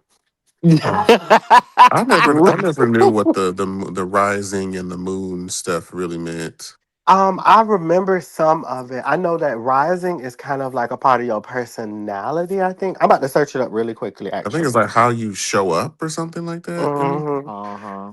Because we can actually go through that real fast because I know that it's um one of them is about your personality, one of them is about, like you said, how you show up to people or something like that. How long have you and Jamar been friends? Is that a question for both me and you, or just one of us before we answer it? I don't know. I don't know if it's for both of us or not. We can both answer though. Oh, okay. Well, as far as me and Jamar being friends, me and Jamar have now been friends for about 13, 14 years. That's Somewhere a around there. that's a long time. Bitch. Yes. It's a long time for me to be dealing with your bullshit, child. Uh-huh. You ain't going nowhere. Thank you. Okay. I know Jamar for about what, 5 years now, maybe six, because I Somewhere met around him. there. Yeah, because I met you before I moved to Atlanta, and so I've known you about that long time. But as far as our friendship goes, roughly about 2 years now. Mm-hmm. Now you just one of my favorite people. And same. Because you're just such a shady whore. Oh, Payne just pretty much said it. He Ooh. said the rising is how you present, moon is the emotion, and sun is how people see you. Period. Interesting. Because I have a So, Leo rising. My rising is in Leo. My moon is in Taurus, and of course, I'm an Aquarius sun. So yeah. so that's so funny. Both my sun and my moon is Aquarius. I'm a full Aquarius, okay? And my rising is Gemini. I think that's Jamar's rising too, if I'm not mistaken. No, no, it's not. My rising is Leo too, and my Gemini is Moon. Well, my Moon is Gemini. Excuse me. How did Whatever y'all that meet? means.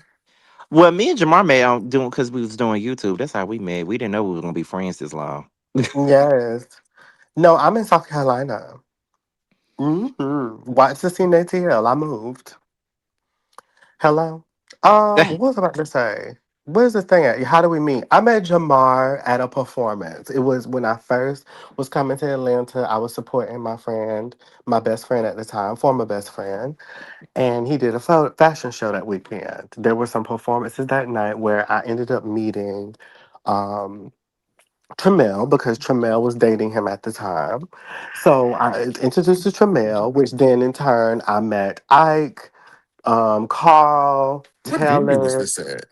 It was some small venue. I just remember Taylor was performing Fur Mink. That was the first time I saw Taylor perform. You know, he was still in his cunt era with the makeup, the bodysuits, the nails. He was still in That his wasn't cunt era. G's, Was it? I don't know. because that's the only small venue I can think of that I can remember with all being at. But Yeah. It I was can't. a small venue though. I remember that much. It wasn't like super big, Oh but it was wait, still. was that no? Was that the Monday night R&B nights? It might have been.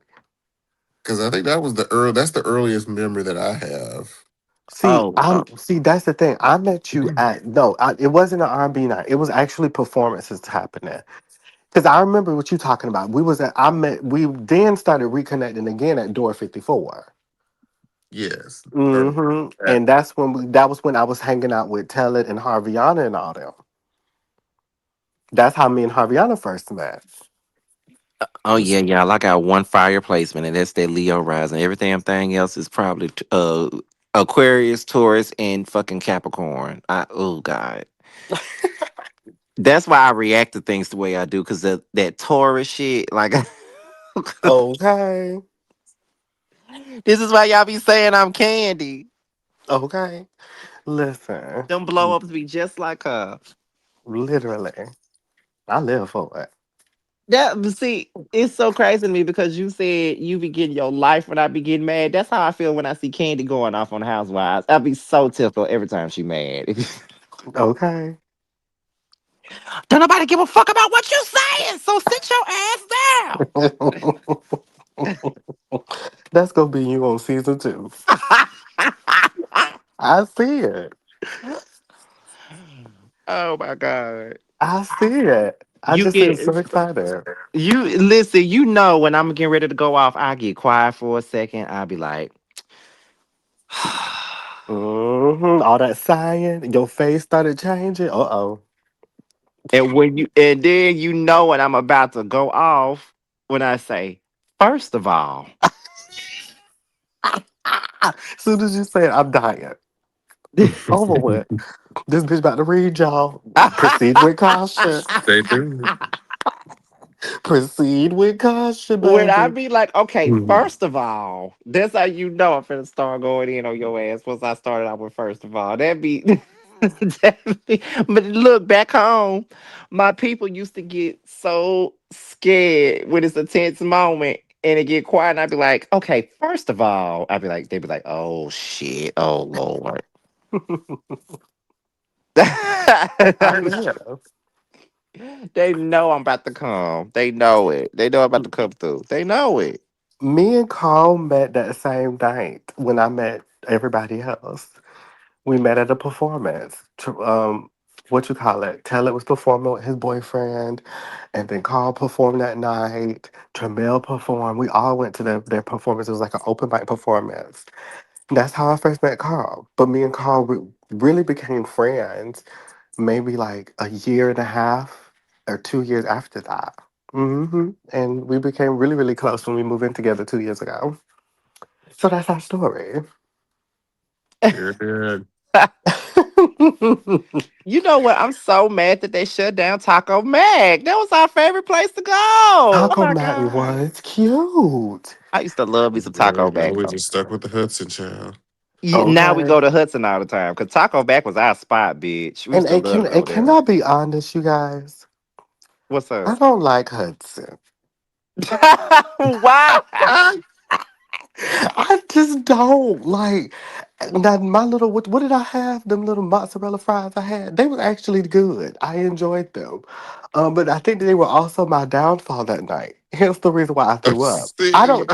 I don't throw up. I believe that was my downfall too because I ate wings from there. I Yes. mean, I had my KFC chicken wrap Girl, you said KFC chicken wrap, or what? Or boy. buffalo chicken, girl, chicken wrap. Not KFC at Hudson Grill. She said KFC chicken wrap. No, but there used to be a KFC chicken wrap at my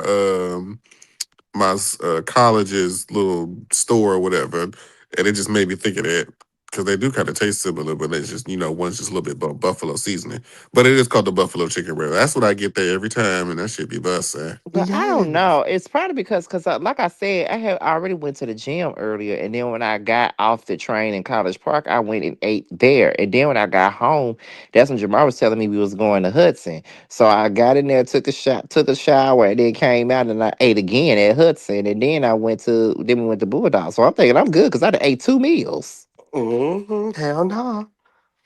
That Hudson fucked us up, friend. That's what happened, child. I That's promise you. exactly what happened because I was fine. And I think it was a combination of exhaustion because we had get up so early, we worked that entire day, didn't eat for real outside of eating some Chick-fil-A that morning. Hmm. Shout out to Dario for that. Okay, And because thank God. thank God, because we ended up staying there longer than anticipated anyways. So it was just like, girl, we finally get to go get some food, go to Hudson Grill. And I'm just looking at the stuff and I'm just like, I don't want none of this. Like, I don't want none of it. And so I ended up choosing the mozzarella fries, which were good. So it's not like the place is nasty. It just wasn't my wave. And then we end up sat beside, because here's the thing, I don't say nothing in the moment because I just try to remain in, our bubble of friendship, right? But I am, like I said, I'm an environment type of bitch. The moment that person sat us next to those Caucasian folks right beside us, the That's the whole craziest energy thing about shifted. it. I was thinking the same thing. Yes, it was the energy shifted for me because they were Did acting they? so. Yes, they were being so weird because we were all chatting it up. We all just da da da da. Having our keys. Everybody Were they just this behind a good me? time. They were behind Carl. Oh, so that was I was facing. I didn't even, baby. I didn't even realize anybody else was even in that motherfucker. Yeah. Nobody that was at our table did not register in my mind. Yeah, see, I'm a person that's like, bitch, what's happening around? Once I kind of catch the scene, then I'm gonna be like, okay, back to Now, why I want to conversation. go to the store at 12:30 in the morning? I ain't going. No shade, Scotty. I've done that, so you're not in bad company. I want I some get ice it. cream. Them coyotes be up out of there. Mm-mm. As I long as want. you say nothing about peach cobbler, Look, I want some ice cream so bad right now, and I feel like going to the store to get some. I'm screaming, girl. Get to use DoorDash. I'm not. No. Girl, you want to DoorDash walk is the streets high. of South Fulton at 2:30 at night? I've done Well, it yes. before. Oh, Girl, Scotland. you I need brother. Scotland to get him a piece. Ain't nobody gonna do nothing to me. I don't know nothing. I ain't worried Let me about tell the you something, Scotty. humans. Listen, do as I say and not as I do. Okay? Let me tell you something. Y'all don't I didn't. understand. I I ain't want some nobody gonna ice do nothing. You cream. absolutely right. Ain't nobody gonna do nothing to you with a piece. You know what? I'm gonna go to the store. Fuck y'all. Scotty, please. I Oh, walk in. Bitch, girl, I ain't worried about the people. tell some What ain't you nobody gonna do worried that. about? Shit, ain't nobody thought I was gonna date motorists, and here we Girl, are. Shut up, JT, please. the woodland creatures of South Atlanta.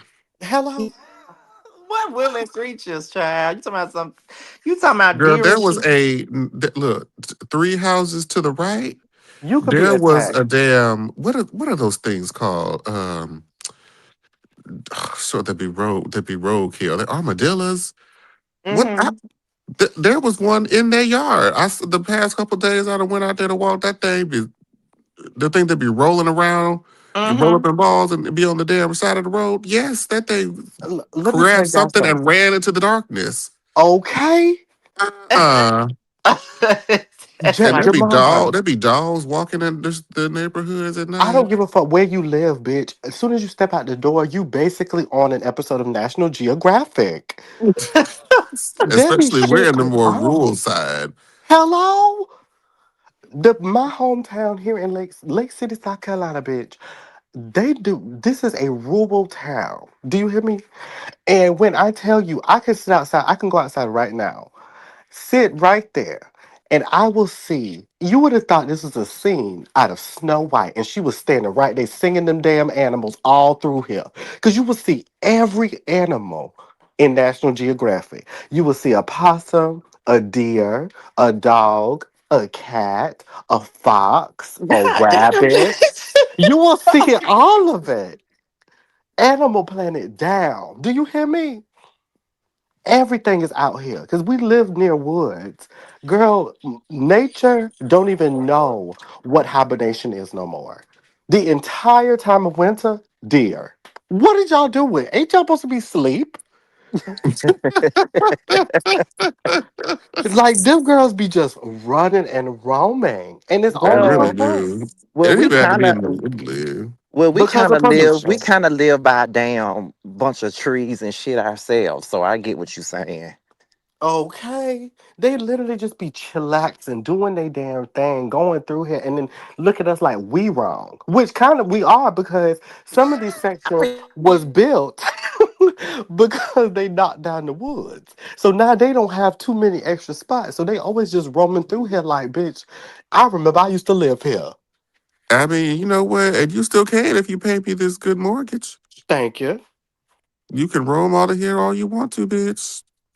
Just slide the money under the door. Thank you. You so Okay. silly. I can't. Thompson, do y'all eat them too? Girl, no. Uh, well, Absolutely child, the look, fuck not. may not be willingly. We got a whole lot of fast food over here. Ain't no telling where the supply come from. You remember we already talked about this fake ass chicken, so Girl, the slime okay, that they form into chicken. okay. Shoot. Now Oh, y'all got me God. looking from side to side. You see, now I'm gonna be sitting right here with you until you get back to this motherfucking house. Cause this bitch will slide out there. I really should have been went to the store though, because I've been wanting some ice cream for the last 2 hours. And I'm screaming. I am screaming. I I just cannot. listen. I didn't have shit to wear for Sunday, and Carla and Dario gonna DM me talking about, oh, me either. Let me find me something quick to put on Sunday. That's exact. I went to Amazon and got me a damn suit for $35. Child, fuck For the Uh, that. Boss some, Baby Wars, right? somebody asked Uh me, huh. was that serious about it? It was seriously an armadillo. I've seen it. I swear to God, it's three houses down, the one that's closest to the damn woods. It was in their front yard, grabbed something, and then ran into the damn darkness in their backyard. I'm like, Not it I ran. yes. Uh-uh. Uh-uh. Hell no. I swear it was an armadillo. I just had to look it up to make sure that's what I saw. That sure is what it is. It was, and if I believe you, bitch. And just to clarify, because Sofa said he ate gator before. I never ate gator before.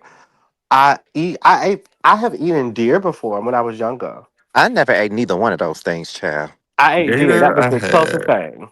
Deer meat. Let me tell you something. Now that deer meat lasts a long time. Now And it's no shade. It's an it's interesting kind taste, of but it's kind tea. of good. It's kind.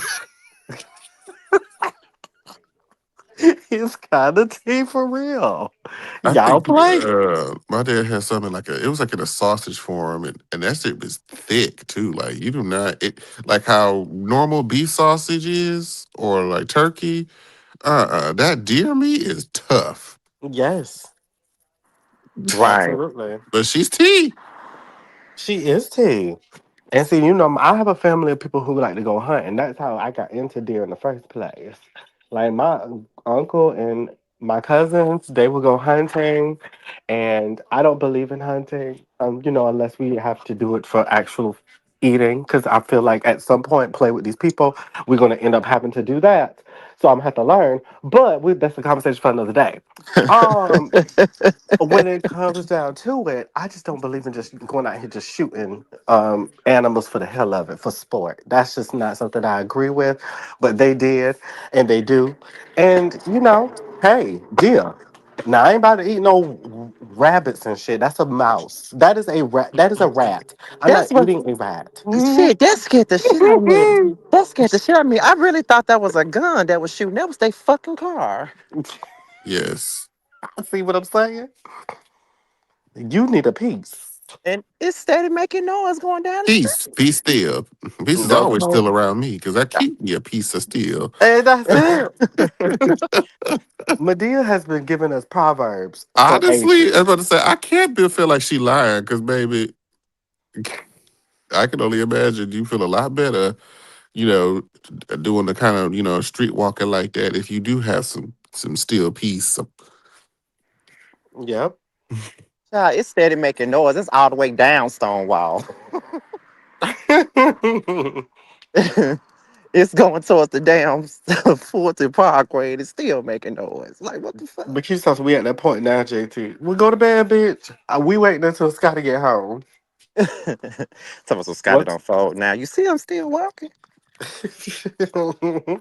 Until Scotty get home, that's where we're gonna end this live today. But we're gonna have some not, good combos. not y'all doing what my mama used to be doing. I'm not getting off the phone till you make it back home from the store. Girl, I'm around the Absolutely. corner. Absolutely. That show is my mama. My mama do that to this day. Like for instance, when I came to Atlanta for the reunion stuff, when I got there, she was just like, "You better tell me when you get there." Sometimes I may forget. Even if I like when I officially come back, it's gonna be the same thing. She's gonna be like, "Tell me when you get there." If I don't tell her, she's gonna call me. Did you make it? My mama do the same thing. My Did you mama used to do make this. it? My mother used to do the exact same thing. I mean, the Yes. exact same thing. And then the thing was, I had a car back home. So the Mhm. thing was, I would prefer to walk instead of getting up in that damn car. Okay. So funny. I'm just, why won't you just drive up to the store? I like, Ma is right around the corner. I'm not going to use up my gas just to go around the corner. Mhm. Like it ain't that deep. I could just walk up to the store. Like where we lived at back home, we was right downtown, so we was by everything. Like Subway was right there. The dollar store was right there. The gas station was right there. City Hall was right there. The the light bill place was right there. Everything was right there. So all I had to do was walk. I ain't really didn't have to get in the car I'm screaming. unless I wanted to go to Walmart somewhere. Then I get in the car for that. But other than that, Oh, yeah, Kedra. Yes. Yes. Yes, we are. We are indeed. Sofa said you need a scooter, Scotty. child, you wouldn't be able to tell me shit if I had a scooter. Listen. I'd ride that bitch to work and everything. Listen. All I'm But gonna some say people, is, but some people do that though. Like some people that I work with, they don't have no cars, but they don't like to pay for Ubers and shit, so they get on their scooter and go to work. if I was really like really close to my job or something, I would do that. Like if I had like a cute little scooter, like I was on like a updated version of Clueless, I would live for that. Yes, that sounds fun to me. Yay. Like, Baby, the very first job that I had when I graduated college, I'll never forget. I had so you can imagine my apartment is on like, a main street, right? There's a stoplight and then there's my job. Yes. Like I could throw a rock from my apartment to my office. that was crazy. And I still didn't want to go in that motherfucker. That shit right across the street. And I still stayed home. That's That's how, it. because it felt even more pointless. Like, bitch, I'm right here. What y'all need me over there for? That's it. Exactly. Exactly, child. That's what I'm saying. Girl, Um, please. I miss those days, bitch. The only thing I had to drive to for real, was the club. The mall was 2 exits up the road. The grocery store down the street, movie theater down the street, and good Mexican restaurants down the street, McDonald's, Target, Walmart, all in 10 minutes. Girl, take me back. Okay. Jamar, it's a speaking of such, it's a pizza bar around the corner. I've been wanting to have us go there for the last few months and I still ain't asked you to go on my days off. I'll be especially on the days and I'm off on the weekend, I'll be wanting to go. I'll be like, Jamar, I'll be wanting to ask you like, Jamar, let's go to the pizza bar around the corner. I still ain't asked you to go. You keep mentioning it. I keep forgetting about it. Shit, you got to remind me. Go, bitch. Shit, I All I be know is forgetting. when I'm back, one of the places I want us to go because yes, we're letting Hudson Grill go, bitch.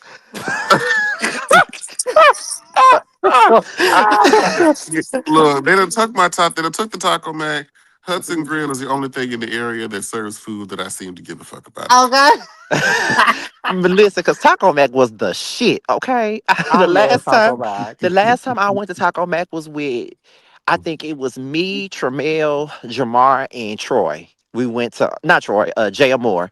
We went to Taco Mac. That was my last time going. Next thing you know, it was closed down. I'm like, bitch, what? And it's and it's Hudson Grill is right down the street from the Daggers. It is. Right, That's what makes it easy. It's like we can go eat, drink, and be merry. But that's true. I can also eat in bull daggers. I ain't never had I their food. cannot. I The I food is cannot. so good. I ain't never I had their I food. don't want to eat in bull daggers. Well, I don't eat in bull daggers mainly. Like, well, unless I get like some egg rolls, I'll eat egg rolls while I'm in there. But when it comes down to my meals, because I'm a fat bitch, I have to get my 10-piece wings, some fries, and a side of pork chop. Not a fan of food. Yes, and I gotta take that home and demolish. Do you hear Now, me? sometimes them folks that be out there giving them plates outside of Bulldogs or even like uh what's that over there? The Mix Atlanta and Uh the huh. Eagle. When they be having them plates out there, them little eat food trucks, bitch, them shits be hitting the spot. Now But I'm damn, not them gonna shits lie. expensive as I'm fuck. not, but Oh, I'm not gonna fuck. lie though. The only time I had a piece of that stuff that they have outside, Bando had gotten a plate, and he asked me, "Did I want some of it?" And I kept saying no. Yes. He was like, "Scotty, stop! Get some of this shit off there." Listen, there was a period when we Hmm. were going to bull daggers at least 3 to 4 times, like within a month, like because we was going weekly, and There was them people that was sitting right outside, right beside the damn ATM before you get to Bulldaggers. They In would that be parking right lot there. Yes, in the parking lot. And it was the same bitches. with that When I comb, not t- that comb over. after it was, well, I done went over there to them so many times that at some point I said, "Y'all know what I want." Like, baby, the way they had that mac and cheese, the barbecue ribs, and the ribs were saucy. They Okay, gave me that some was good. perlo rice with a side. They had a fruit punch drink, and they had a side of strawberry shortcake. Bitch, Girl. best $35 I spent. Do you hear me? Girl, I can't with you. They gave me some turkey meat nachos that one time, or Yes. rotel. That's what I think it was, turkey rotel or Listen, something. that reminds me of song. We Woo. filmed for the scene at Hudson at least twice. Yes. Literally. You go, look, when it's time for us to set up scenes for season 2, you're going to say, we're not filming at Hudson. We're not filming at Hudson. We're not filming at. Okay, Well, we will girl, you can go not film your remember scene, and then we'll Hudson. go to Hudson afterwards. Okay. Matter of fact, that's what it'd be. You could just walk down the street and film your scene and then just turn to Hudson when it's over. Okay, hello. Yes, Yes, low ma'am. key, I am greedy. Like when the people do not know this, I love food and it You loves me know. back. I love food. I love food so much. It's such a fun time, especially when I go to my favorite places. Take me to Blue Seafood. Because we're going to Blue Seafood, okay? Take me Girl, I to don't Blue want the blue Seafood. seafood so much. I don't even want to go back there no more. I ain't never That, Jamar, been. that, Scotty, but you if will them, enjoy it. it's baby, you gonna pay $40 for a spoonful of food. I'm Not not a going. spoon. I don't go there for that. Let me tell you something. Baby, the I'm gonna go portions ahead. are a mess. I'm about to give you a cheat code on Mondays. Mondays they have all you can eat crab legs. Okay. They Mhm. also have on, I believe it's either Mondays or was it Thursdays? They have half off on appetizers. And let me tell you something. The appetizers is all you need. Get you some calamari with some garlic aioli sauce on the side, while also getting you some cheese crab bites. Oh, delicious. With its own sauce on the side. That's all you need, bitch. And this the thing, it's a half off thing where it'll be like either you can get it half off on one day or they'll do like a buy one, get one free. Where you buy one appetizer, get another appetizer free. Bitch, what? I think it. I think it's because see, seafood is maybe my. It's not a higher on my list of favorite foods to eat. So if I'm already driving halfway across town, I'm paying for parking, and then I get into this dish, and it's not like my particular favorite food group. I'm over it. I'm, I'm already. Okay. But they did have like a shrimp pasta, like Alfredo bowl, something of that sort. And I Mhm. saw that. I was ready. I said, yes, bitch, this is gonna be good. One of my favorite things. They handed me that bowl. I said, where the rest of it? Not with the rest of it. And I said, this is it. And y'all want how much? That's it. But a lot Oh, of these restaurants in Atlanta be high because the one that I love to go to on College Park, Nouveau, they high as hell too. But I love it though. Yes. I love Nouveau. ain't that where we went before we went over down to Samantha's house for the Uh debauchery? huh. Uh huh. Yeah. Yeah. Yeah. It was and I'm high as hell. and I'm gonna say this, and I hope I don't sound ridiculous, because it may be tired to some, but it will never be tired to me. What? Ruth Chris, I ain't never been there. Ruth Chris, bitch, I have never been there. Ruth and Christopher. Never heard of it till just now. You never heard of Ruth Chris, bitch? I Mm-mm. ain't never been. Let me tell you something. Growing up, Ruth Chris was a high end place. Now that we are now of age, Ruth Chris is basic high end stuff now because all these other places have now come into the fold and they're kind of done extended things. It's a perfect example would be STK, right? Uh-huh. STK is very big on like high end shit, food awful. But Not the but food being awful. people go to STK for the ambiance. It makes you feel like that girl, like very much that. I even the STK in Midtown. I met the general manager. He talked to me and my girlfriend Jade. We went for my husband Drew's birthday party. Mm-hmm. So we went there, he was talking to us and we was telling him about what we were doing because at the time we were doing stylish. So we were just talking about that stuff and he was into what we were talking about and he was like, if we needed to film, which in case I'm gonna need to revisit some shit because it's been a long time. But he was just like, we need to film there, we could. It was all the things. We get up in that bitch. Everybody started looking at that menu, and we were all like trying to figure out what we was going to order. Baby, I saw calamari, and that's all I needed to know. Everything else I saw, you telling me you about to give me two lamb chops for $80? You got me all the way fucked up. I will not. I'm not paying for that. I'm not paying for that. I don't give a fuck where we at, bitch. Send me this calamari, bitch, and I'm gonna give you $25.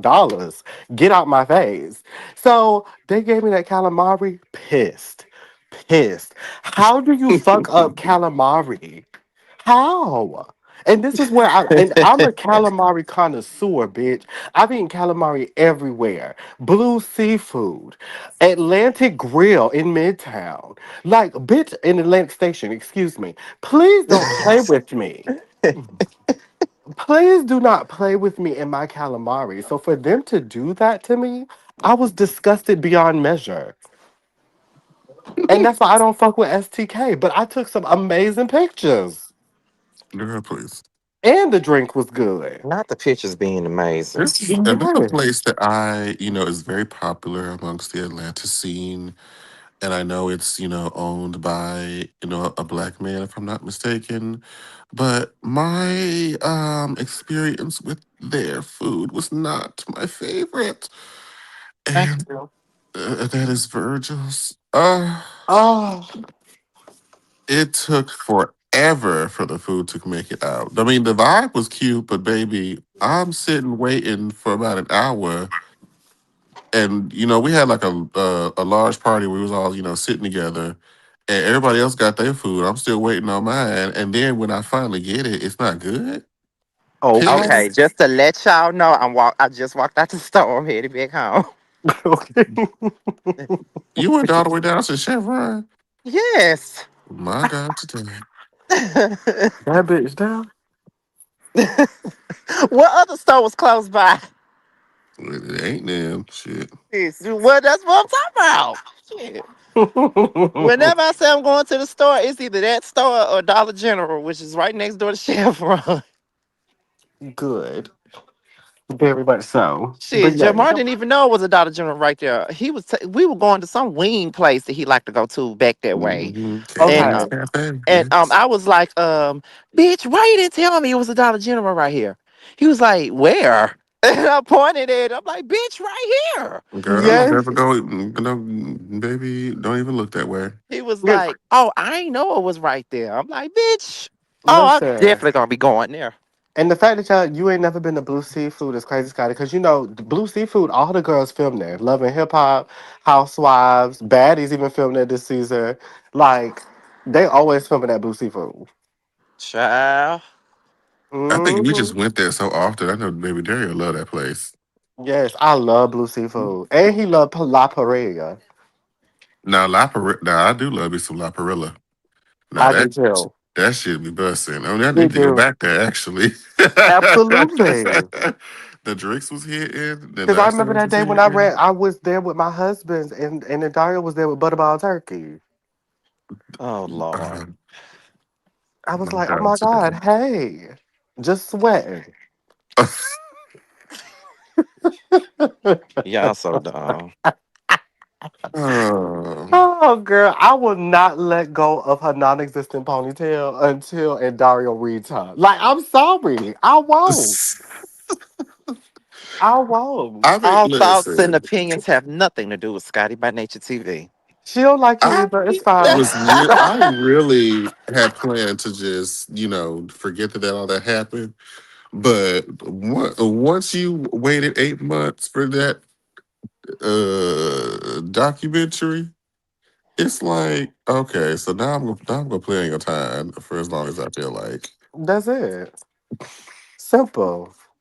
So since you wanted to wait so long to drop your tired ass documentary, I will be taking all of my time to throw a shot at Butterball Turkey.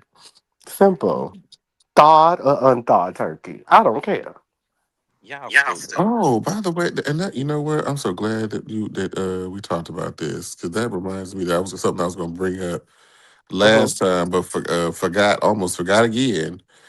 See, Y'all, I wrote my first rap, y'all. Oh God, yeah, he did. I was here for it too. Bitch, that was fun. I'm like, okay, you gonna write that rap? That was fun. Like I had you made me pull out my damn junk drive. I was trying to see if I could find that rap I wrote years ago when Monica was doing the So Gone challenge because I had a whole rap I wrote. I could not find it on there. Baby. And, I was making all types of cute little references. I made a Missy yeah. reference. Look, even old girl got mentioned up in there to some degree. hmm I Okay, love that. his Yes, Okay, his. very much that. It's very his but kind. right. Okay, look, still about me though.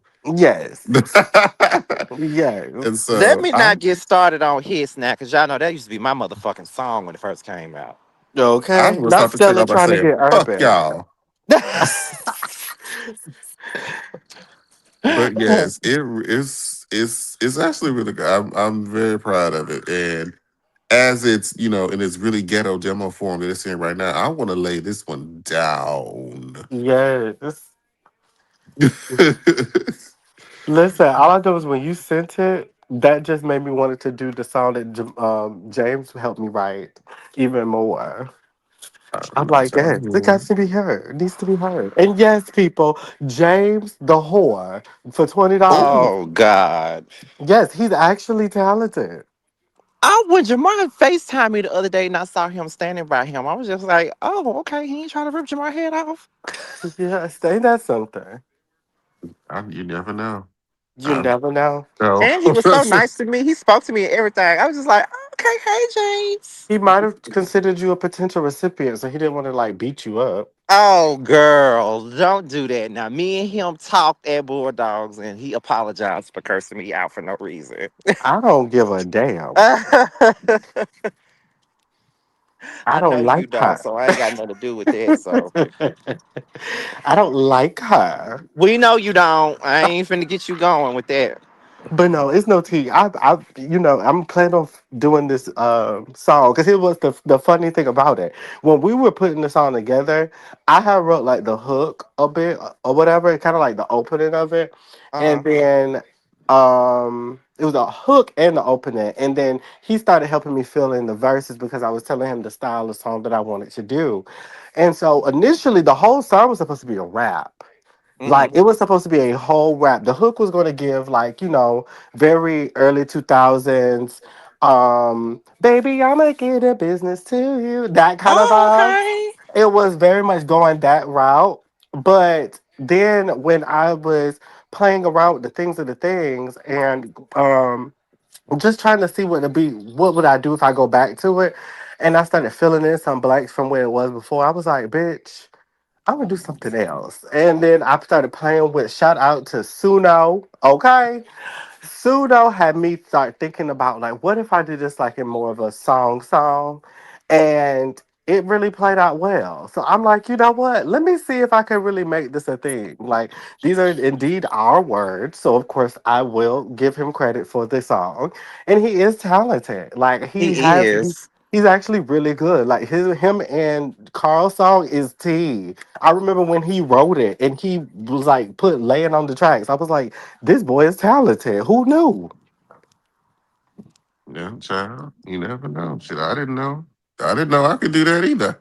Hello? That's what I'm saying. When you popped up with your rap, I said, oh, this bitch is Rappiana. Because I was like, because this is it's intended for another song that for Carl and I to do together, so that we can have something that people can actually stand to listen to without crying. Yes. So I was like, I know he, is very familiar and has a lot of practice and experience in this. So I was like, I don't want to look like the novice. So I'm gonna really put my Fucking pussy. I'm trying to noise. put my pussy in it so that I can, stand, with the big girls. And he was like, Okay. "You ain't finna slide me on my shit, bitch. Not as a newcomer, hell no." Okay. I said, "I'm going back in the lab, bitch." I said, "Bring your baddest bitch." Child. Okay. There must be an owl out here. Probably you in the wilderness. All I hear is whoo, whoo, whoo. That's all I keep hearing. Girl, I'm I'm telling her, she out screaming. there street walking. I'm screaming. I'm like, why y'all trying to make all this noise as I'm going home? Y'all wasn't even doing shit when I was coming up the street. What the fuck y'all Girl, doing it's all 1 this? a.m., child. Ain't no telling what's out there now. You are in their territory. Okay. This is their time to play, and you are interrupting them. I ain't doing shit but walking home. Shout out to 84 y'all who in the chat right now, None is still kicking it 84. with Y'all us. still in here. Y'all know, Yes. child. Y'all need to be asleep. Listen, this is a combination of the Style Squad and the Scotty Gang. This Look, messy. a lot of them came right on over here after we left Love and Hip Hop. That Love and Hip Hop live. Okay, just say got messy headed, just messy. We was already being messy over there talking about Love and Hip Hop. Now we over here. Okay. We need to ask the people. Okay, y'all need to know. I need to know what do y'all want to see in reviews? Because reality check, we kind of do the reviews of like reality TV stuff and reality TV conversations. But I want to go back to doing Scene and Screen Mondays, and I want to get back to reviewing TV shows. Like Oh, I want to get back into, especially now that From is back, which we gotta talk about Oh, that bitch, I soon. still have to watch that shit. Jamar, do you want to tussle with me? I, you bitch, but Like, what you said is only one episode. and what does that mean? We watch this weekly, hoe. Girl, I ain't got time for from and the bullshit. I need to have about two or three of them posts that. for I need those of all that you energy. for those of you all that's in the chat, I'm literally almost at home. I'm looking at the subdivision now. I'm walking past Wexford, so Jamar knows I'm literally down the street now. Okay, but no, This walk back home is way quicker than the walk to the store. I need that energy that you gave for Welcome to Dairy to From. A girl, but see, I know from shit. I know what the fuck they over there talking about. I done been through 3 seasons of that shit. Y'all just brought up Welcome to Dairy. That remind me of Rikishi because her ass was up there watching it with y'all. She did. She loved that Girl, show. as she should have. It was amazing, and they've been renewed for season two to I come at cannot wait. the top. I think of 2027 or somewhere. Yes. Yes, Ready and we for need to. that? I really want to review. So I just want to know if the people are into us doing that fully because I really want to start back reviewing these shows. I want to do From. I want to do Divorced Sisters. I saw somebody say earlier that they wanted the corporate mouth to do Invincible. I've been telling Carl to watch Invincible forever because Carl is Hell, an excellent girl. Car had just started watching Traders and was just glued to it. Yes, we've been. Girl, Me binged and it. Jamar Ben told him to watch Traders, and he finally watched it, and we was like, "Yes, bitch. Now you see." Girl, then once we caught up now after every episode, we calling each other bitch. Yes. Girl, we got to talk about the shit. Oh, I got plenty, and that's the other part too. I'm such a geek. Like I be wanting to talk about anime and stuff. Like I be wanting to get into all of that stuff, but I just need to know who likes that shit and who don't because I want to give y'all what y'all want to see. I don't want to just be talking. But at the same time, I do want to do stuff I like too, and that's the other part too. I just want to know. We could do Okay. some reviews for like the scripted shows, but I definitely want to get into more like anime and like animated cartoons and film because there's so much good shit that people don't know about, and we gotta talk about it. Like Invincible is everything. Legend of Vox Machina, The Mighty Nine. You Like, sound like Carl. We're gonna have to talk about this. yes, we're gonna have to talk about this. Okay. See, anime Like, is I'm still very limited. Oh, I guess I'm probably more than like the casual person, mhm. but I know that Jeremy is a big anime head. He knows he's seen more than Crunchyroll can even put out. Yes. Oh, and see, that's what I may need to call Jeremy up for this because when I tell you, there's some. I watch so much anime. I watch anime on Crunchyroll, High Dive. I search it up to see what I can find, new shit, what's compared, all the things. I watch everything. Is So I be Funimation still around or did they stop? Funimation. No, they technically kind of merged with Crunchyroll. I figured because it was kind of redundant. I ain't gonna.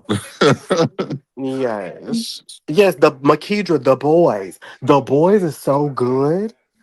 So I've Oh, heard. I have other friends that was talking about that. They be kind of spoil it in the they chat. I'm like, well, I mean, I guess I can't. I hadn't seen it.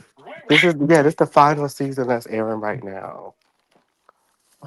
It's so good. You would love it. It's Isn't it so like good.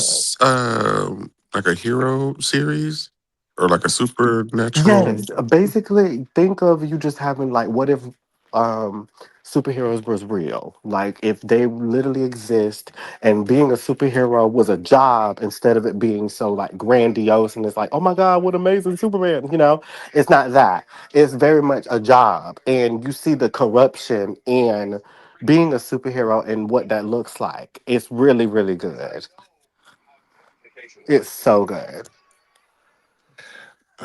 And that's because now I'm trying to look and see that I gotta renew this damn MGM Plus. Okay? That's why I just turned that shit on. And that's another thing. I might have to wait a month so I can if I turn this shit on and they charge me for 30 days. Girl, I'm gonna finish this series in 30 days or less. Yes. Cause I just don't trust them. I ain't gonna hold you. That's really what my hesitation. I don't trust them hoes. Okay. I don't, I don't either. I don't trust y'all to not give me the whole season in full, so I can just if I ain't wasting my time in case y'all still be pissing me off by the end of every episode. I still be tuned in, but I be pissed off. Yes. Like if I y'all don't that's tell me something, okay. From will have you in shambles. Like that first episode of this season, good. It was so good. But I will say, you ain't learned nothing yet. So don't even think. that's what's pissing me off. That's the one thing about this show. You will never learn nothing. It's like the first two seasons, you feel like you getting somewhere. But season three, that girl said, "Hell no, you ain't know nothing. Throwing in all sorts of other shit now. So now I'm like, so Everything but now an what? answer." I'm just like, girl, and then one bitch went out, came back in. I'm like, what? Yes. I just, but I have to keep watching it now because Okay. and this is the final season. You literally have to tell me. Yes. But Shit. they said it's so much going to happen, and Jemima going to tell you now. Hold on, Scotland. Hmm? Okay, I had to make sure you was here. Oh, I was reading something on Twitter. My bad. You good? Girl, girl, But this is- let me tell you, Jamar, the first episode of Fun this season, bitch, because you remember how it ended, right? Ooh, hold on. Okay, so the last thing I remember was old girl was eating trash and then she had gave birth to that demon thing that ended up being the smiley whatever that man is. Yes. That's the last thing I remember. So you don't remember somebody died in the finale? Okay, wait. Wait, hold on. Hold on, it's coming to me. Oh, tell me that they do a recap, a quick season 3 recap. Yes, they're going to do a quick season 3 recap at the beginning, but then also it's literally picks up right at the end of that finale where the person dies. Died. Wait. Hold on. Shit. Was it her husband? Yes, Who? What was his name again? I cannot remember his name. He was fine too. Nice He was young guy. cute. But he, That baby dead. how? I'm gonna need to see. I need to see who that is because I'm glad I was able to dig that from the depths of my memory bank. Yeah. Yes, it's the They're gonna have to man give in me a quick yellow. little recap. They're gonna have to give me a quick little Yes, recap. the man in yellow killed what's the name? The dad. Oh right, and that Hmm. was another thing that picked up. Like, who is this? Yes, yes, yes. That's why I'm like, wait, what are we doing here? But then at And the same time, it is technically answering questions when you think about it. Because in season 3, we end up finding out number one that Fatima was pregnant or whatever, but not knowing that she was pregnant with them creatures. And she ended up having the smiley creature after they had already killed it in season 2, right? right, So what they end up finding out was that these people, all the people that are in that town that are now those demon thingies, they were all regular people who actually sacrificed their kids for ever basically to live forever. And that's how they are still there. So when they killed Smiley, that was how he ended up coming back into the world in that space because he can't technically die. None of those people can. And the person that I'm not person, the entity that they basically did this kind of like sacrifice with is apparently either the man in yellow or the man in yellow is some type of connection to this deity. baby. But the thing is, they introduced this shit at the finale of the season 3, and then we haven't gotten a season in like a year and a half. You can't be pulling no new shit at the ass end, and then don't tell me nothing till years later. Yeah. Oh my What? goodness. But I'll be so invested. Like From is such an investment. Once you start You watching have it, to. you got to keep going. And oh, girl, Well, I Listen, have it's a made it. great I am show, in but the house. I okay, heard you. good. I heard that don't hurt me. Okay, because she gonna spill your tea, bitch, so that you That's know what it. the hell going on. Okay. If we ain't know you was going to the store, I would have been like, ooh, Scotty being a whore. Okay. Girl. Just coming out all times of the night, just lifting up his skirt.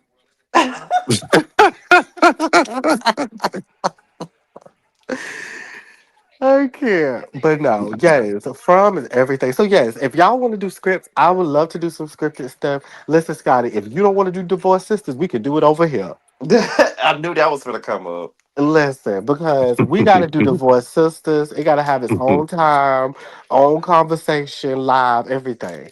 So I'm going to go down my list of shows for all the people that I recommend right now. I'm going to start off with like regular scripted stuff. Okay. From highly recommend.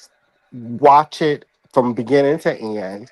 The final season is starting now, so you have time to binge and then start watching it with us weekly because I gotta talk about this shit. Jamar about to watch this episode tomorrow. A girl. Yes. Girl. Because Carl already watched it and we gotta talk about it. We ain't none of us talked about it yet because we've been dying from sinuses. And So where did that whore to talk say that she watched it? That bitch ain't said nothing to me. yeah, Carl had texted in the late at night the other night in the group chat. That's skank. Listen, so yes, Um, From highly recommend. The Boys, another one. If you like superhero shows that are dark, realistic, like very much superheroes actually killing real people, and very much emulating what it's like to be in a corrupt world with superheroes in it, watch that. Very good storytelling, fight scenes, graphics, everything is tea about that show. where's that? Um, That's on Amazon, right? Amazon, yes. What else in scripted have I been watching recently? As of right now, Sisters is off, but I do enjoy Sisters. I think Sisters is a good show out of all the Tyler Perry shit. Is it Child. outlandish sometimes? Yes. Very outlandish. But after you don't watch it for so long, and kind of like you get so comfortable with the characters that you kind of overlook some shit. But overall, it's not a bad show.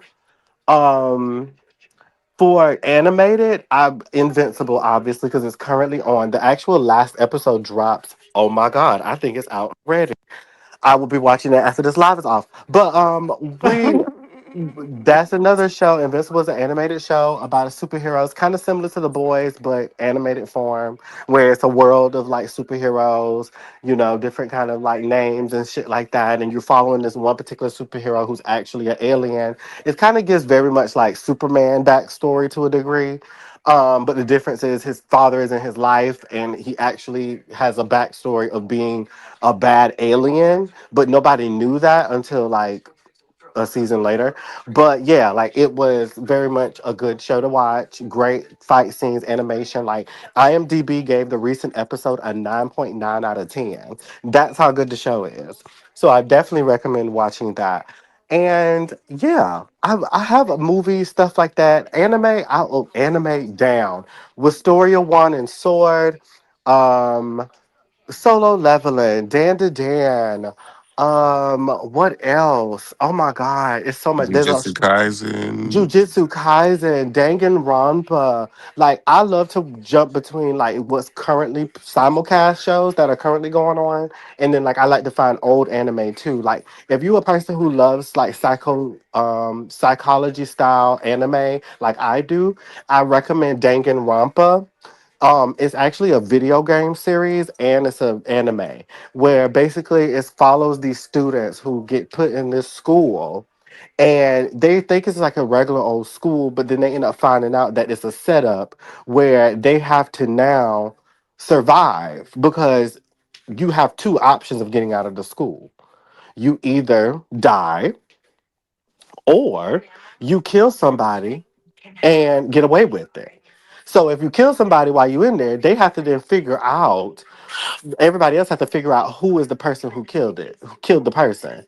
Like it's kind of like an Amongst Us type of show. And it's kind of fun to watch because you just never really know because they go through like a whole mystery thing. Like they literally every time somebody end up dead, they end up doing a whole investigation. Like they do the whole nine yards, and it's so good to watch. And they have two anime for it, Danganronpa and then Danganronpa 3. And the storytelling, Chef's Kiss, like so good. So yes, it's so many anime, like so many TV shows I love and watch. Like, it's just so much. And I'll You ever definitely heard give of one D final, Game? huh? You ever heard of D Game? D game, Mm-hmm. D game, D game, D game. No. It may have been called Darwin Game. Oh, yes, yes, yes. The Darwin game. Yes, that was Girl. good, bitch. I saw They that needed one a years second ago. season. And I was like, this needed I was hoping it came out with one by now, but girl, anyway. Yes. Fire Awesome. Force, yes. Free Ren. X-Men 97, of course. Hello. We're waiting on this new season.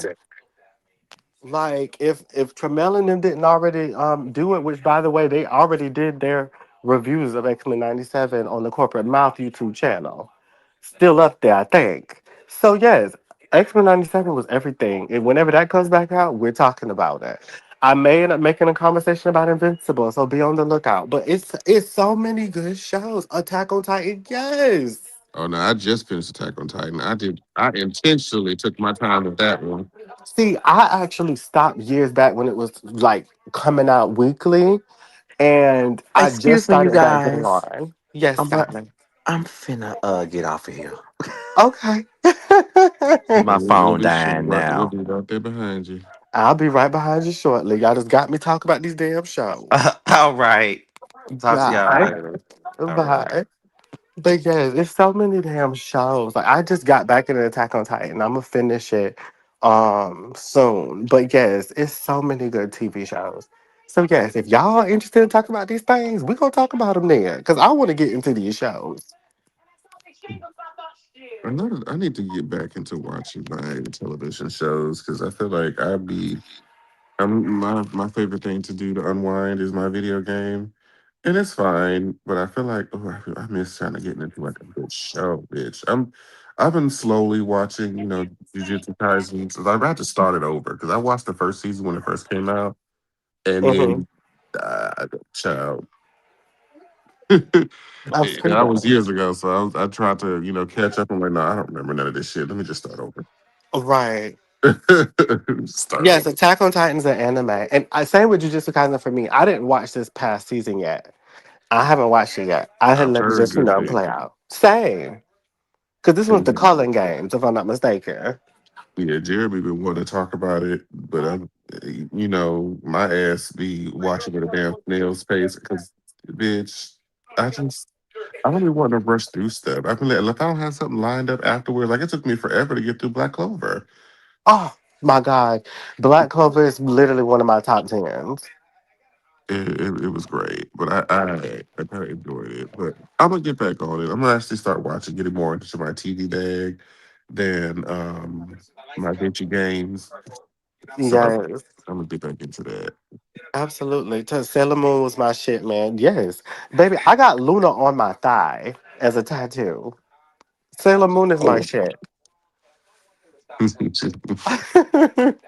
I love it. I love it. But yes, we're going to get into these things, and we're going to start talking. I'm going to just put my shit together. Jamar got plenty of shows he like. Now that I know that Jeremy is a huge anime person, oh, Jeremy going to have to squeeze some time out for me, babes. He going to have to come on over and chat it up because we're going to have to compare notes. But I appreciate everybody who's been sticking around with us tonight. This was so fun. Like, I love these lives lately. I've been enjoying myself. I haven't been really focusing on the time of it all. Okay, we just sit there and chit chat. This is literally our phone conversations. Okay, talking shit. Yeah. This is so fun. But yes, we're going to get into the things. I'm going to give everybody their specified dates and times, honey. We're going to talk about certain shows for certain periods. And everybody going to have their own episodes, okay? We're going to enjoy it. But thanks you guys so much for being here. Until next time, y'all be safe, be blessed. Period. Bye. Waist up, what's cracking? What's up, little baby? What's happening? I know you about ready for some action, so just slide to my current. Let's get nasty. Say waist up, what's cracking?